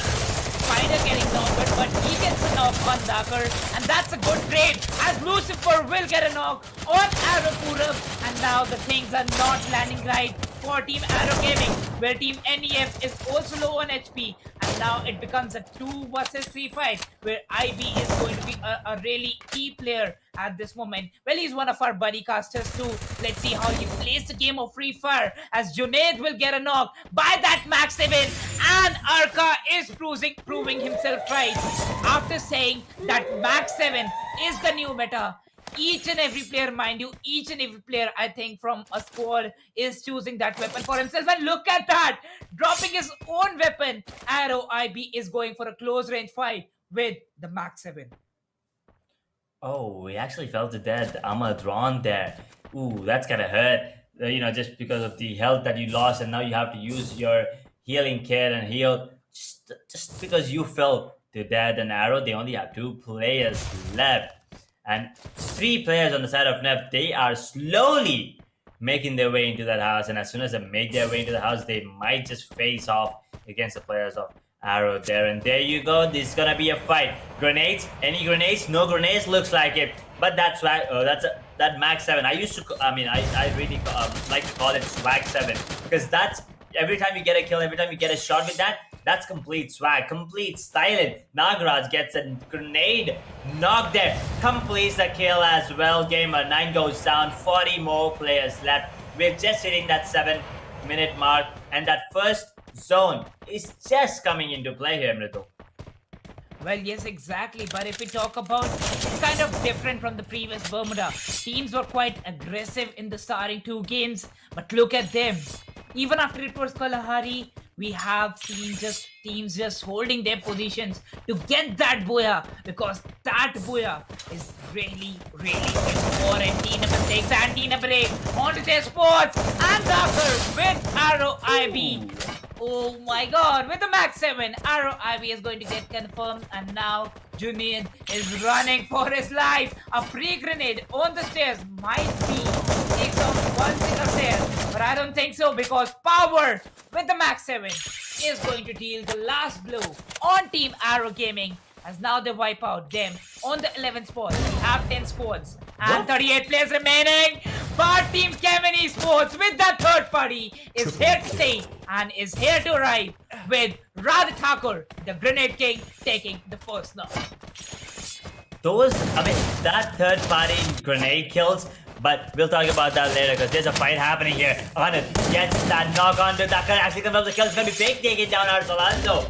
the team that's been dominating till now. Vivek takes on Sufyan Arslan, gets taken out of the map right now. Rade is still alive. Gets the knock on the power. Step from the kill. Good. He gets the knock on to Vizana, but good. He goes down to Swastik. DDF Gamer Esports, they are out in position.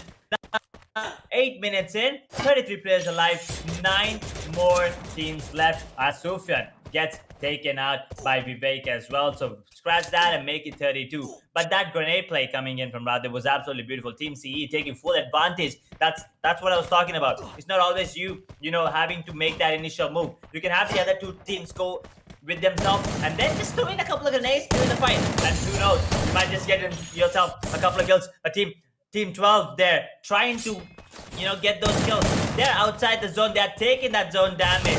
But here's the thing. Team TC, he needs to run Vivek. Oh, Superman takes down Fake, but instantly goes down to MP Gamer there. Well, Dave MP Gamer.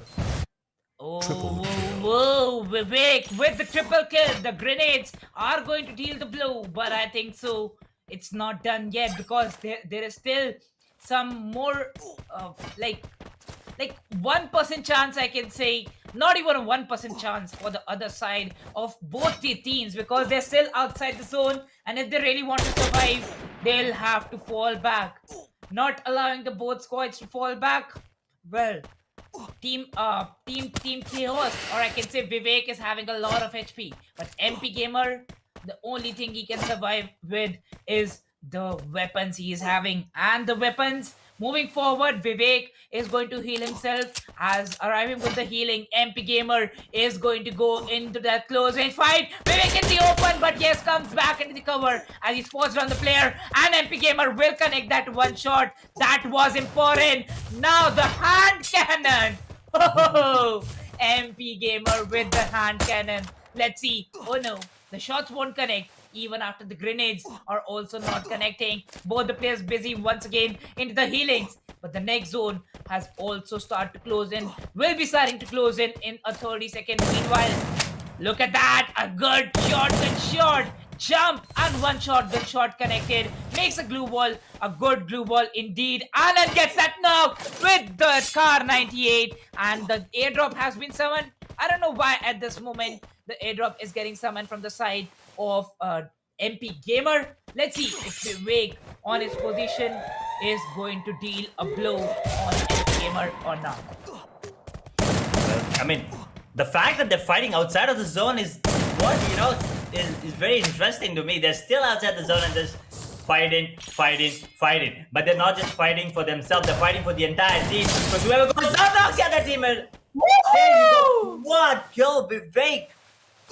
Coming out strong, wiping out the entire team and staying strong there. But he's still outside the zone. What do you think? Can he make it back in time? It's still the second zone, yes, but he's not on full HP. That's the thing I'm worried about. 11 and a half minutes in, and where is Vivek? Is he in or is he out? Oh, he's using the jump pad, isn't he? Well, if you move forward, the position is really vulnerable for him as he's still outside the zone. I think so he has a 10% chance to get inside the zone if no team awaits for him, because we do know that is Bermuda for you, my friend. If a team is not waiting for you outside the zone or even on the edge of the zone, you're not playing a good tier 1 lobby. And indeed, look at that. On the side of Portugal, you have two teams already on the side of Peak. That is going to be team number 9 and team number 10. And just above them is going to be team number 5. So 3 teams holding the western side of the Peak. Well, I think most of the teams, they have predicted the zone might move out for the southern eastern side. Oh no, Vivek.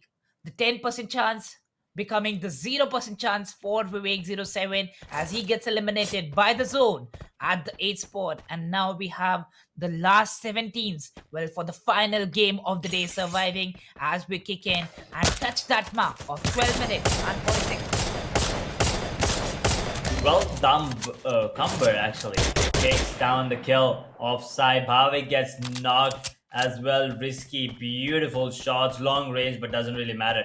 Bhavik is out in the open. He has to make his way inside to get the revive. But, here's the thing. You're not safe wherever you are. You are not safe because everyone's getting super close. Team 7, 5, 2, 10. They're gonna be really close to each other right now.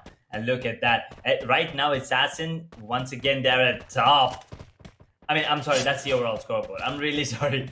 That's the overall scoreboard, I believe. So, Assassin, they are at the top with 46. Or is it the map-wise scorecard that we just saw here on the right side middle? Because right now I see a kill there for Assassin. Well, yes, exactly. Even if we have the kills incoming for the side of Team Assassin Army, I don't think so. Look at them.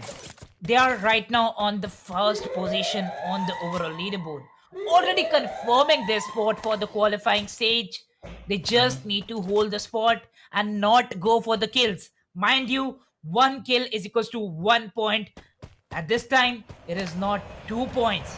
Well, I think it was worth the risk to take for 2 points, but not for a single point where you can lose your life if you are going for some free kills. If we talk about the other teams, we do have 7 teams and 26 players surviving.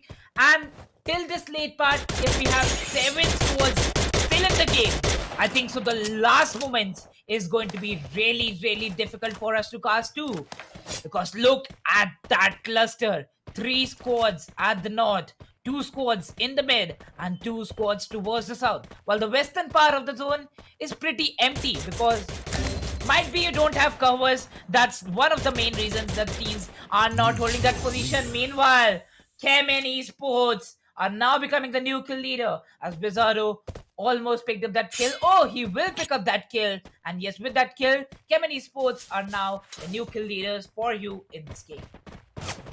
Ghostmaster gets a knock as well. 7 more squads here. AD takes down Impulse. Anand will confirm that kill. 15-minute mark here middle. Swastik confirms a kill on the Babu as well. Wizardo, beautiful shot. Magician Esports are out in 7th position. But look at this quick scopes coming in from Anand. He's hitting few, he's missing few. But King, he is knocked and revived as well. Ashu with a beautiful grenade. Not going to be dealing a lot of damage. He's going to be taking a lot of damage. It's all about the walls here. 6 cents. They're still alive. They have a really good chance of qualifying to still, just stay alive. See, they are the current kill leaders. But, ooh, that grenade! Assassin, beautiful. But there you go. Bhavik will control. It's going to be 80 getting the kill. It's going to be Ignite taking down Amadron right now. 21 players, 6 squads, 16-minute mark about to hit. It's going to be Stora getting that knock on the Shanti. 16-minute mark, as I said. SPG, they still have 3 players. See, they have 4 alive. That is going to be huge. But DG, they have 3 players knocked and going out. It's going to be the zone taking them down. Team 3, they're right next to DG. DG Gamers, they might just get eliminated here in position number 6. It's going to be Stora getting that kill on the other hand. 5 more squads, 14 more players because Elgato. First the kill is by Gaming. Better position than last time, but I don't think that's good enough. It's going to be rather getting another kill. 4 more squads, 30 more players left. 16-minute mark, and here's the thing you said about middle. It's going to be hard for us to cast, and I need to take a breath right now, so middle, take it away. Well, yes, now we have the last 4 squads surviving as SPG80 confirms 1 more kill for the squad. Well, we have 6 cents still remaining with 2 of the players in their hand, but Kemen Esports, they're looking really strong and they want that 2nd spot at any cost because Assassin's Army, even after they have booked their slot at the #1, it's Kemen Esports who are trying really hard for the #2 spot. Look at them, they already have 7 kills and Stoner gets an off on SPG80. The fights are not going to stop as we move inside the center circle. No team! Mind you, out of the 4 teams, no team is inside the zone. But Bhavik with that grenade launcher is going to get a knock on Anand. But meanwhile, Team Chaos is wiped out. And only 4 squads remaining as Radha Thakur with that grenade Rosa is going to get a knock on Bhavik. Armin getting the kills confirmed, but oh no. Wizardo with a triple kill. Assassin Army out of the game at the 4th spot. And now we have the last 3 squads with 6 players remaining.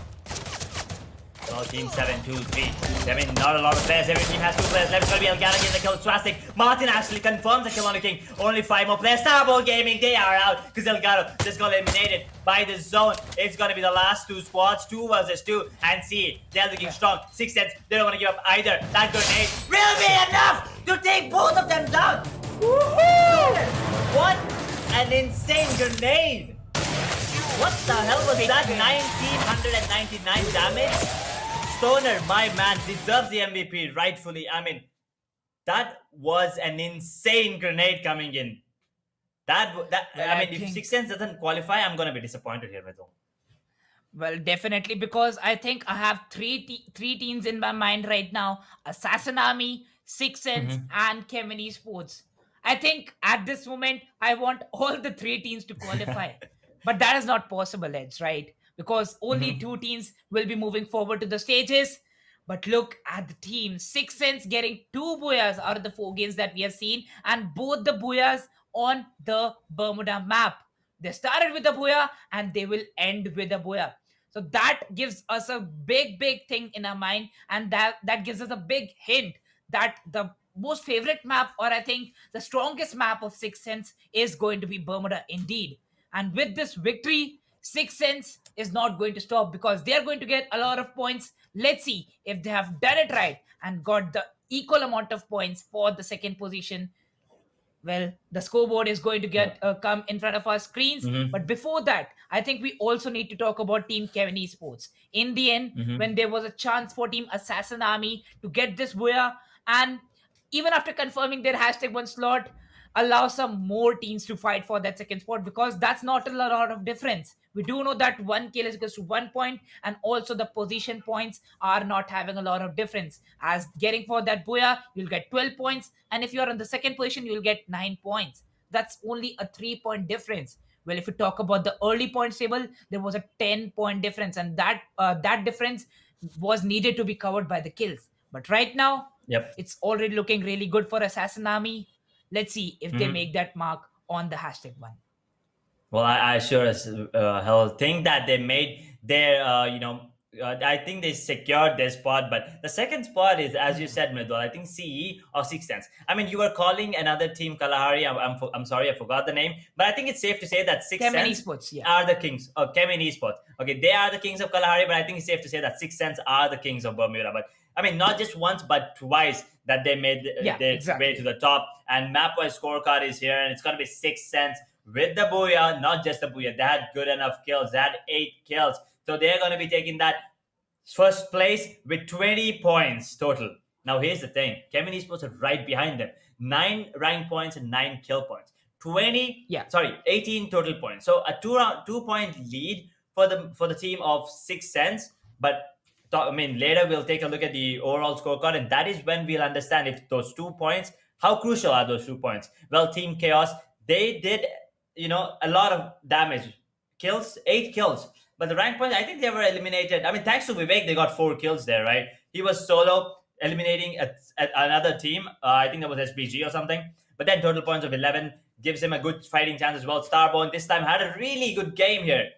8 rank points and only 3 kills. I'm talking about the later half of the map-wise scorecard. Eagle Eye Gaming, not the kind of game that they wanted. Arrow Gaming, unfortunately, was out on the 11th position. Magician Esports, they were out on the, I think they were out in 8th position, which only gives them 4 points. Dave alone has 3 kills and 4 kills for Nef Gamer. No kills for Surya Gaming, but they still have 6 rank points in middle.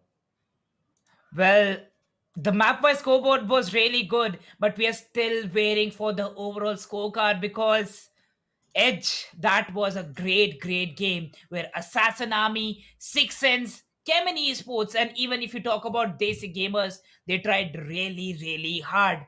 But now is the time. Now is the time to face the truth, and let's see who are going to be the 2 teams qualifying for the next stages from the Indian Invitational Qualifiers. Group number 2, and those are going to be Six Sense and Assassin's Army with equal number of ranking points, equal number of kill points, and equal number of total points, having 55 points of the board.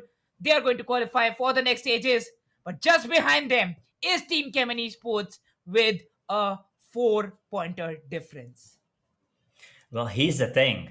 That final grenade from Stoner, that grenade got himself a double kill and at the same time gave him 3 extra points. So that grenade is worth 5 points.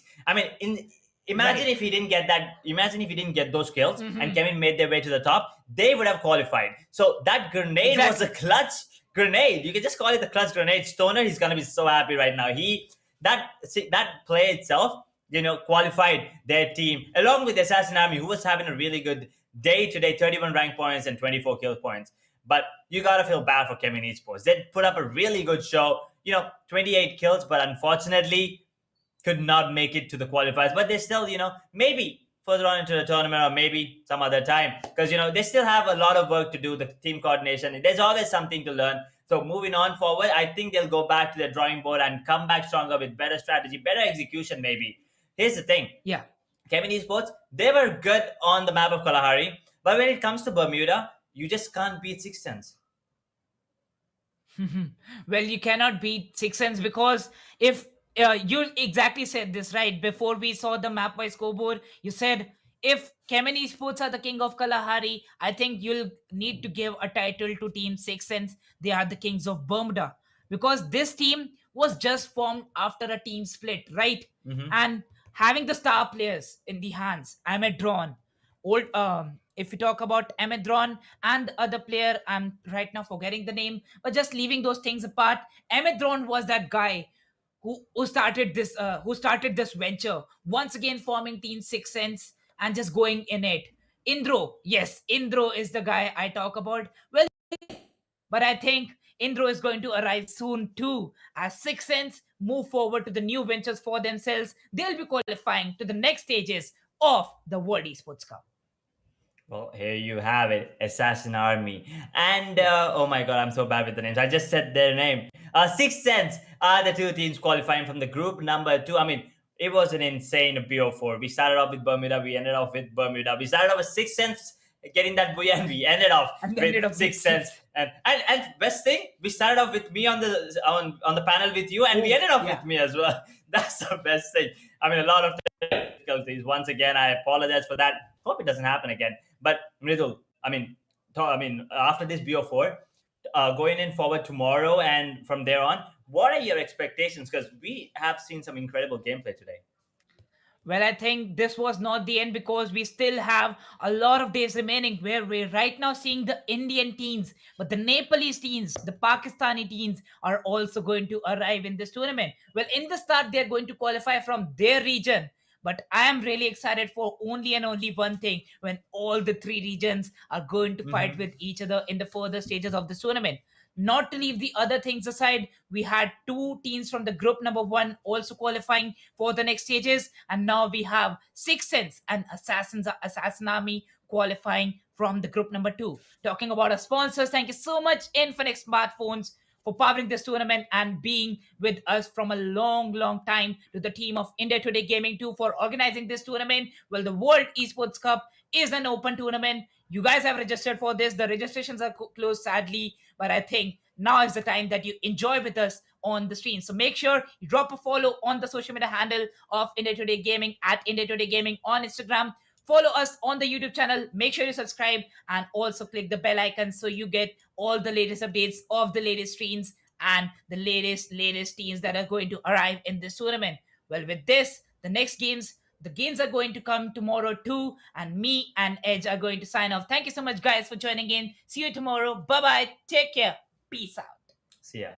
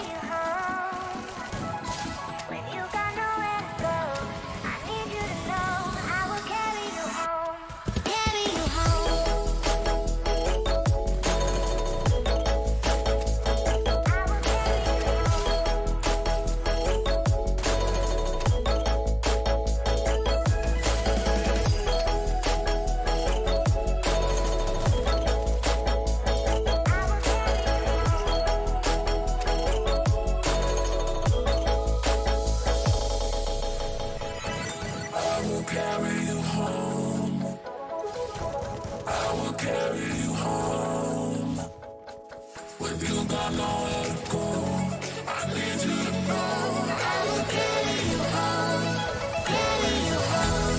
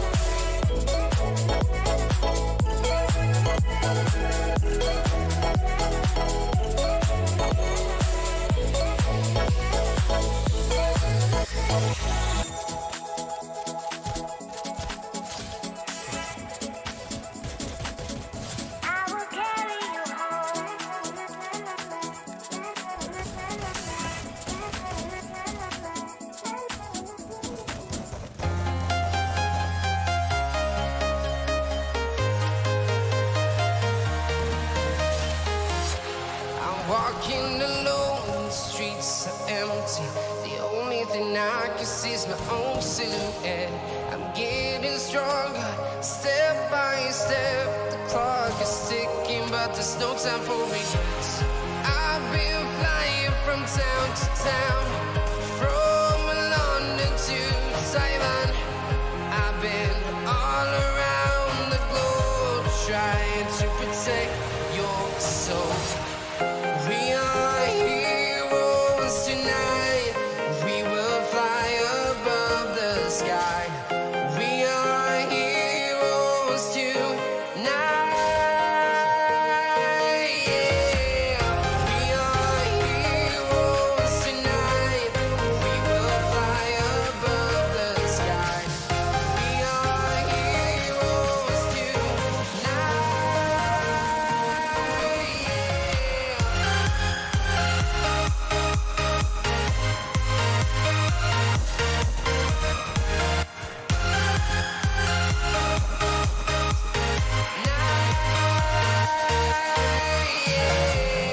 Feel like a dynamite, ready to explode right up in the sky.